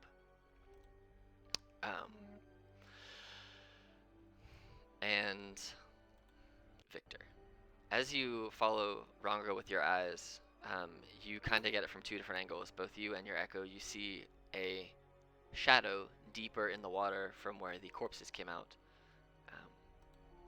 As you approach the water and kind of look in, you see that there is some armor that seems to be down there. Do you wish to dive in and get it? I have.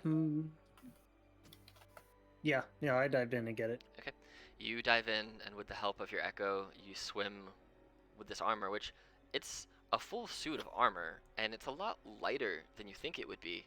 And as you pull it out and you look at it, Ranga kind of, with their innate magical ability and your sorcerer's ability, and like everyone's magics, you find this to be a set of mariner's plate armor. So you guys find what you're looking for, and as you're looking over there, Jacob, you also see a little crossbow, one that you could hold in a hand. Okay. And as you look at it a little more, you go to touch it, and as you go to touch it, like a couple eyes open on it, and then a tentacle appears off of it and slaps you in the hand as if to slap you away. And you hear a voice in your head, and all it says is, "This was not meant for you. Leave this place." You have a feeling Uh, the hand crossbow does not wish to be taken by you. Can I communicate with it, or is it like one way You can type try. of thing? You can try and think back to it. What do you want to say? Is it like speaking common or like? It's using telepathy. You understand Okay. it. Yeah, it's just using telepathy. I just want to make sure that it isn't like abyssal or something. It's just That it's like yeah, kinda. it's just telepathy. So you don't know what you understand its words more so like the deep. It's almost like your own subconscious speaking to you. So you don't. It could be in a different language, but you understand what the intent is. I'm gonna ask it. Who are you intended for then? I am fueled by blood, not by magic. I'm just gonna fix myself to appropriately be in the coffin. So, I'm guessing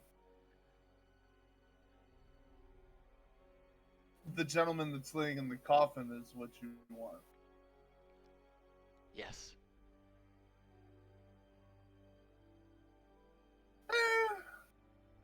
Jacobs is gonna be like, well, he dead though. Well, then I will stay. I will remain.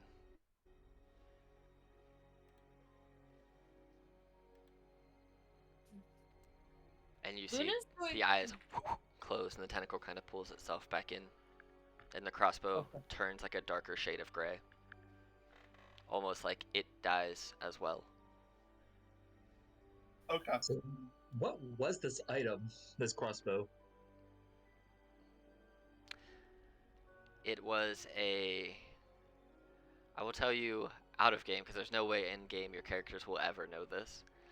It was a crossbow specifically tuned for a blood hunter that required blood sacrifices to be used, to be empowered. Yeah, I figured as So. much. But I won't tell you what it does. That's just what it. So, do you want to carry the coffin with your friend back to the guild, or do you wish to grab? Because you were given an option of things that you could bring back for Glennon. You could give them a coffin, a huge urn, or a crystal container filled with salt water.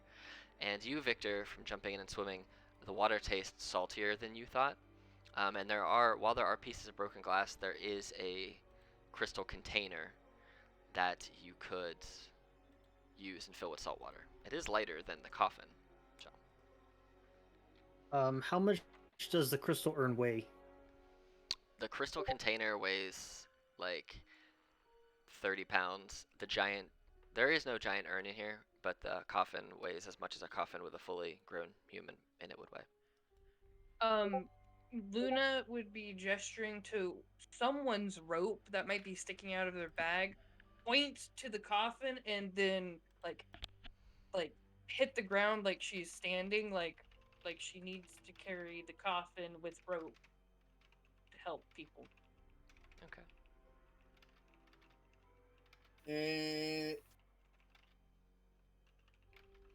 So, Luna, I see that you have appears to be a magical bag. Could we fit this crystal vial into your bag of holding? it would fit, yes. So then we could bring both back. You could. She nods. Okay. Then Victor will go and grab the intact crystal vial or vase container, whatever it is, and fill it up with the salt water, and then place it into Luna's bag of holding. So what was the other item? An urn.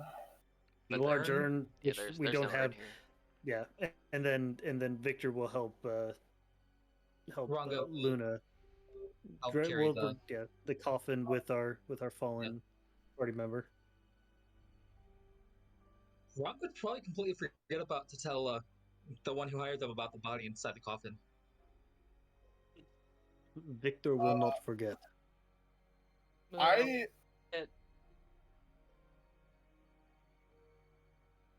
will set up the rope on the coffin So then Luna can help carry it. Luna will carry it like a sled dog in her mouth and long way so it can fit through doors. Okay. Yeah. Do we want to check out this bottom area as well while we're here?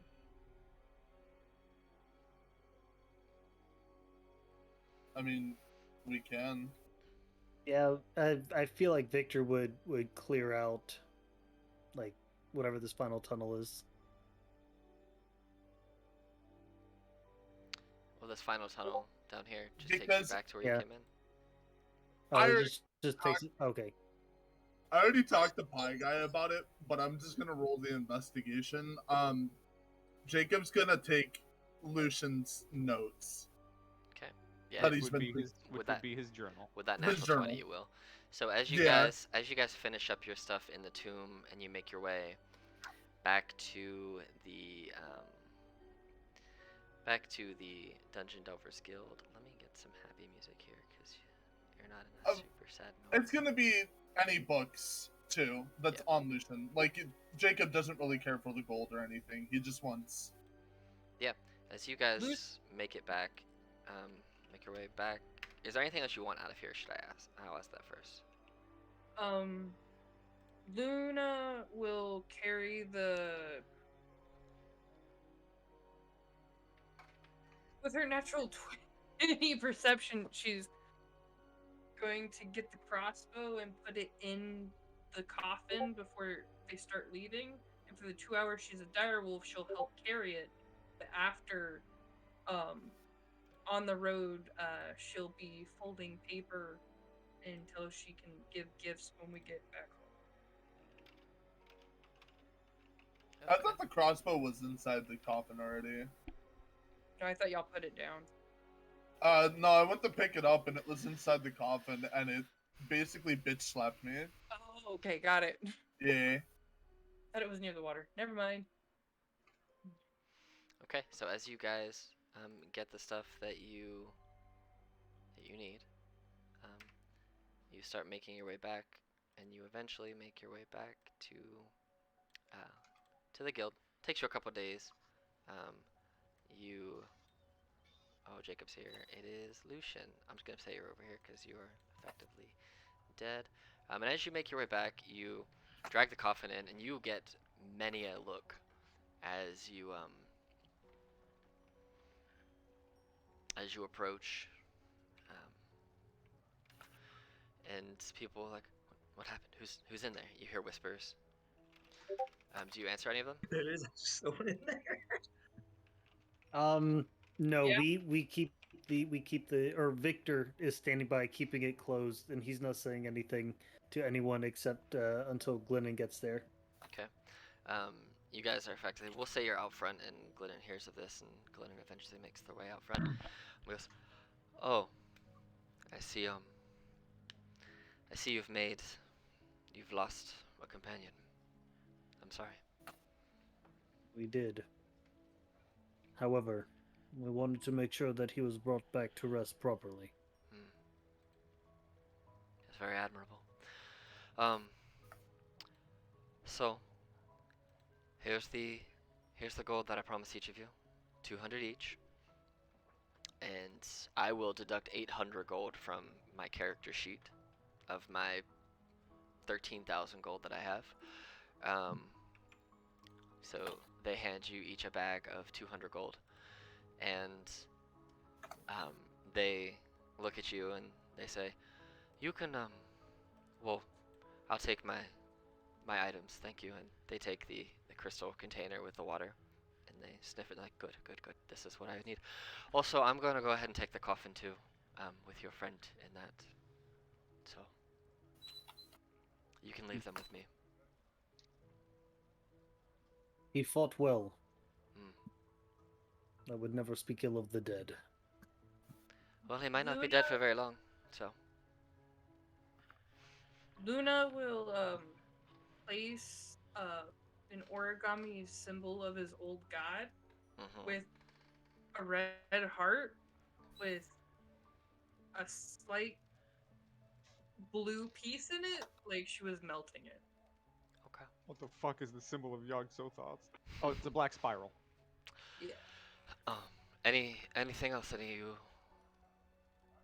need from me at the time being? Actually, I do have a question for you in private if you have a moment to discuss. Oh, absolutely. Just head on upstairs now. I'll meet you up there in a few minutes. Thank you. No And worries. Victor heads up. Cool. Anything else anybody wants to do before the end of the game? Luna's gonna give gifts. Okay. She always does this. She does, She's this going is true. to. She's going to give origami gifts to everyone in the party. She'll give Ranga a an axe made out of paper. She will give Victor a identical two-bladed sword that, when coming together, makes a bigger sword out of order. That's cool. And for Jacob,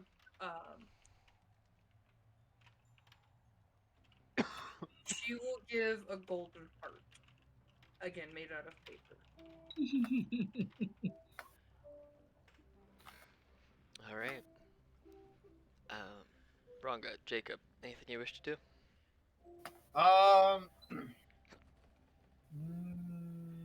No. Ranga was kind of like looked at Glenn. When you said he might not be dead for long, what exactly did you mean by that? Well, I'm probably gonna bring him back or use him in an experiment. I don't really know. Oh, Jacob looks at the is it Elf? I forget his name already. Who, Glennon? Yeah, Glennon. Mhm. And goes, you said something about sharing information with